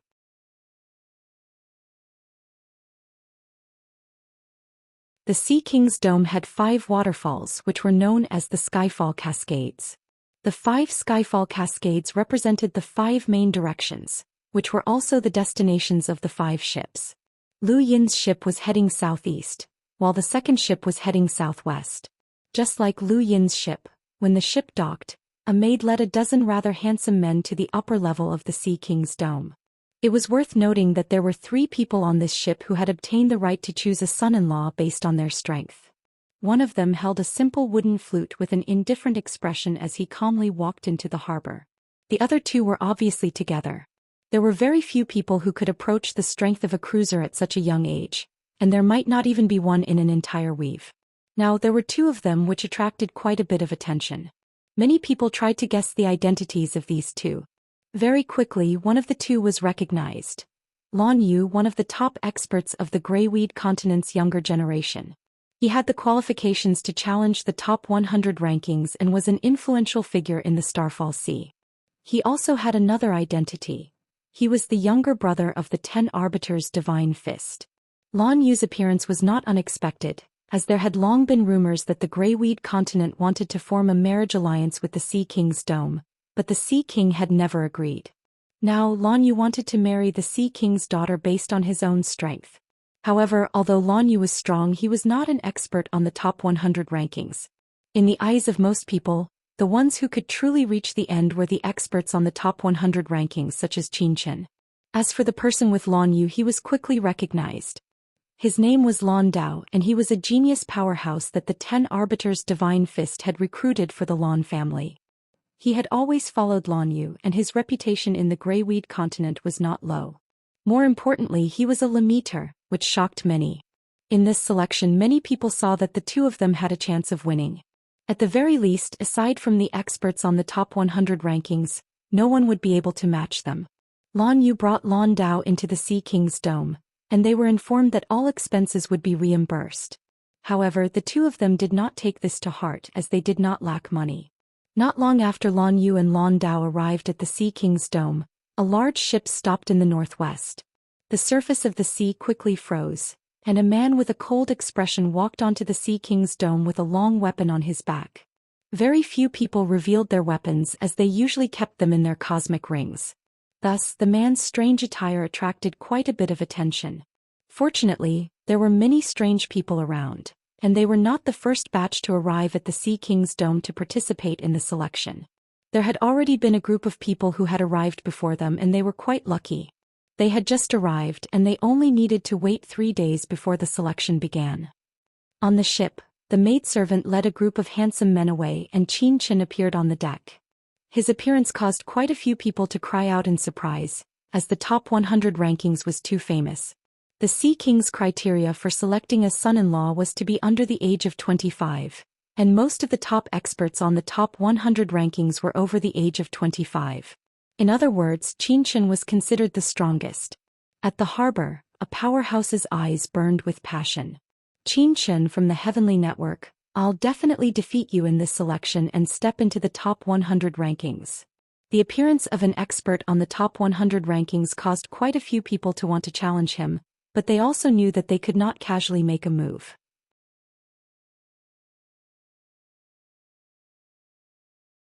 After all, the top 100 rankings was a true assessment and not a sham. Ling Ke had also arrived and he had boarded the large ship in the northeast. He was a genius, and not only had he obtained the qualifications for his strength, but he had also obtained the qualifications for his appearance. The Lingling clan's innate gifts were extraordinary, and whether it was in terms of appearance or battle prowess, they were all outstanding. Ling Ke was one of the best of the best. Along the way, the maidservant's gaze never left him. He was like a beacon of light in the darkness, and wherever he went he would be noticed. The Nightfall banquet had raised his reputation to the peak, and he had stepped on Lu Yin's name to get there. This time he had come to the Starfall Sea with the intention of challenging an expert on the top 100 rankings, but it just so happened that the Sea King's son-in-law selection was taking place. Xianxia and Northgate Lai had both arrived, so he had immediately rushed over. He wanted to step into the top 100 rankings, and a mere Lu Yin was not worthy of being his stepping stone. Experts from all over had gathered at the Sea King's dome, which attracted countless people. To the Starfall Sea, this was a grand occasion. There was only one day left until the Sea King's son-in-law selection. Many screens appeared in the sky above the Sea King's dome, and they all showed scenes of the Skyfall Cascade. Everyone guessed that the selection might be related to the Skyfall Cascade.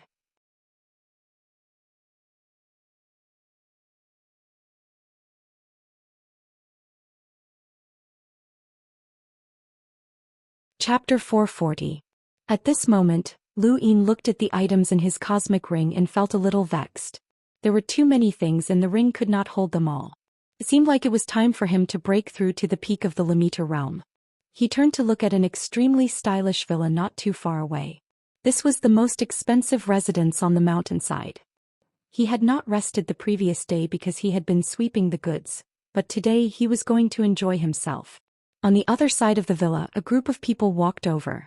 The leader was an old acquaintance of Lu Yin's Heart Phoenix. As a descendant of the Phoenix family, he was extremely handsome, and he had easily won over the maidservants. He should have been in the upper levels of the Sea King's dome, but the upper levels were not as lively as the lower levels. Heart could not stand the boredom, so he came to the mountainside. It was already late and he wanted to find a place to rest.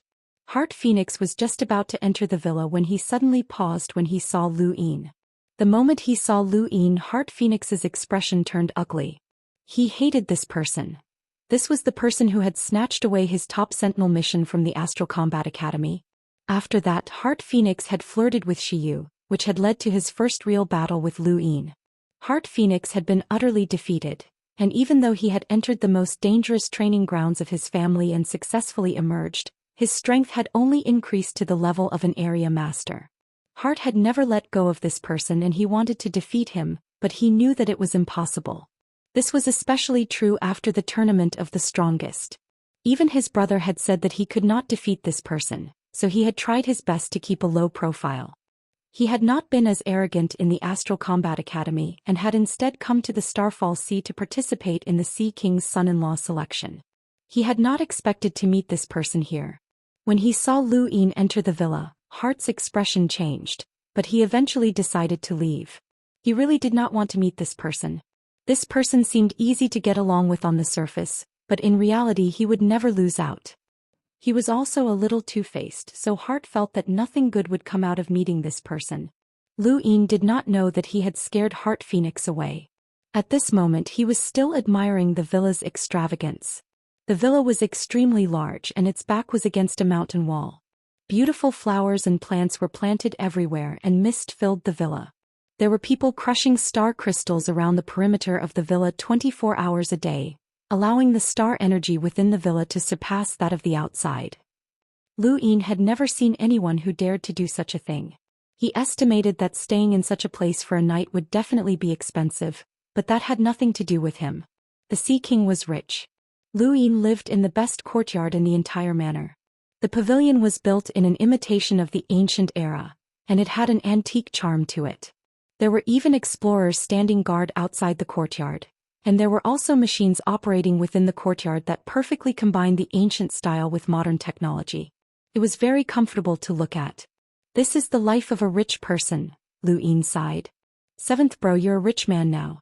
If you resell everything that you bought yesterday, you'll be able to earn several times more money, the monkey said. Lu Yin's lips curled up as he liked those words.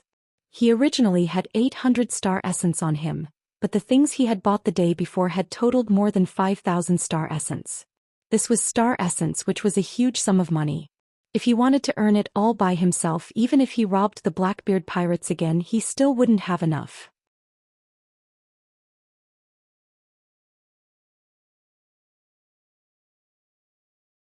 Let's not talk about such happy things. Monkey, did you manage to translate the words inside the centipede's body? The monkey was helpless. No, it's very difficult. Too difficult. Lu Yin's face sank. It's been so long, but you still haven't translated it. I think you must be slacking off. You need to be punished. He then blocked off his right arm. At this moment, the monkey's heart was crumbling. After blocking off the monkey, Lu Yin instructed the explorers outside the courtyard to not let anyone disturb him. He then raised his hand and his die appeared. It was time to roll it. It had been a long time since he had rolled the die, and this time, Lu Yin was not careless. He placed his cosmic ring aside before rolling the die, as he hoped to roll enhance instead of enhance. If he rolled enhance, then no matter how much money he had, it would be gone in an instant. He tapped the die and watched it slowly spin before finally stopping. The number that appeared in front of Lu Yin's eyes was 3. He was excited as his luck was so good. 3 enhance was a very good number, and 800 star essence was enough for him to squander. 2 screens of light appeared, and Lu Yin tossed the remaining half of the white fruit onto them. He did some calculations and remembered that he had used up 35 star essence to upgrade the strengthening fruit to the point where it could become a spirit. This one should be about the same. Lu Yin generously tossed out 30 star essence, and the white fruit was visibly restored to its original form. It then continued to change, and the light that it emitted became softer and softer. Soon after, a sweet fragrance wafted through the air. Following this fragrance, the grass beneath Lu Yin's feet actually began to grow at a crazy pace, and the fishes in the courtyard's water all shot up as they stared at the white fruit. Lu Yin was shocked, and he hurriedly used his star energy to seal off his surroundings as he looked at the screen. When all 30 star essence had been used up, the white fruit had become like a ball of liquid. Even Lu Yin could see that it was flowing with life, and he wanted to take a bite out of it to feel it. This was what the trial master had said. It contained the vitality of life. This white fruit was definitely worth a lot of money, and based on the time it had been growing, it should have been over 10,000 years old. Lu Yin hesitated over whether or not he should continue upgrading it, but in the end he decided to continue. He thought about it and tossed out another 10 star essence. He had already surpassed the strengthening fruit's upgrade limit, but this white fruit had not reached its peak yet. This was because it had yet to develop the same instincts to avoid danger as the strengthening fruit had. Only the ability to avoid danger could be considered top-notch. Actually, Lu Yin didn't think that it was top-notch either, as a true top-notch fruit might have become a spirit.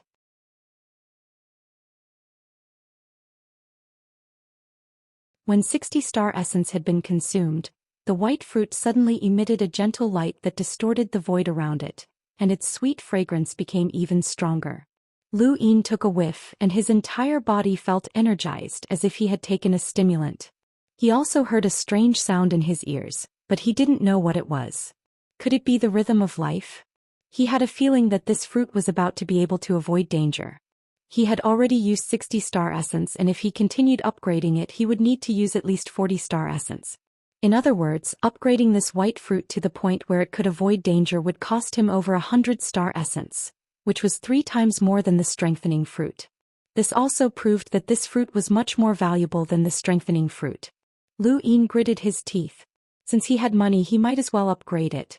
He didn't know if the Sea King's token would allow him to take out a loan from the Mavis Bank. If he borrowed a few million star essence at a time, the Sea King would probably personally come after him. With a whoosh, the white fruit tore through the void in an attempt to escape after being upgraded. Lu Yin was already prepared, and he reached out to grab it. This was not the first time he had encountered such a situation. As he watched the white fruit struggle in his palm, Lu Yin stored it in his cosmic ring. He had used up 100 star essence to complete the upgrade, and he didn't know how great its effects would be. Even if it couldn't bring someone back to life like the trial master had mentioned, it should be close. This was something that could save his life. He still had 700 star essence left, and it would probably take him about 10 million star crystals to reach the peak of the Limiter realm, which would be 100 star essence. However, the two required different amounts, and to be safe he would need to use around 150 star essence. In other words, he would have more than 500 star essence to spend. He should upgrade something else. Right, the money bomb. He didn't know if this thing could be upgraded, but he was looking forward to it. He immediately took out a money bomb and tossed it onto the screen. He then tossed out a cube of star essence, and under his expectant gaze some of the money bomb fell off. Lu Yin was delighted. It was useful. The money bomb already had the power to destroy a powerhouse with a power level of 100,000. Now that it had been upgraded, Lu Yin was looking forward to seeing how much power it would have. He immediately tossed out more star essence and watched as the money bomb fell onto the next screen, continuously upgrading itself. There were no changes on the surface, but Lu Yin could sense that the metallic sphere inside had changed. Its color had deepened and it now resembled the starry sky. Just looking at it made his scalp tingle. He upgraded it 5 times in a row and used up dozens of star essence, but it did not upgrade anymore. He felt a sense of insecurity when he touched the money bomb, and it was not a good thing for its user to have such a powerful weapon. This upgrade was about right. He didn't know how powerful this money bomb was, but he really wanted to test it out. He had 6 money bombs and he had upgraded 3 of them. There were still 3 that he hadn't touched just in case the upgraded money bombs ended up being useless. The upgrade of the 3 money bombs consumed another 200 star essence, and Lu Yin only had about 500 star essence left. It really was too expensive, but it was worth it. Upgrading items would definitely fetch a sky-high price. What else did he need to upgrade? Lu Yin flipped through his cosmic ring, as there were too many things that he needed to upgrade. However, there was one thing that he needed the most: his universal armor. With a powerful enemy like Feng Emo lurking outside, Lu Yin needed to have sufficient means to protect himself.